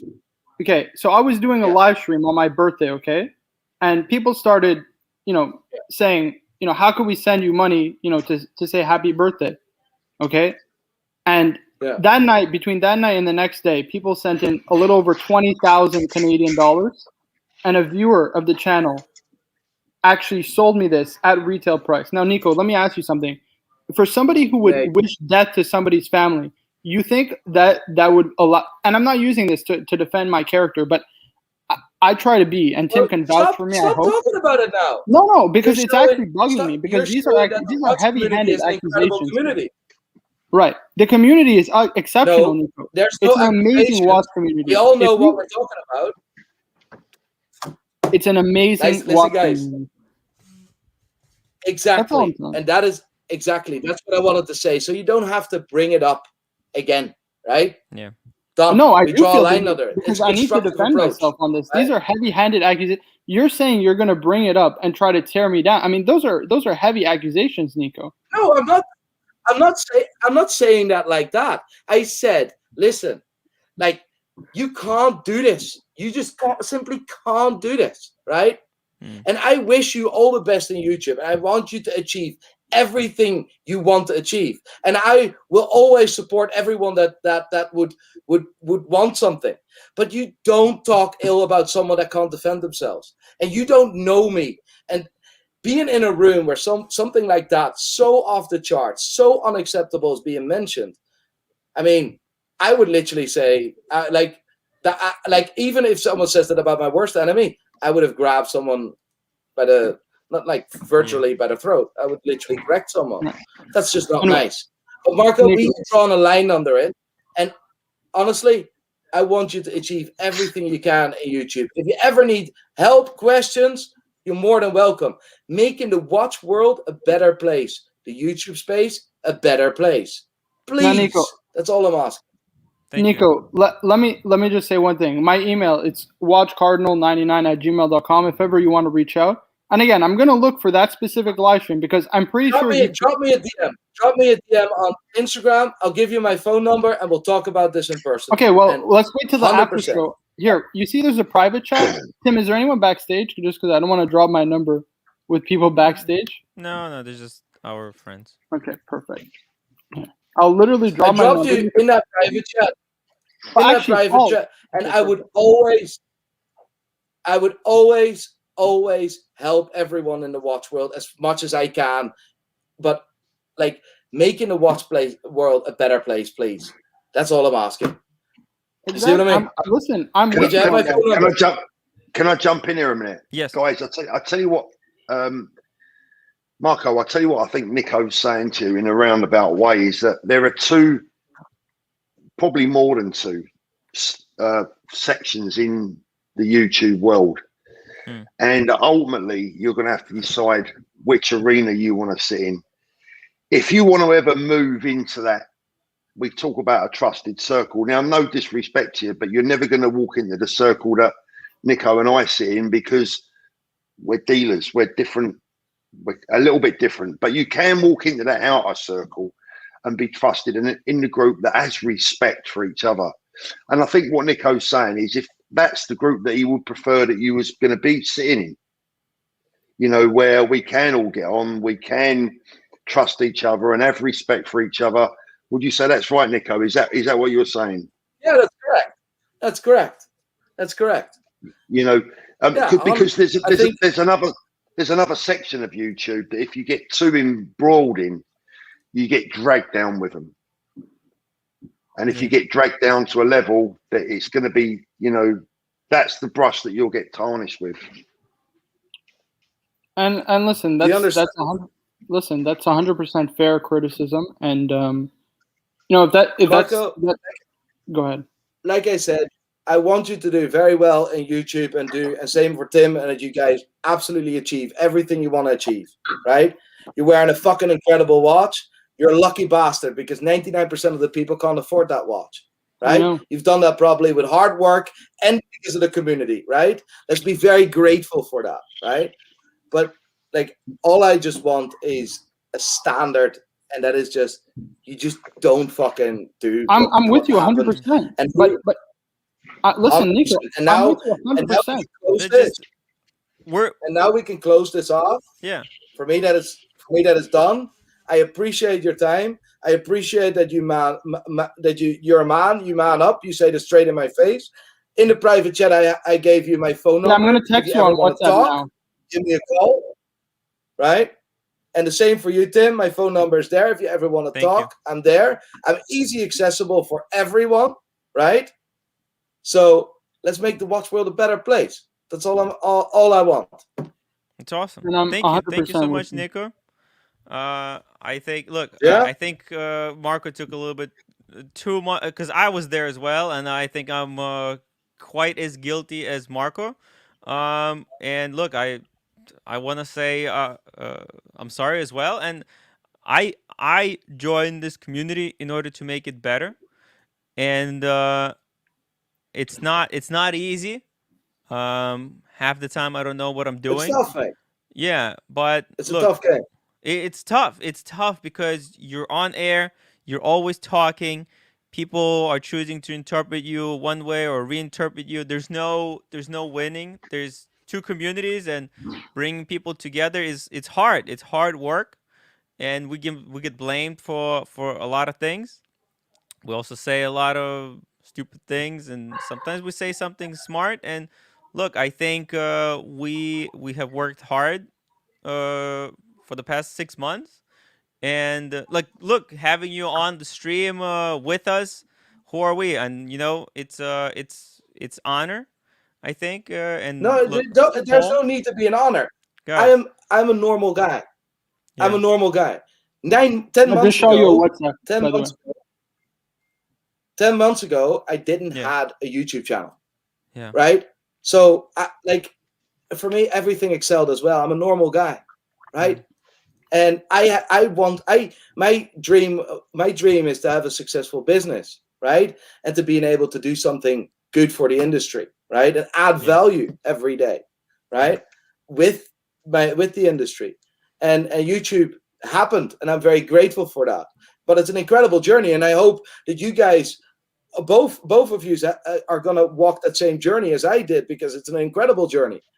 But just don't, there's a line that you don't cross that I don't accept personally. Now, my will is not law, but if someone is talking about me, then yes, I am gonna come on and say something about it. And don't ever say it's an honor or whatever. There's no need to. I appreciate that you accepted me in the stream, because that was a hard thing as well, probably, to do, because I was a bit pissed off earlier. No, listen, so Nico, I can really appreciate that. Nico, I will always say this. I respect the fact that you came online and that we talked this situation out. That's what men are supposed to do at the end of the day. You know what I mean? And at the end of the day, if we did anything wrong, it's good that you bring it to our attention. We can't grow if we don't learn, right? Yeah. We can learn from any situation. So listen, I'm thankful that you came on. Again, I'm going to get to the bottom of the situation, because I genuinely want to know what happened. But again, thank you, Marco. My advice for you is, honestly, mate, is focus on how you can make your channel even better than it is, instead of focusing what went wrong yesterday or the day before, because you can't change that. We have already discussed it, so there's nothing constructive that can be done anymore. Focus every minute of the day about your goal and what you want to achieve, rather than what happened. So don't apologize anymore. Done. We're drawing a line under it. You have my phone number. If you ever have anything, you give me a call. Right? Gotcha. Thank you. I think we're going to end it here. I think this is a really good place. Tim, before we go, I need to ask your technical advice. Why, when I look at my YouTube channel, why does it still say live? I think you need to refresh it. So look. I think it's a glitch. It still says live. Really? Can you have a look for me? Yeah. Because Are you still live? Well, mate, I haven't got a clue. Let's see. Oh yeah, it does say you're still live. Oh, maybe because you. Oh man. Oh, it's a replay. Somehow it's on the replay. It's gonna be a funny one. I see. I get all messages about Archie. It's gonna be a funny one today. Yes. I actually want to go to bed. Yeah. All right. I'm gonna end the stream. I'm gonna help out Paul, and then I'm gonna see what's gonna happen with Archie. All right, guys. Cheers, guys. See you soon. Thank you, everybody. Cheers. Nico, thank you for having you on. Marco, stay strong. Paul, thank you. Thank you for everyone who super chatted. Sorry I wasn't able to catch the super chats there at the end. Yeah, thanks everybody all my guests who I had here. I'm gonna end it here, guys. Wow, what a crazy ride.